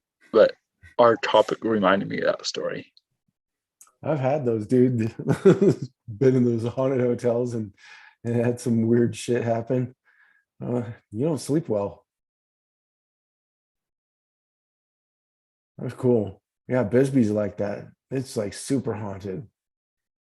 The Copper Queen, I mean, it sits on top of like the mine. So there's always like mining around these places too. It always seems like there's some sort of mining operations. The time that I saw like the biggest UFO I've ever seen was right above the mines in Green Valley. Like between Green Valley and Sarita, there's this mining area. And I was driving for a job out to the Caterpillar Proving Ground area, because we were supposed to do a thing out there. And my boss is driving, right? And she's just talking away about stuff, and this other guy and I that had to do this planning out there, we're looking at these look like what were Canadian geese, like in a formation. But I kept looking at it because they were like in the sky, and I kept looking at it. I'm like, the fuck, those geese don't look like they're moving. Like it was just stationary, in the sky, just a V. And it was. Are we doing birds aren't real? Is this a birds Five of aren't real them? thing? No, these weren't birds. But by the time we got up to them, they were the big giant balls of silver, big silver balls. And as soon as Chippy. I looked at it and I thought, oh my God, this thing can see me too. Yes. And like I'm looking at it, it's looking at me, it disappeared. Yeah. Like, as soon as I could have that thought, it just went shook. And this guy Rush that I worked with, he saw the same thing. We were silent in the office for like 3 days, just be like reevaluating our life, Yeah, man. So you just made me think of something really quick. So, we have water lines for ferries, and we have ley lines or jogging lines, which are energetic lines. What about meadow lines in the earth? What would a meta line be? I don't know. It's just the idea I came with. Maybe there's layers of like metal, and where people mine, and that's why we get these activity. Yeah, in the veins. Yeah. That's because we have iron in our blood. Yeah. So. Yeah. I mean, Gordy, you basically just described my most intense UFO experience almost to a T. No kidding. Yep, and I was with other people were with me, which was really helpful because we were both like we were playing basketball, and it was just like you said. It was a bunch of birds, not flying, perched on an invisible object in the air. And in fact, half of them were flying, but they were unable to fly any further than a couple feet from whatever the object they were perched on. And as we watched it, I was obsessed with it. I couldn't stop looking at it. But the guys that were with me, they wanted to go into an aisle and go back to shooting hoops. And I kept telling them, look at this thing. No, now look at it. Look at it now. And what was happening was it was slowly getting smaller, which either meant that it was deteriorating into a portal or disappearing, whatever. Yeah. Or it was flying in the exact angle so as to diminish from my perspective exactly. You know what I mean? Moving away from me in a beam, exactly away from me until it just bloop, was gone. Yeah. And it was probably 4 minutes. It took a long time. Seemed like a long time. Yeah, this was a long time too. Like we were driving for miles back in this. I should look at it on the map again, because there is this winding track of, what do you call them, switchbacks? To get up this mining area, to get up to the Caterpillar proving grounds that have all the. I mean, because it's at the old mine, the old copper mines. So I could probably figure out the distance and how long it took from one to another, because it seemed like a long time, because they got bigger as we got to them. So it showed that they were staying still. I like Chris's idea that they're like feeding off of the metal. Yeah, that might be a thing. So, okay,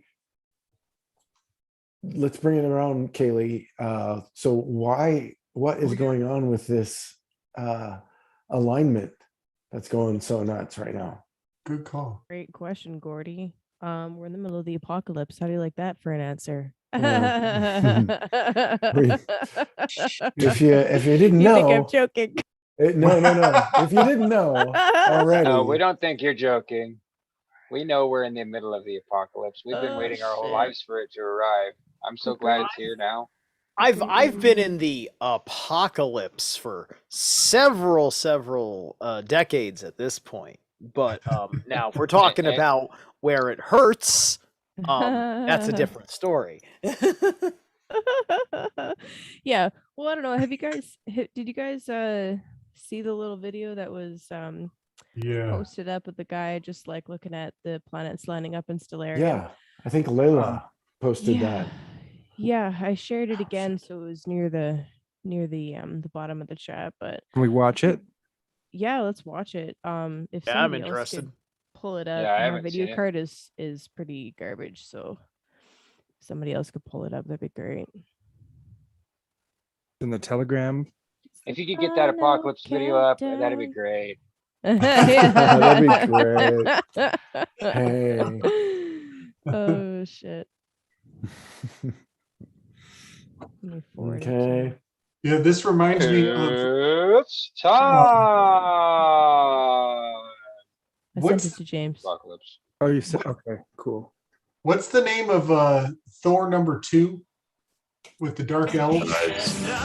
Oh yeah. The Dark you can World. have- Dark World. Yeah. Thank you. Yes. This Mute reminds it. this Yeah, reminds you me of you don't need that. Yeah, you might get in trouble for the music. You know, they're pretty persnickety. We know it. Okay, here we go. I feel fine. Oops. Yeah, so really he's There it he's is. pointing out this You see it? interesting Yeah, it's alignment not. that Is he's there a got way to make it going full on. screen, bro? There. Yeah, it was full screen, but then it wasn't starting for me. I lost the start button. Let me do that again. Well, anyway, if you open up any kind of like Yeah. star map or stellarium thing on your Here we phone, go. you can see it yourself where you have all the planets lined up real quick. And I do have a couple of charts I can show you guys, but basically, what this is called. So in Vedic astrology, all right, so in Indian astrology, when all of the planets are lined up on one side of the nodes, they're called Rahu and Ketu, dragon's head and the dragon's tail. So when all the planets are on one side of the nodes, it's called a Kal Sarp or a Kal Sarpa yoga. So yeah, the video is just a little silly kind of thing, like him Yoga showing. meaning union. Well, The union of the alignment. Yoked, tied Yeah, together. Yeah, you could say that. Basically in Vedic astrology, yoga is like just a particular kind of configuration of planets that has a particular kind of effects. And there are literally thousands of different kinds of yoga as far as astrology is concerned. So I do not know them all, but I do know the Kal Sarpa. And until Mercury passes This guy's funny. Sorry. yeah, that's okay. Until Mercury passes the North Node, we'll still be in this.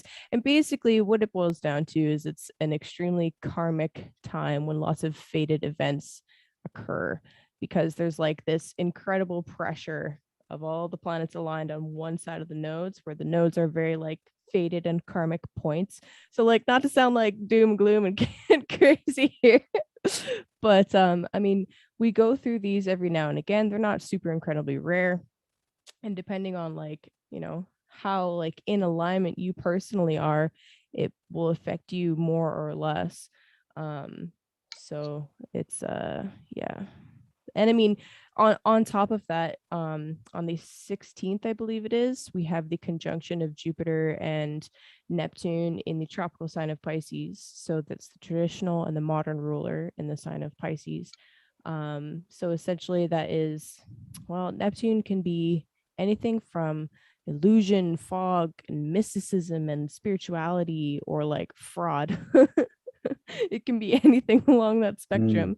And then Jupiter expands everything and anything that it touches, good or bad. So we've got like The great beneficent.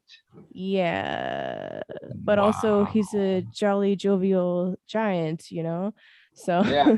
Ho, ho, ho. he can expand things that you don't want to necessarily expand and cause some interesting side effects. So like on one hand, this is a beautiful kind of like healing and like lovely new age kind of like, whoa, everybody's gonna get through this, but also it can cause like extreme escapism. Yeah, it's a pretty intense deal. The Actually, times showing. they are changing. I logged into Twitter and I learned some sad news just now. What'd you Tell learn? us. The Queen's dead. Joe Biden die? It's worse than all of that. Tom Hanks. Stopped making Twinkies again? People Well, have stopped that alignment looks watching. like the symbol Gabe shared. Yeah, people have So- stopped watching Dancing with the Stars on ABC after 30 seasons. So Dancing with the Stars has been dropped by ABC after Oh. 16 years. ABC says it's time for a change. The network is dropping its beloved staple, Dancing with the Stars, following plummeting ratings, and calls for the firing of host Tyra Banks. What is going on with Tyra Banks? What is this backlash? Do we really actually care about Hollywood, y'all? Like, really? Do we actually? I mean, yes. Well, I but think it's do we really care? terrific humor for Alan to say that right after you just pointed out the stars literally are perfectly in alignment. And this is like the And now first we sign of are the apocalypse. No longer, Yeah. It's yeah, pretty we've been we're got- no kind of been longer going dancing through. with the stars. It's over. We're not going to follow the heavens anymore. Tyra We're Banks gonna is do a something nightmare else. to work with and Heaven. disrespectful to the crew. What? Tyra Banks? I thought you were. Oh, she bangs, she bangs. Oh no.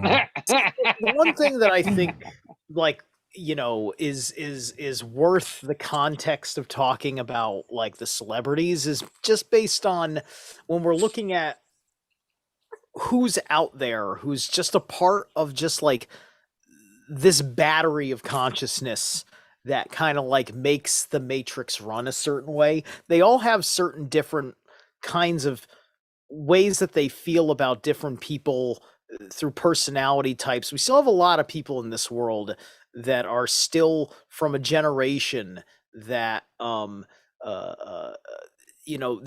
most exciting people that they've ever heard of were these complete strangers that were created by the entertainment machines, right? And then there's newer generations where there's now you've got smaller but more but more of a respected and authentic people, and that's where you're getting some of your major like YouTube people or whatever.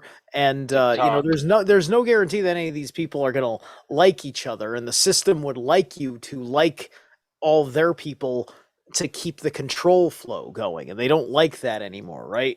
So we've been living with all of these stars falling, where it's like they're sitting there, they're doing their thing in accordance to how they are groomed by television, Hollywood, the radio, and all these different things that give them the big, you're going to know my name and my face and love what I do platforms, right?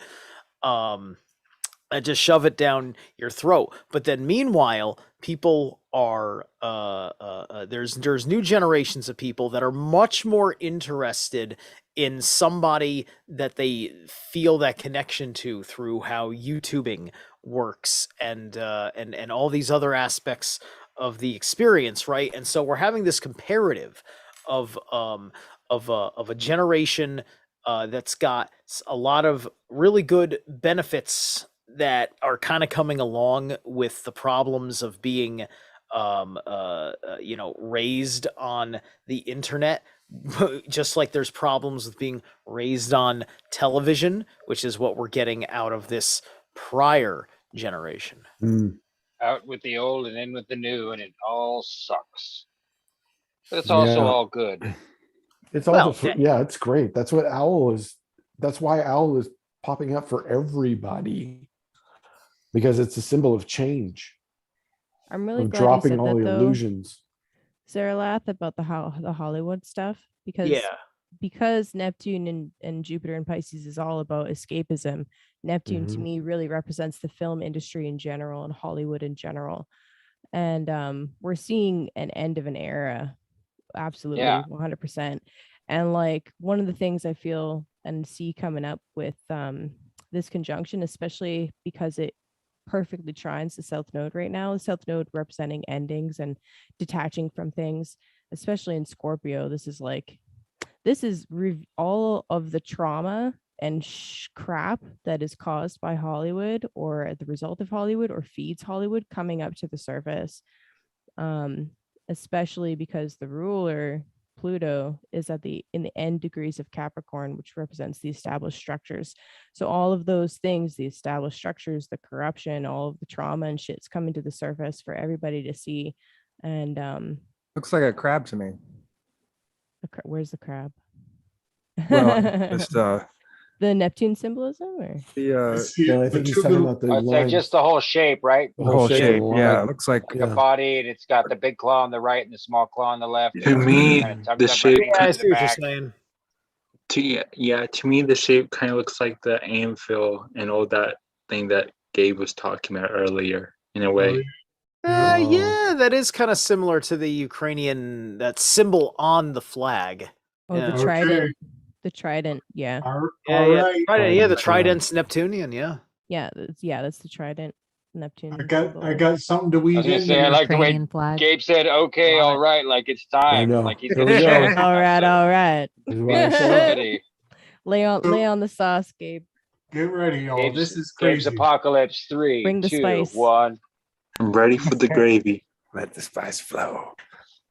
So all day today, I was dealing with that Ukrainian flag, driving me nuts, but I got to set it up first. What we have here is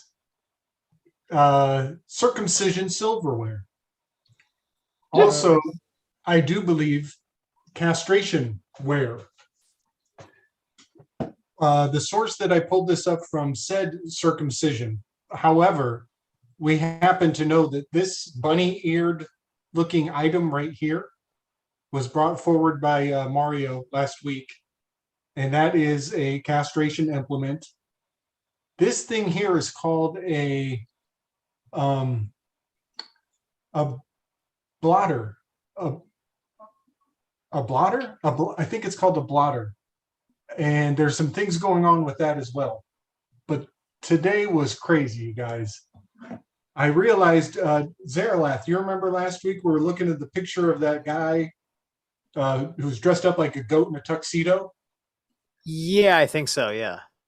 So he was dancing on Ukrainian colors. Right. It was a Ukrainian color scheme.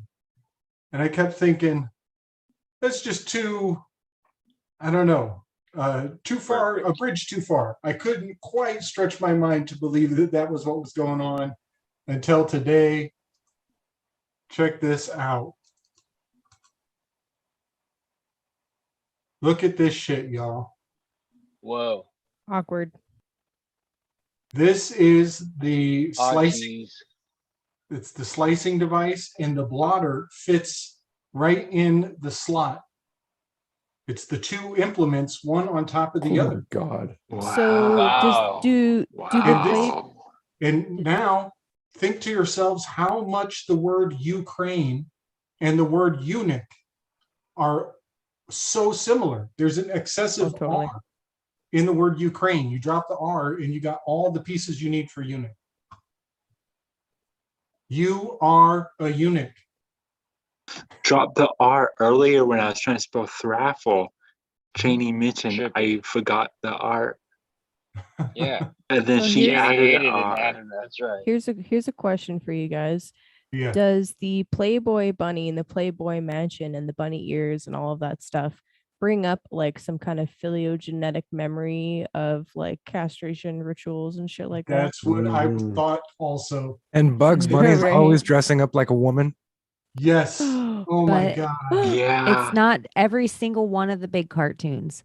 Disney, Mickey Mhm. Mouse was he was a bunny first, and Bugs was a bunny, and Yes. the Playboy bunny, and there's tunnels under the Playboy mansion, and it's Right. all the same stuff over and over again. There's tunnels under everything. There's always rabbits because rabbits go into holes and then they're Holes. warrens. You got it. Katie, have you ever seen Harvey? Yes.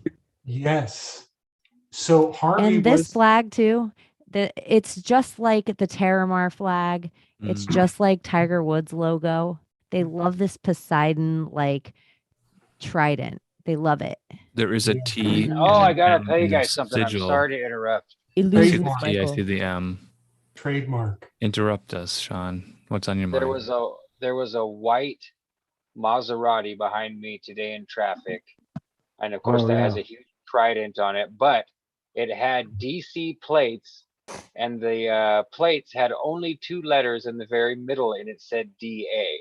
And I thought that was just like, what in the hell is that? Who is driving Wow. in white District Maserati attorney? in Hey, traffic? okay. I just found something useful. Symbolicdictionary.net. That symbol is called the trizub, which is the Trizub. Ukrainian trident. It's called the trizub Hmm. or Spell that out. trezub. Wow. Is the TRIZUB? Also, Barbados has a similar flag with the same trident on it. And then if you go back to Kaylee's star chart, it has the logo right on the star chart. Looks like it's the Ukrainian flag. When my you guys were God. like, oh, it looks like a different animal. I was like, trident. Yeah, that's Neptune's symbol. says it says here that that today the trizub is worn as a symbol of national pride, as a symbol of the Christian Trinity, or as a synthesis of the divine elements of fire and water in the manifest world. So Is it? let me bring one more thing up. Let's see. I've never heard path anybody between the say two that the pillars. trident is a symbol of the Trinity before, so that's interesting. So that's a dealer plate, SB. It's an auto dealer can put it on any car. He Okay. licenses and insures the Thank plate. you. That DA. I'm glad. He must have flown out No, and that- bought that Maserati and Yeah. is driving it back to DC. Oh, and there's a and no big surprise, there's a neo-Nazi group in the Ukraine that calls themselves the Trizub. Shocker. Of course. Really? Oh, thank you, Jim, because that makes it a lot less suspicious and kind of gives me some I was thinking like, how do you get the DA plate for DC where you're the one, what district attorney are you that you get to have the special license plate? But if it's just a dealer plate, then it still makes it kind of ominous and weird, but this is a beautiful car. So Wow, right- on top of those pillars. you see them on the top of the pillars, and what's going on with the top? The top is removed. It's cut off. It's clipped. It's snipped. This is, I Yeah, a think, friend sent me that when we put the 777 book on the cover. They sent me the same symbolism you guys are talking about that the other night when we were. Was I'm- it last week? Must have been last week. Wow. I'm starting to think that what we're also seeing is the foreskin, literally. I think these shapes represent the foreskin The petals on the flower. when it's closed. These When are closed. uncircumcised, Oh, expressed, and they're Yeah. being cut. They're being removed, lifted off. That's definitely highlighted by the art here. And because it's removed, this is MK. This is full spectrum dominance. This is Keter to Malkuth. This is M to the K, top to bottom. This is full spectrum dominance mind control. It is the building block. It's the stone the builder refused. It means so much. It means so much putting the cult in our culture. Wow. Wow, man. I found some more. fucking A, dude. I was gonna joke about yak skin, yak foreskin, making chips out of them. I remember hearing that in like some Monty Python skit. Don't talk where back. they- like I was gonna joke about it, but like you're showing me that they've just wanted our nuts the whole time. Right. And then all they have to do is insinuate the wound, and you go right into reflexive mind. Well, that's Lizard- what I think they've found is they don't lizard have brain. to really castrate you. They just poison Just you. have to They imply it over and over again. Exactly. castrate you in your mind and your diet. They've been Right. poisoning us with our diet for so That's the- long. That's What's right. the People That's the can't. ration. That's the ration. Cast the rations. Your Oh. diet is your rations. Cast What- ration. what's that old saying? I'm working for peanuts. You're Right. working for Yeah. peanuts. Yep. So hey, Literally. I got some more on the Trizub because Yeah, there's man. there's two Trizubs actually. There's the Trizub and then the Trizub Cross. The Trizub Cross has the crossbar on the center shaft of the symbol there, and this has been associated. This trident has been associated with Saint Vladimir the Great, who I guess lived from 980 to 1015, and allegedly one of the things it's really showing is a diving gerfalcon. So this is a bird. This is a bird with its head. It does look like a bird down in diving form. So that's falcon symbolism. Let's see. The Slavic mythology, the falcon represented the god Pershobo. In Christianity, it is very similar to the descending dove, which represents the Holy Spirit. I'm sure that the descending doves got nothing to do with Pershobo, though, because falcons and doves are not the same. But everybody likes to pretend that paganism is bullshit when it's not. But anyway, check out the word Vladimir. Yeah, and there's the Vladimir connection going on there, of course. It makes Mercury, baby. It's more bloody. You bleed more. You bleed more. You bloody more. It makes you more bloody. Man, have you guys noticed all the vampire stuff popping up again? Yeah. With the Morbius. So Morbius, the Marvel movie came out. I haven't seen it yet. I did. I'm sure it's whoopty fucking fantastic with Jared Leto, pedophile. Heard it was terrible. Yeah, I'm sure it is. Anyway, so Morbius, there's a character in there named Murnau or F.W. Murnau. Sorry, that's the director of the original Nosferatu. Oh yeah, and they just announced today that the next Universal movie is going to be Nosferatu, starring who's the Green Goblin guy? Gabe? Willem Dafoe. Willem Dafoe, yeah. Oh yeah, I saw the picture. I saw the poster for that. That looks that they couldn't have cast a better guy to play that role. Is there a poster for it? Can we pull it up? I would like to see I it. saw it on Facebook, I think. Yeah, there's a poster for it. Yeah, Willem Dafoe is a great villain. Yeah, he is. I honestly, he's the foe. As much as the much I didn't really care for No Way Home, I did like what they did with his Green Goblin. You didn't care for No Way Home? How dare you? Right? I was like, I like Andrew Garfield again. This is actually pulling on. No, I'm just excited for Multiverse of Madness. Why? Dude, Sam Raimi. End of argument. Exactly. Sam Raimi. Yeah, dude. I'm taunting Marvel Disney. It's just like, put Deadites in the MCU. Oh Give me God. Deadites. I want Ash to be a Marvel superhero. Dude, that would be so rad. I have some of the Evil Dead comic books right here. Little goody two shoes. Little goody two shoes. Oh fuck yeah, man! I've got the Necronomicon version of the Evil Dead 2 DVD. It's like a foam packaging clamshell that looks like the Necronomicon. That's awesome. It's effing cool. Awesome. It's got a little bit of bonus features. You know, it's before Blu-ray, but it was great. Let me see if I can find it. Wow. And while we wait, I have some great news for everybody. Can we guess?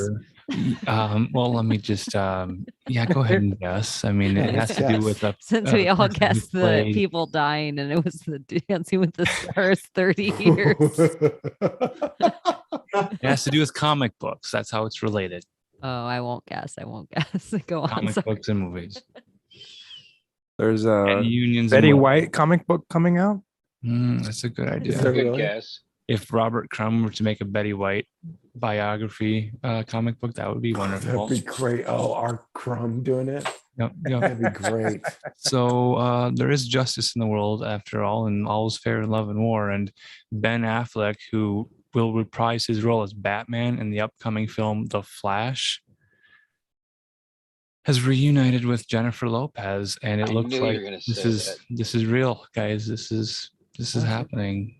But this has been already happening. How am I in this time loop where they keep telling us Well, they're getting back together? Jennifer Lopez has Yes. her own website. It's like on the jlo.com or something, where she announced to her fans that she is marrying Ben Affleck. Oh, they're On the married. JLo.com. Yeah, I think they're planning a wedding. Oh, Oh, shit. nice. The I need to Evil get the Dead. details of this. Yeah, Dang. this is the good news, and there is no bad news. Everyone wins when these two lovebirds. Dude, look at Finally this. tied I the knot. can't. I just pulled this with the Evil Dead comic book, but look at this. I didn't even realize this. It's Doctor Strange was the one Oh, behind nice. the Evil Dead one, and who's he talking to? That was Morbius, right? Morbius. Ah, That's good. That was so wow. there's already a partial. Sinky. So there's already a partial connection there. This is Brother Voodoo. Oh. Very great, Medusa. like- You guys, they you guys give know you this a few character? pages. They give you a few pages to look through in this damn thing. It's great. That is great. God, I love it. Army of Darkness. The whole Evil Dead thing was Oh yeah. The 3 seasons of Ash versus Ash Army versus of Evil Darkness Dead. was so good. Yeah. So check this out. So I don't know good. if you guys know this character. Can you see that? Uh-huh. It's No, I have Brother no idea. Voodoo. That's Brother- token black superhero. Yeah, and they brought him in as the Haitian witch doctor, Whoa. and he is Oh, Voodoo, he right? is Brother Voodoo, and I think some of the, Brother Voodoo. yeah, They had to call him brother at the beginning. right. It's very 70s Black Power. One of my It's, friends, when she gets really mad, she brothers dudes. Like she'll talk to people and she'll be like, like, why don't you come say it to my face, brother? That's- And she's that's not what- really a brawler. That would not be a way she'd use it at all. She wouldn't ever say it to a person. She would be talking about them like, and this brother that came in, but it's never a black person she's talking about when she says it. She says it more like Hulk Hogan doing a workup. Yeah. That's hilarious. Why don't you say it to my face, brother? Yeah. Yeah, this is all about vampires and a giant green Taurus. It's a Minotaur. Oh, nice. The fudge. Problem I got solved. some reading to do. What issue is that, Gordy? This is issue Doctor Strange number 16. Tower card. Didn't Elvis in that video look like he could be on Goonies? Yes. Oh, you know what? Okay, I'm glad you brought that up. Hey, you guys! Is the face falling off? So I was wondering. I remember thinking about this when I saw that a long time ago, and it was attached to that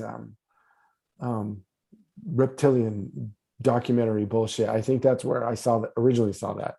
Somebody used that as like, see, Elvis was a reptilian. And but what I immediately thought, first of all, was some of his Prosthetics were falling off. yeah, well, because it wasn't Elvis. So it was an it was- actor. it's an Actor-based actor. reality. It's one of his guys, one of the TCB crew, the Memphis Taking Mafia care of guys, business. dressed up. They could do him. They can Did he imitate say him anything? perfectly. He didn't say anything, did he? He just says, "Thank you, sweetheart," to the little girl. And the little girl was so articulate and well presented in the way that she did it too. He probably just said, thank you very much. Yes, thank you very much. And the way he kind of got woozy, like you could even see his head got a little like not dialed in, not a good moment. Right. Like, Michael and if Jackson's that wasn't up with his Elvis, like songs. why would the guy who isn't Elvis be having those problems? Because we all understand that eventually, Elvis's health fails him and he keels over, right? But it's kind of funny that like if it was not Elvis, how come the guy who wasn't Elvis, they happen to have a guy that also was having tremendous amounts of problems being, I guess, under the studio lights or whatever it was. No, I think it's back to what JD said, that they were all required to be up and at 'em and ready to go. And so they're all like trying to get each other naps. So that implies that they're all using drugs and just rolling hard as shit. So no matter which guy they stick in there as Elvis, he's just Sure. as strung out as the real Elvis, Yeah. Who's Obviously okay? speculating, Who's seen? but- But now we've been talking about Sam Raimi and things like that. Who's seen Bubba Hotep? No, that I love that movie. Bubba what's his- Hotep was so good. I have a DVD of it somewhere. I think I got the DVD Old as one. well. Yeah. Ossie Davis playing JFK. That was such a brilliant leap of like suspension of disbelief that you just wanted to go with. It was great. Like I want to believe like somebody that's doing those kind of layers of character, like the whole how he faked his death and how they're spoofing the idea of our conspiracies about how so and so faked their death or whatever, and they do these movies like this where they spoof them of what we talk about as if it's completely normal, but we're the only ones that do. So the rest of the world looks at Bubba Hotep like it was it is a comedy. It's a great comedy. Do the people in it know it, that they're just that they're like- possibly covering for the actual reality. yeah, they're actually making up another narrative to confuse the original narrative that was blown out of the world by another narrative. The filmmaking process, even on an independent, because Bubba Hotep is like an indie film, right? Like that's like made by like Ted Raimi's like in-house people. Those movies are designed, to be just pure for fun, right? They're not trying to be part of the industry, right? And even on that level, it's such a huge collaborating effort to work off of an original product that came from some writer on a script, and then it carefully is being managed by a producer who is then trying to preserve the writer's integrity while getting the input from the director and all these other people and the other editors and adapters and everything else. And you're going to end up making a lot of common decisions. You're going to make a lot of decisions based on looking at like, well, this movie was very successful this way. This is the best idea that we got. So we're going to go with the model of success because that's the best idea that we got, which can involve when they're putting concepts in, like how they're crafting the way the Elvis conspiracy kind of pans out, right? And yeah, you can make fun of that stuff because you kind of should make fun of that stuff because you have to realize in your own head that although this is, it's connected to the government and some big social manipulation kind of thing, but at the end of the day, it's just a social manipulation kind of thing. And that there's a deeper conspiracy to care about. So making fun of you for not getting past the superficial, like what did the government do messing with Elvis? Right. You have to eventually transcend that, but it's okay to have fun talking about it in groups like this too. So we've come across a very crazy Elvis realization here, Zeraloth. I think you'll enjoy. Oh boy. So one thing that we've dug up is the correspondence of eunuchs in their special place with the Pharaoh's harem. Okay. Turns out eunuchs, they're messengers, translators, they're allowed in the house, the home of the Pharaoh, in places where men who are intact are not allowed to go. specifically the harem's wing of the pharaoh's chambers. So the eunuchs are the chamberlains of the pharaoh's harem. And this is absolutely strange and fascinating because of Michael Jackson's relationship to the Elvis Presley bloodline. If you think of Michael Jackson as a castrated individual, he is a eunuch. And he became the caretaker for the Pharaoh's daughter, the king's daughter, Elvis Presley. And that is just fucking weird. Yeah. Wow. It's funny. Cheney and I talked about that a while back, like a couple months ago. We were about how you can see on camera when Michael Jackson was with her, it was almost like she was the caretaker. When you, in the body language, you can see how she's kind of like in interviews, she's the one who's kind of defending him. She's like steering the conversation. Like she's definitely in that protector mode for the eunuch. Yeah. Like the genders are reversed kind of posture. Yeah, like Michael Jackson needed somebody to run cover on the more difficult things going on because like he was hyper obsessed with being a certain image for the fans, and like he didn't want to take personal responsibility if he had if it involved quipping back at like a reporter or something like that. Like it was part of his whole logic into his change of his skin complexion, right? Yeah. Like it wasn't good enough to just work with a concealer makeup. He was trying to hold up an idol standard for the fans, so that way he was always someone that looked great on stage, so people could appreciate the performance he's giving them on stage, right? And I don't think I think I'm sure it kind of was on the superficial side, but at the same time I think I kind of understood what he was getting at, especially understanding the magic involved in the performance arts on especially on that level where everything is getting pushed into the superficial, and you're trying to say something a little bit more while also doing that at the same time. Yeah, what's interesting to me is we're talking about Michael Jackson's features changing, and we just got done talking about Elvis Presley's features changing. And during 73, I talked about The Weeknd and him being the next generation of that. Good point. Fucking The Weeknd and the facelift all the time. It's almost like that's a hoaxing call sign in itself. Yeah. So face off. Now he never really did do any surgery on his face, did he?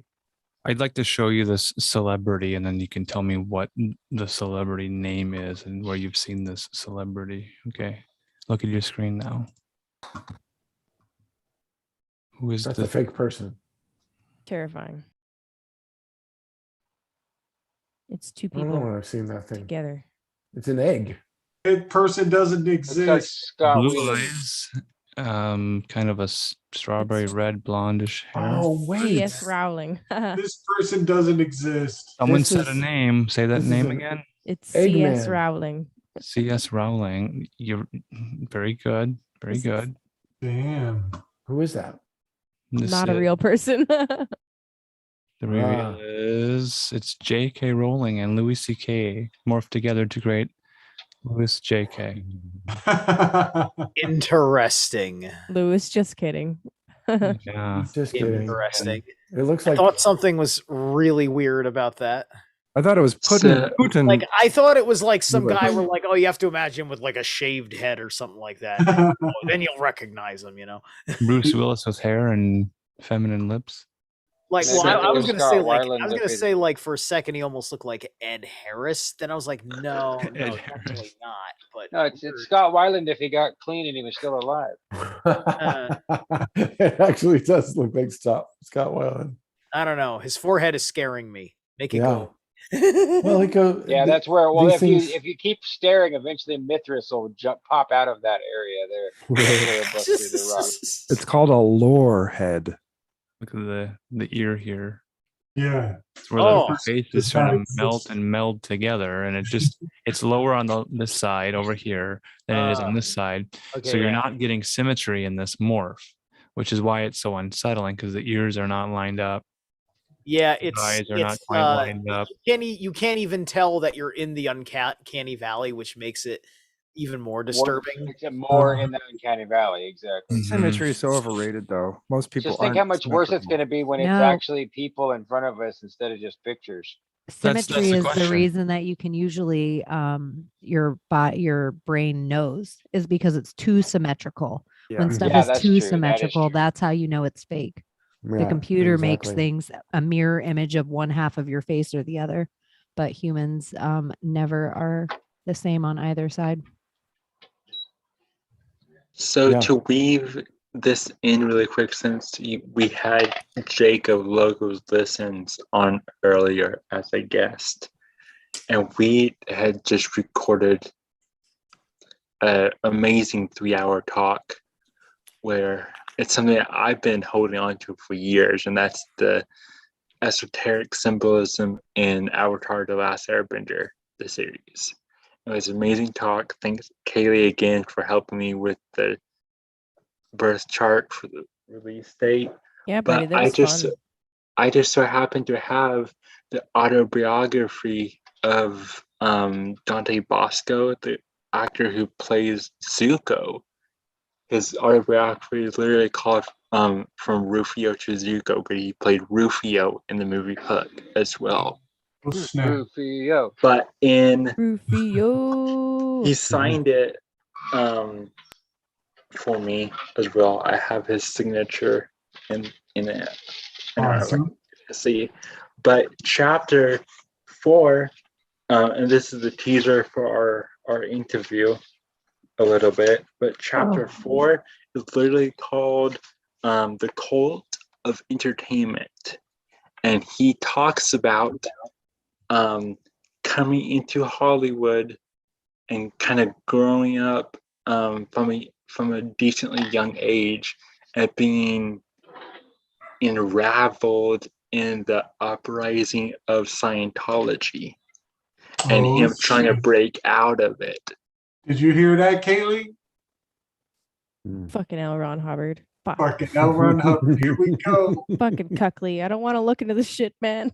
So Hey, is by it- the way, Gabe, how are you feeling after our Parsons stream? Oh man, exhausted. Absolutely, like it. Yeah, I was holding my breath until the show, and once it all came out, and then our conversation about the fog, legit. Fucking weird, right? Weird. Yeah. Sorry, Chris. I don't know if you were finished. I got excited there. My bad, buddy. Oh no, that's fine. The last thing I was going to mention, since we were showing things off earlier, I dug this up to show Jake, since he is an Avatar fan. But I have this poster of Korra, and when she's in the Avatar state, and she is the next incarnation of the Avatar after Aang. But the light on her chest and pelvis area is the spirit of Rava. That's the light spirit. And that's the Avatar is like not only is it a human that's being reincarnated, that's like the one Neo-type character, the Christ character, but they also have this light spirit that is inside them. So it's like this kind of like duality thing. And it's named Brava. And so then there's the the spirit of chaos, which is named Vatu. And in book 2 of Korra, this is going to tie into our weave. In book 2 of Korra, which is what the seasons of the Avatar, they're called books. Book 2 is called Spirits.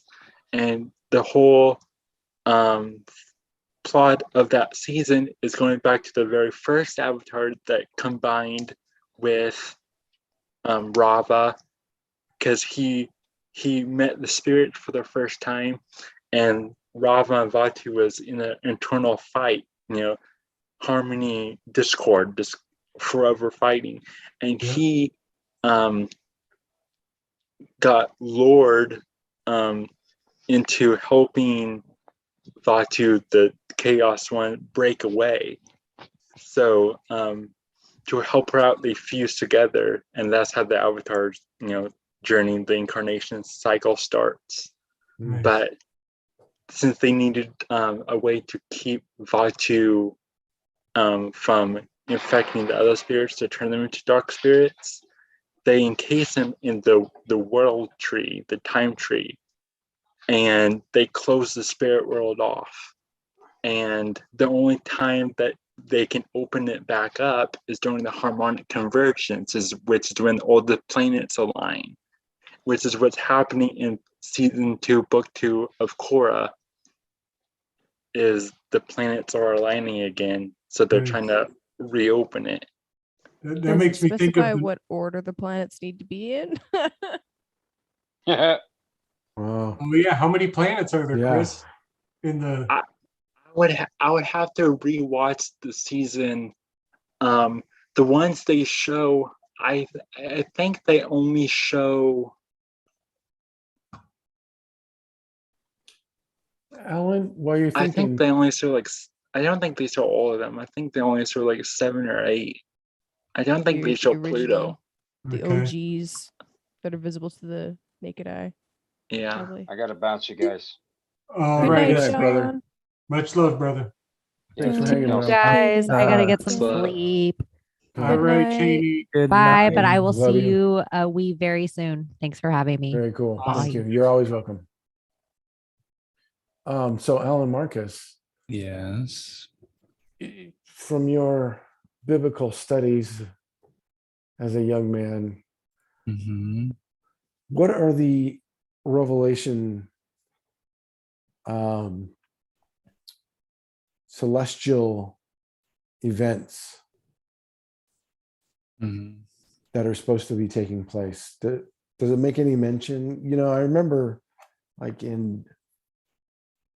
since my kind of wouldn't call it animosity. I definitely had animosity towards the church at one point in my life. Deconstruction or something, reimagining of what it means to you. Yeah, exactly. My reimagining, all these other things of the from Hermetics to the Zoroasters. I've tried to read a bunch of lost Christianities and alternate what do they call them, the apocryphal, the alternate prophecies and all those other things, and they all start to blend together. But it seems like the Zoroasters kind of had their shit together. I love Zoroastrians, yeah. The guys that were looking at the astrology, stars, man. They had some right? bomb astrology. The Zoroastrians wrote the most extensively about the apogee and the oh my god, Lilith and not Lilith. The apogee, perigee. Yeah, thank you. They had some really cool writings about that. Yeah. So what happens when you're attending Sunday school, or you get into Bible college, or some churches will have weekend seminar where they'll get some expert to come in and talk about the prophecy in the book of Revelation, the revelations of John on the Isle of Patmos, and then they'll bring people in, and I've listened in on a few of those, and every interpretation has been different. Everybody has their own idea about what it means. Sometimes people would tie it to current events. There's 88 reasons why Jesus Christ will return in the year 1988. There's all these sorts of books about it. And then you get the Left Behind series of novels, and you get all this sort of apocalyptic doomsday end of the world Christian books, which become movies, which become franchises, which become forgotten and then dropped off at thrift stores, and they move on to the next idea. And there's this forgetting aspect of, well, didn't we talk about this? Didn't we hype this up? And then we forgot about it. So there's these cycles of, oh, the apocalypse is happening tomorrow, and tomorrow comes, no, now it's happening again. Yeah. So there isn't a consistency amongst anyone about what it means. If you start looking for answers yourself, you'll probably go back to the Old Testament and the book of Daniel, and Daniel being a prophetic book in the Old Testament will connect to Revelation. And then from there, you're left to kind of decide for yourself what you think it means. If you're looking for a literal interpretation to say, okay, well, this symbol equates to this symbol, so now you've established a symbol system of your own to try and determine what all the symbols in the arrangement mean. No one really wants to say it could be that this is a visionary experience that John had, the Apostle John had on the Isle of Patmos when he's in a cave. It could be that there was some hallucinogens taken, or it could simply be that his cerebral spinal fluid and the pressure in his brain was causing something to happen. There could be a very mundane sort of medical reason for what he was seeing. And then fasting will do it.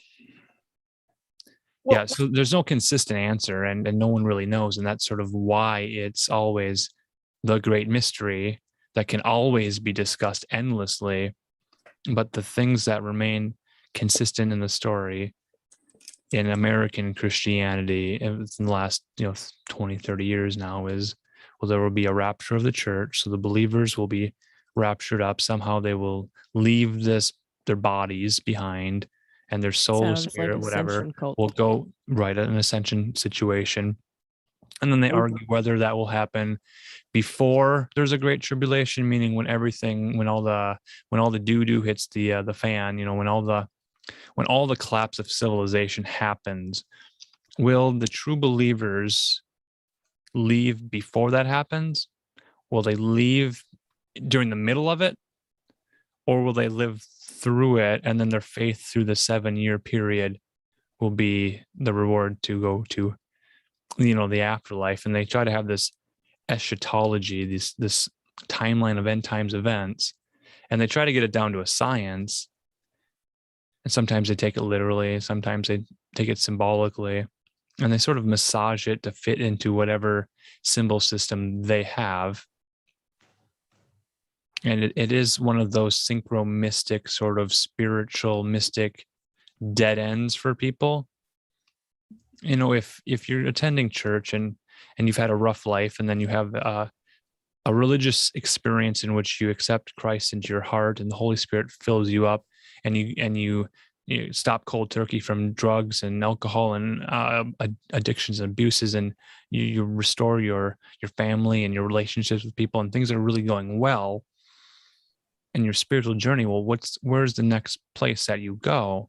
And they're like, well, what happens next? And like, well, you read the New Testament, right? So you read through the end of Revelation, and now there's a promise and a mystery, and everybody likes to believe that they are living at the moment of the rapture is going to happen in their lifetime, whatever that means. But with the apocalypse meaning and unveiling, it's really just removing the veils from your eyes so you can see more clearly. In my mind, when you go to an end times biblical seminar to learn, over the course of a Saturday afternoon, what Revelation means, it's putting the veil back over your eyes. It's the opposite of an apocalypse. It's the opposite of an unveiling and a revealing of what the mysteries are. So if the mysteries are explained to you, that's not how that's supposed to work, right? And then, that's sort of where people kind of get caught up in these sort of ideas, and then they take them too far, and now they're chasing their own tail, spinning around, getting really dizzy, And sometimes it's fun, sometimes it's thrilling, and sometimes it's just getting away from the whole gospel message of, love your neighbor as yourself, turn the other cheek, but, defend yourself with the sword and go into the temples and flip over those money changers tables. And that's kind of where we're at.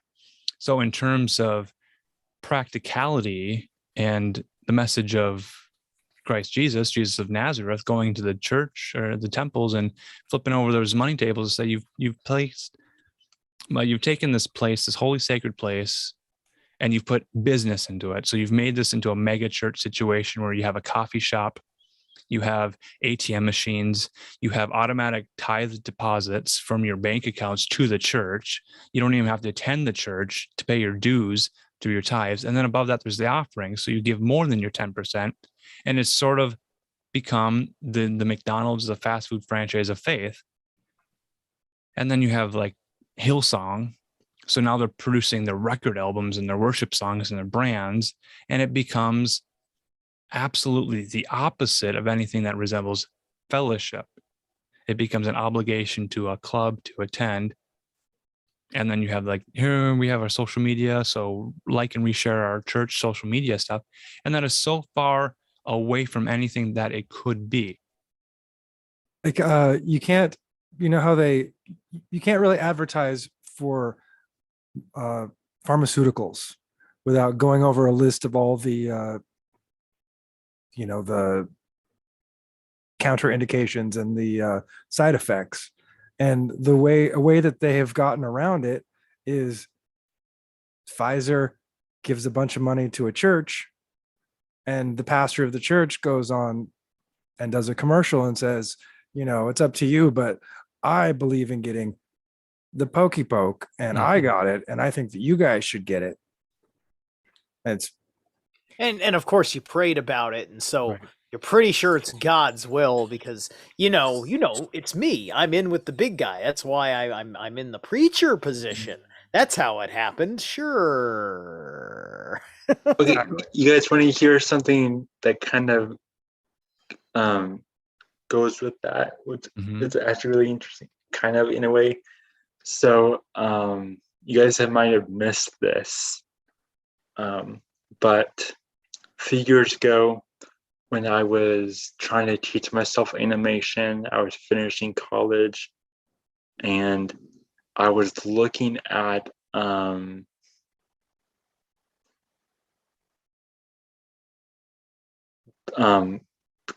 animators that had made cartoons from the 90s and early 2000s to look for inspiration, since that was the era I was watching cartoons in. And I had started to follow this guy named Butch Hartman. He made Fairly Odd Parents, and he worked on Dexter's Lab, and he did like this other cartoon called Danny Phantom and a bunch of others. But he had start working at Disney, or not Disney, but Nickelodeon, because all his later cartoons was bombing, like they wouldn't last a season. And so now he started a YouTube channel, and he was drawing characters that was requested by him if you donated money to him, in his style.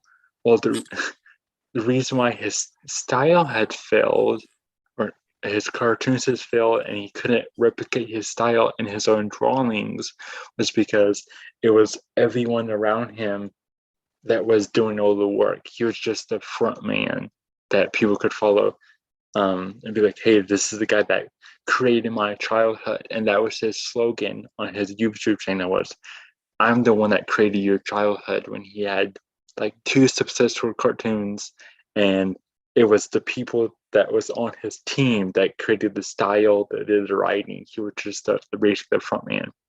Well, he was getting in trouble for tracing people's drawings that was like trying to draw in his show styles, and he would find them, trace them, and then sell them, right? Well, and then he to connect it, he started a GoFundMe to create a Christian, or he didn't say Christian at the beginning. He said a creator-driven Netflix that was like Netflix merged with YouTube, right? And it was going to be called Oaxis. And he got all the money to create this whole platform. Well, one, it never came out, but he got in trouble again for this because the footage was leaked out that he was of him talking at a church, and the church gave them all their money because he told them it was going to be a Christian streaming service, but he wasn't telling people that on his GoFundMe. So he took the money from the church, and he was taking money from fans. He was stealing animation from YouTubers and putting it on his channel. He was like doing all this like shady things, like an animated Ponzi scheme. Yeah, almost. But he was also around the time he was in that club, because in the 90s you had like Seth MacFarlane created our Family Guy, and the guy that made Dexter Lab and Ren and Snippy, all those cartoons. They all went to college together, and they was all college buddies. And they was no joke. He was college buddies with John Kay, Crick Falushi. Yeah, and they all worked together. They was all he's a pedophile. Yeah, I know this for sure because his one of his victims was from here in Tucson. Oh, really? Yeah. She was a high school student. And they all put little winks to all the shady stuff they did in the cartoons. Oh, you mean hints? Yeah. Yeah. It was like an in-boys club, but he's still scamming people on the internet. Like, no one's stopping him because he's the creator of your childhood. Yeah. It's we're in a situation where our financials and our securities and all of this is kind of up in the air as people are trying new methods. And I've been hinting at this all night for the past few days. Gabe, you're still with us. Now is maybe the time to mention the eCash Act and to tie this in. And there's a few curious things about this. First of all, this is introduced by Representative Stephen Lynch, a Democrat from Massachusetts. Now, his last name, Lynch, Lynch, is quite interesting because this act is hosted on the house.gov website. So it's lynch.house.gov. Now, this bill to direct the Secretary of the Treasury to develop and pilot digital dollar technologies that replicate the privacy-respecting features of physical cash. Everything rotates around a linchpin. There's this linchpin concept here, and we're in the spring. The wheel of the seasons turns, and the age of Pisces into Aquarius and all these things. So there's this magic happening, and here's what's interesting. So we have some people signing this act: Stephen Lynch, Jesus Chuy Garcia from Illinois, Jesus, and Ayanna Pressley. It's interesting. We were talking about Elvis Presley, Pressley. Is that the same spelling as Elvis? Are there two S's in Elvis's name? Does it matter? And Rashida Tlaib, they've introduced this Electronic Currency and Secure Hardware Act. Going forward, we call it the eCash Act. And new update on this, we're still looking to see if they're going to launch this pilot program. A group of U.S. lawmakers say the U.S. Treasury Department may be the right government entity to create a digital dollar, not the Federal Reserve. This is the linchpin here. This is what makes or breaks this bill. if the digital dollar is created by the right government agency, meaning the US Treasury Department and not the Federal Reserve. This new bill introduced Monday, a few Mondays ago, recently, would authorize just that. 4 congressional Democrats introduced the Electronic Currency and Secure Hardware Act, the eCash Act, to direct the Treasury Secretary to develop and issue an electronic version of the US dollar with an eye to preserving privacy and anonymity in transactions. The electronic dollar, as defined in the bill, would be a bearer instrument that people would hold on their phone or a card. The system would be token-based, not account-based, meaning that if you were to lose your phone or your card, you would lose the funds. In other words, it would be like losing a wallet with dollar bills in it. Not That's a even lot. recovery phrase like they do with all the other cryptos. Come on. Say that again, Kaylee. You're a little soft in my ears. I said not even a recovery phrase like they do with all the other cryptos. That's Well, see, yeah, that's the thing. So now I'm imagining the Wild West again. If you have your cell phone and maybe you have a password or a fingerprint on it, sure. But then if you don't have a cell phone, they would put it on a card like an electronic benefits transfer card, the EBT card or something. So you'd have to hold on to that card. And if you lost the card, you'd lose all the funds that are on it. Now, the benefit of not having it tied to an account would be that it's more anonymous that way. So it seems like these people are maybe these are pushing towards something that is benefiting and keeping the freedoms and the anonymity alive. But there's 28 pages to this act. The point is interesting that Lynch and Jesus, what is a lynching, what is a hanging, what is a crucifixion, and another man named Jesus, around Easter time, they introduce a bill. So is this synchronicity? Is this coincidence? Are we just thinking too hard about this? But again, when you have someone with the name Lynch, which is, a killing, a crucifixion, a sacrifice, and the name Jesus Chuy Garcia, literally Jesus, and Ayanna Presley, Presley, whatever. There's 4 people here. The term e-cash is definitely whispering to the Akashic records.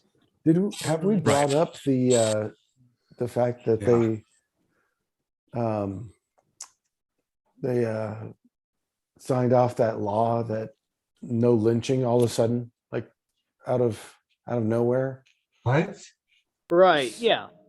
I mean, there was also that we had a brief attorney general before Obama left office. The attorney general, her name was Lynch, Loretta Lynch. I remember getting a hoot out of hearing that.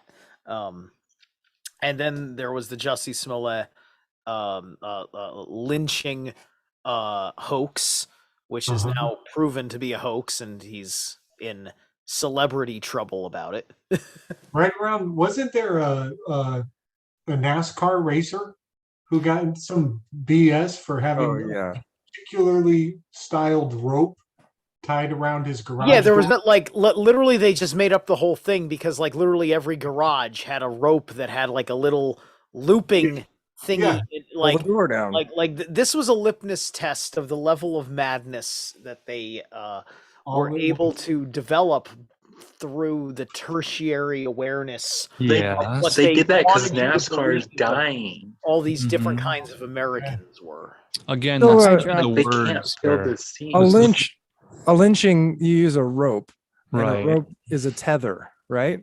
Yes. So there's a cryptocurrency called Tether, and it used to be based on US dollars, 1-to-1. I Yeah. don't think it is anymore, but We're talking about a tether. a tether, I think that's Yeah. what it's called. The United States dollar tether, the USDT, which is what they might consider a stable coin, to tether it, to peg Yeah. it to a dollar. But they're not really sure if it's Like a silver cord if it's or- really a stable coin. Right, because they can't They check went the and record. got all their I mean, they got backed by a bank in, I think, the Bahamas. Right. Is And it fractional reserve the token? like it's probably like money laundering, mafia, drug dealer, whatever money. But the president of the bank that they get their money from, he was the co-creator of the character Inspector Gadget. Wow. Which is kind of just an interesting There's cartoon. a thing about how crypto works on a basic fundamental level about how crypto works, because you can do crypto. Apparently, if you're doing crypto right, you can do it on paper. Like you could do it on analog, because there's an agreement system about that whole code that's written, and then there's a whole analog way that you could theoretically run that by somebody whom you're trying to get their goods and services from, because there'll be an agreement that I don't fully get it yet, and I'm trying to warm up to it because the principle is starting to kind of clarify on me. But like I'm pretty hardcore a hard assets kind of person, even if it's these computer codes and algorithms and mining algorithms and software for Bitcoin and others have been tested for 10 years, over 10 years now. So it's no surprise that we've been participating in the longest, most important beta test of our lives to determine how we are shifting these financial tools and systems. And someone mentioned the anti-lynching bill. I looked it up. It's quite funny. March 8th, 2020, so very recently, the Senate unanimously passed a bill on Monday, March 8th, a bill that criminalizes lynching and make it punishable up to 30 years in prison. But who is the name on the bill? DYER. It's the Dyer anti-lynching bill. DYER, die, the anti-Dyer, anti-lynching, don't die, don't kill someone. Because Cash is in dire straits. Dire straits. That was March 8th of 2020.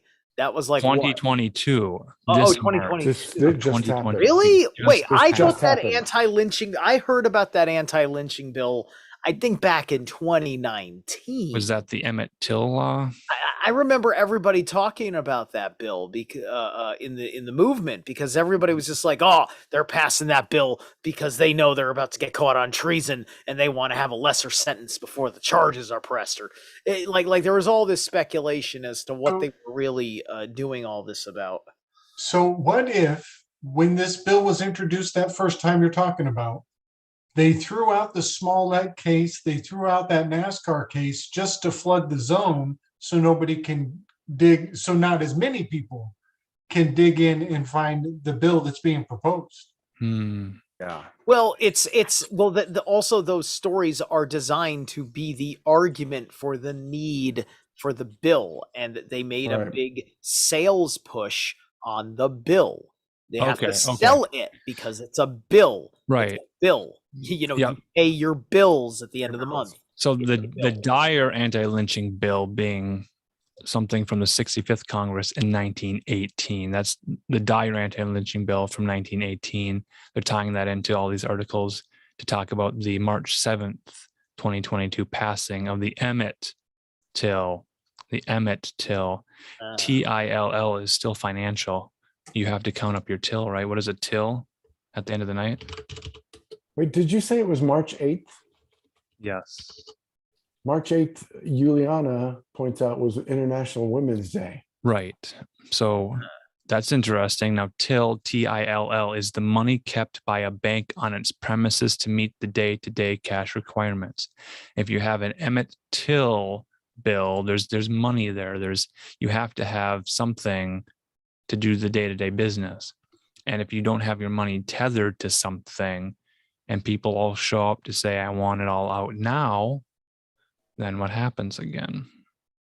I want to cash out. I want my digital currency. I want my e-cash to be printed on paper for me. Are they allowing that? Will the transition be that slow where you can cash out your e-cash, or are e-cash separate and coexisting with paper cash until paper cash is no longer printed. And yet, didn't they print more paper money in the last couple months than they did in the last couple of years? So there's a lot of questions here. You know, the more I look at this word, Emmett Till anti-lynching, I'm seeing a lot of vigilante lynching. And if It's, you look it's at the wild. It's bill- Wild West online with people who are using internet technologies to reenact all sorts of. I was crimes and thinking the deception. same thing because for some reason, as we're talking about this, what popped into my mind was that scene from, this is going to sound bad, but the scene from the live action Flintstone movie when Fred and Barney get in trouble and the mob of citizens of the town of Bedrock go to lynch Fred and Barney. And I was thinking as like Fred and Barney, because there's all those memes of how, you know, awful things they did in the old cartoons, you know, that I was seeing them as like figureheads for like the government and Hollywood, you know, and people in the upper Illuminati, if you will, and doing some vigilante justice, keep putting it in our mind that it's bad either way to do that.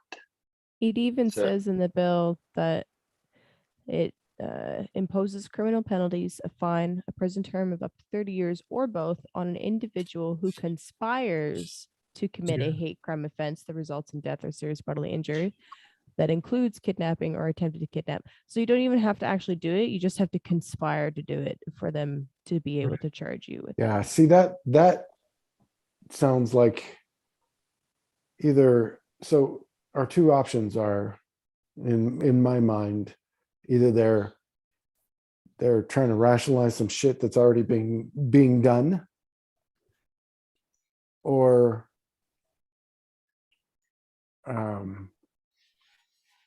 really, now I'm thinking about it. It's just politicians covering up their own ass so they don't have to, like Mussolini. Like, I mean, fucking somebody's gonna eventually, Drag you them know, out. we're gonna But set if up with things this got shit. to that point, I mean, like, look, Mussolini was like, it was like Libya with like Gaddafi. It's Yeah, just we're like way the past that. social order broke down. That law is not going to mean anything if it's getting to the Exactly. point of that level of the angry mob. And yeah, If it hasn't happened yet, it's never gonna happen. Maybe not. Look, I think 2020 was a whole bunch of things I never thought was going to happened in 2020. I didn't think people were going to go like that. They'll Same prime here. the public, like it won't happen like right now. I'm just saying you can give it time to prime the public. I wasn't seeing how the public was being primed for 2020. I thought that things were just going to be on the up and up going through 2020. Like, I didn't think they were going to pull what they were going to pull. I didn't think people would have blindly believed it under all of those circumstances, with the way everybody was complaining about how they don't trust this guy in office, and now everybody is doing all these things. And it's just like, oh, so you still trust this thing that you've just been tearing it's- up the country about. You know, we were down at last weekend, I was down at the 4th Avenue Street Fair, and every time somebody comes and asks me if I'm registered as a registered voter and want me to sign something, and I turn to the guy, I'm like, I'm never doing that shit again. I'm like, I'm not that dumb. You know, I've done it years before, but not again, man. And he's like, I don't even know what that means. I'm like, yeah, I know, because you're trying to get my signature to get me to vote for something. Of course you don't get it. Yeah, buddy. Because you're still in it. Yeah. And he just looks at me with these doughy blank eyes. I'm like, all right, bye. I'm gonna go find some fucking honey. Bye, it- Felicia. Has anyone run the gematria for the name of the bill? Well, it's the number of the bill is 5 by 5 with magic square Mars.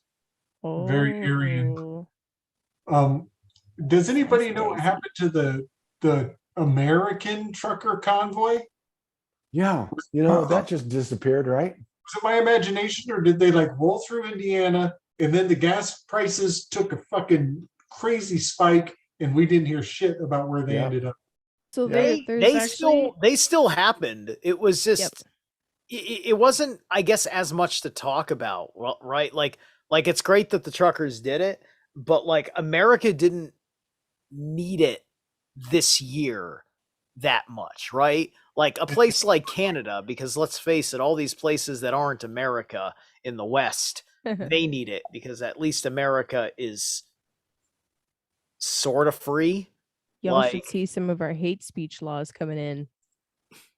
Something like that. Yeah, It's terrifying. But yeah, but a place like Canada, Canada, there's a whole lot more control measures and compliances and everything else. Are you in Canada? Me? Are you? Yeah, you. No, but I've got a number of male and female friends in Canada that I hear from. Our provinces don't have the same kind of freedom of law and choice that the states do. If something goes through federally, the provinces have very, very little power, if any, to even combat it or fight it. It's very sad. Yeah. Kaylee, you should look up Canada's not really a country. No. I think there's also an Australia is not a real place. Not that it's not a real place. It's not. It's officially a trading post. It's like a trading post that's been territorialized. Yeah, pretty much. But it's technically not a country. It's something else. It's bad. It's bad. Anyway, I gotta go to bed. Good night, guys. All right, Thank you, Kaylee. Thank you for doing this. Thank you for 800 subscribers on Weaving Spiders. Welcome YouTube channel. Oh, did we hit Congratulations, 800? you guys. Soon we'll be 801. If you're listening now, you could be lucky number 801. Please subscribe. That means we picked up 2 subs since I tuned in because I'm staring at 798 on my screen, so that's awesome. By the way, Alan, when you were talking about John and his visions, the apocalypse or whatever, honestly, the theory that I heard that I think seems the most practical was that, you see, he was a Roman citizen talking about the collapse of Rome in real time, so he had to talk in coded language because you don't want to shake the morale of the nation. That's the kind of thing that they'd kill you about in Roman times, etc. Right? So, from what I understand is that everything in the book of Revelations can be interpreted to have come true during the reign of Nero, with the famous fiddle and all that, right? So I've heard that was actually a prediction of effectively the reign of Nero, but also, and this is my extrapolation on that theory, is that there's also the astrotheological aspects of the book of Revelation, and because those are astrotheological anyway, it's also an understanding that you're going to consistently, as a product of human behavior and the ability to socially engineer, especially with all these generations that are not being managed by their parents, to create people that follow these patterns, right? And so we go through these rhymes, these echoes of prophecies that were specifically authored for a specific time and place, but as a great grift have been left to the ambiguities well past their expiration date. Well, Nostradamus also spoken code as well. Jesus spoke in code. Yeah. I mean, he had to speak in parables about everything. We all have to speak in code to some degree or another. I have to speak in code to Just my like mother how, or else she's not going to get it. Like, yeah, just like how we have to say like cowpoke to make sure Yeah. that right, yeah. algorithm doesn't sense it. Yeah, we've been living in biblical times. Like people use this word like I don't know, interesting times, or they think we live in, I don't know, biblically significant times. Yes, You know, because or we're living under the Bible, which is law. So we're still living under the law laid out in the Bible. So that's the reason for the biblical times. Whether or not the Western world will replace this book with a different book, Mhm. I don't ever imagine what that would be like. It's possible, though. Well, all the books of law are built upon each other, and Right. the Bible is think- there towards the bottom. I mean, I think that's they part of the will. scholarship. To discredit the Bible, to say, oh, this book is, well, the Revelation thing, we're past that point. If that's the end of the book, then now it's a book of history, but we need a book for our modern mythos, our modern times. And what would I that think look that like? would it be even like be a book at all? Would it be a movie? Would it be a comic book? Would it be in a different form? I think it would be like an ebook, like it would be some type of digital an NFT. Mm-hmm. Yeah, like an NFT, because they're really pushing that transhumanist like upload right type of agenda. So that would probably be what would replace the Bible next, would be some type of digital. Like Sophie? Yeah. Well, maybe the way that book is replaced is if a Chinese document becomes the primary document in the world because they expand their influence. You would And have to overturn the whole maritime law system, though, because commercial law is right. It would have to be Right. another economic system is what would. Yeah, is there a Chinese document that includes a financial aspect to it that would allow people in the North American continent to say, okay, well, that sort of aligns with what we're experiencing in real time, including the digital dollar or the central bank digital currency, the CBD, or whatever it is that Gordy has to crash. Binary code is based on the I Ching. Code is law. So if Bible is law, the Bible is the law, but now code, Bitcoin, Ethereum, cryptocurrency is law. So maybe now the new holy book becomes the digital ledger, which is the Bitcoin cryptocurrency situation. So maybe the new foundation of the faith is the financial law of code, the Bitcoin white paper, perhaps. And is that apocalyptic? Is that doomsday? Is that collapse? Is that heaven on earth? Is that the reign of Christ on earth for 1,000 years, where Bitcoin becomes a new thing, and for 1,000 years people are continuing to use Bitcoin? This is imaginative territory. We don't have what's going to be the guide source for how Gordy's saying good we're night. going to live our lives in the next paradigm shift. Good night, Gordy. Good night, Gordy. Night, Gordy. What is the what is the nature of transcending an ancient scripture, especially because you're transcending it because it's not yours, right? Transcend or transcend? The Bible doesn't even belong, like the Bible doesn't even belong to anybody except for the Vatican. In reality, the Bible is not the Torah, Right. Dude, you got exactly what I was about to say, but in a better Gabe's words. going That tonight was awesome. too. I think we're winding down on the weave. Much love, everybody.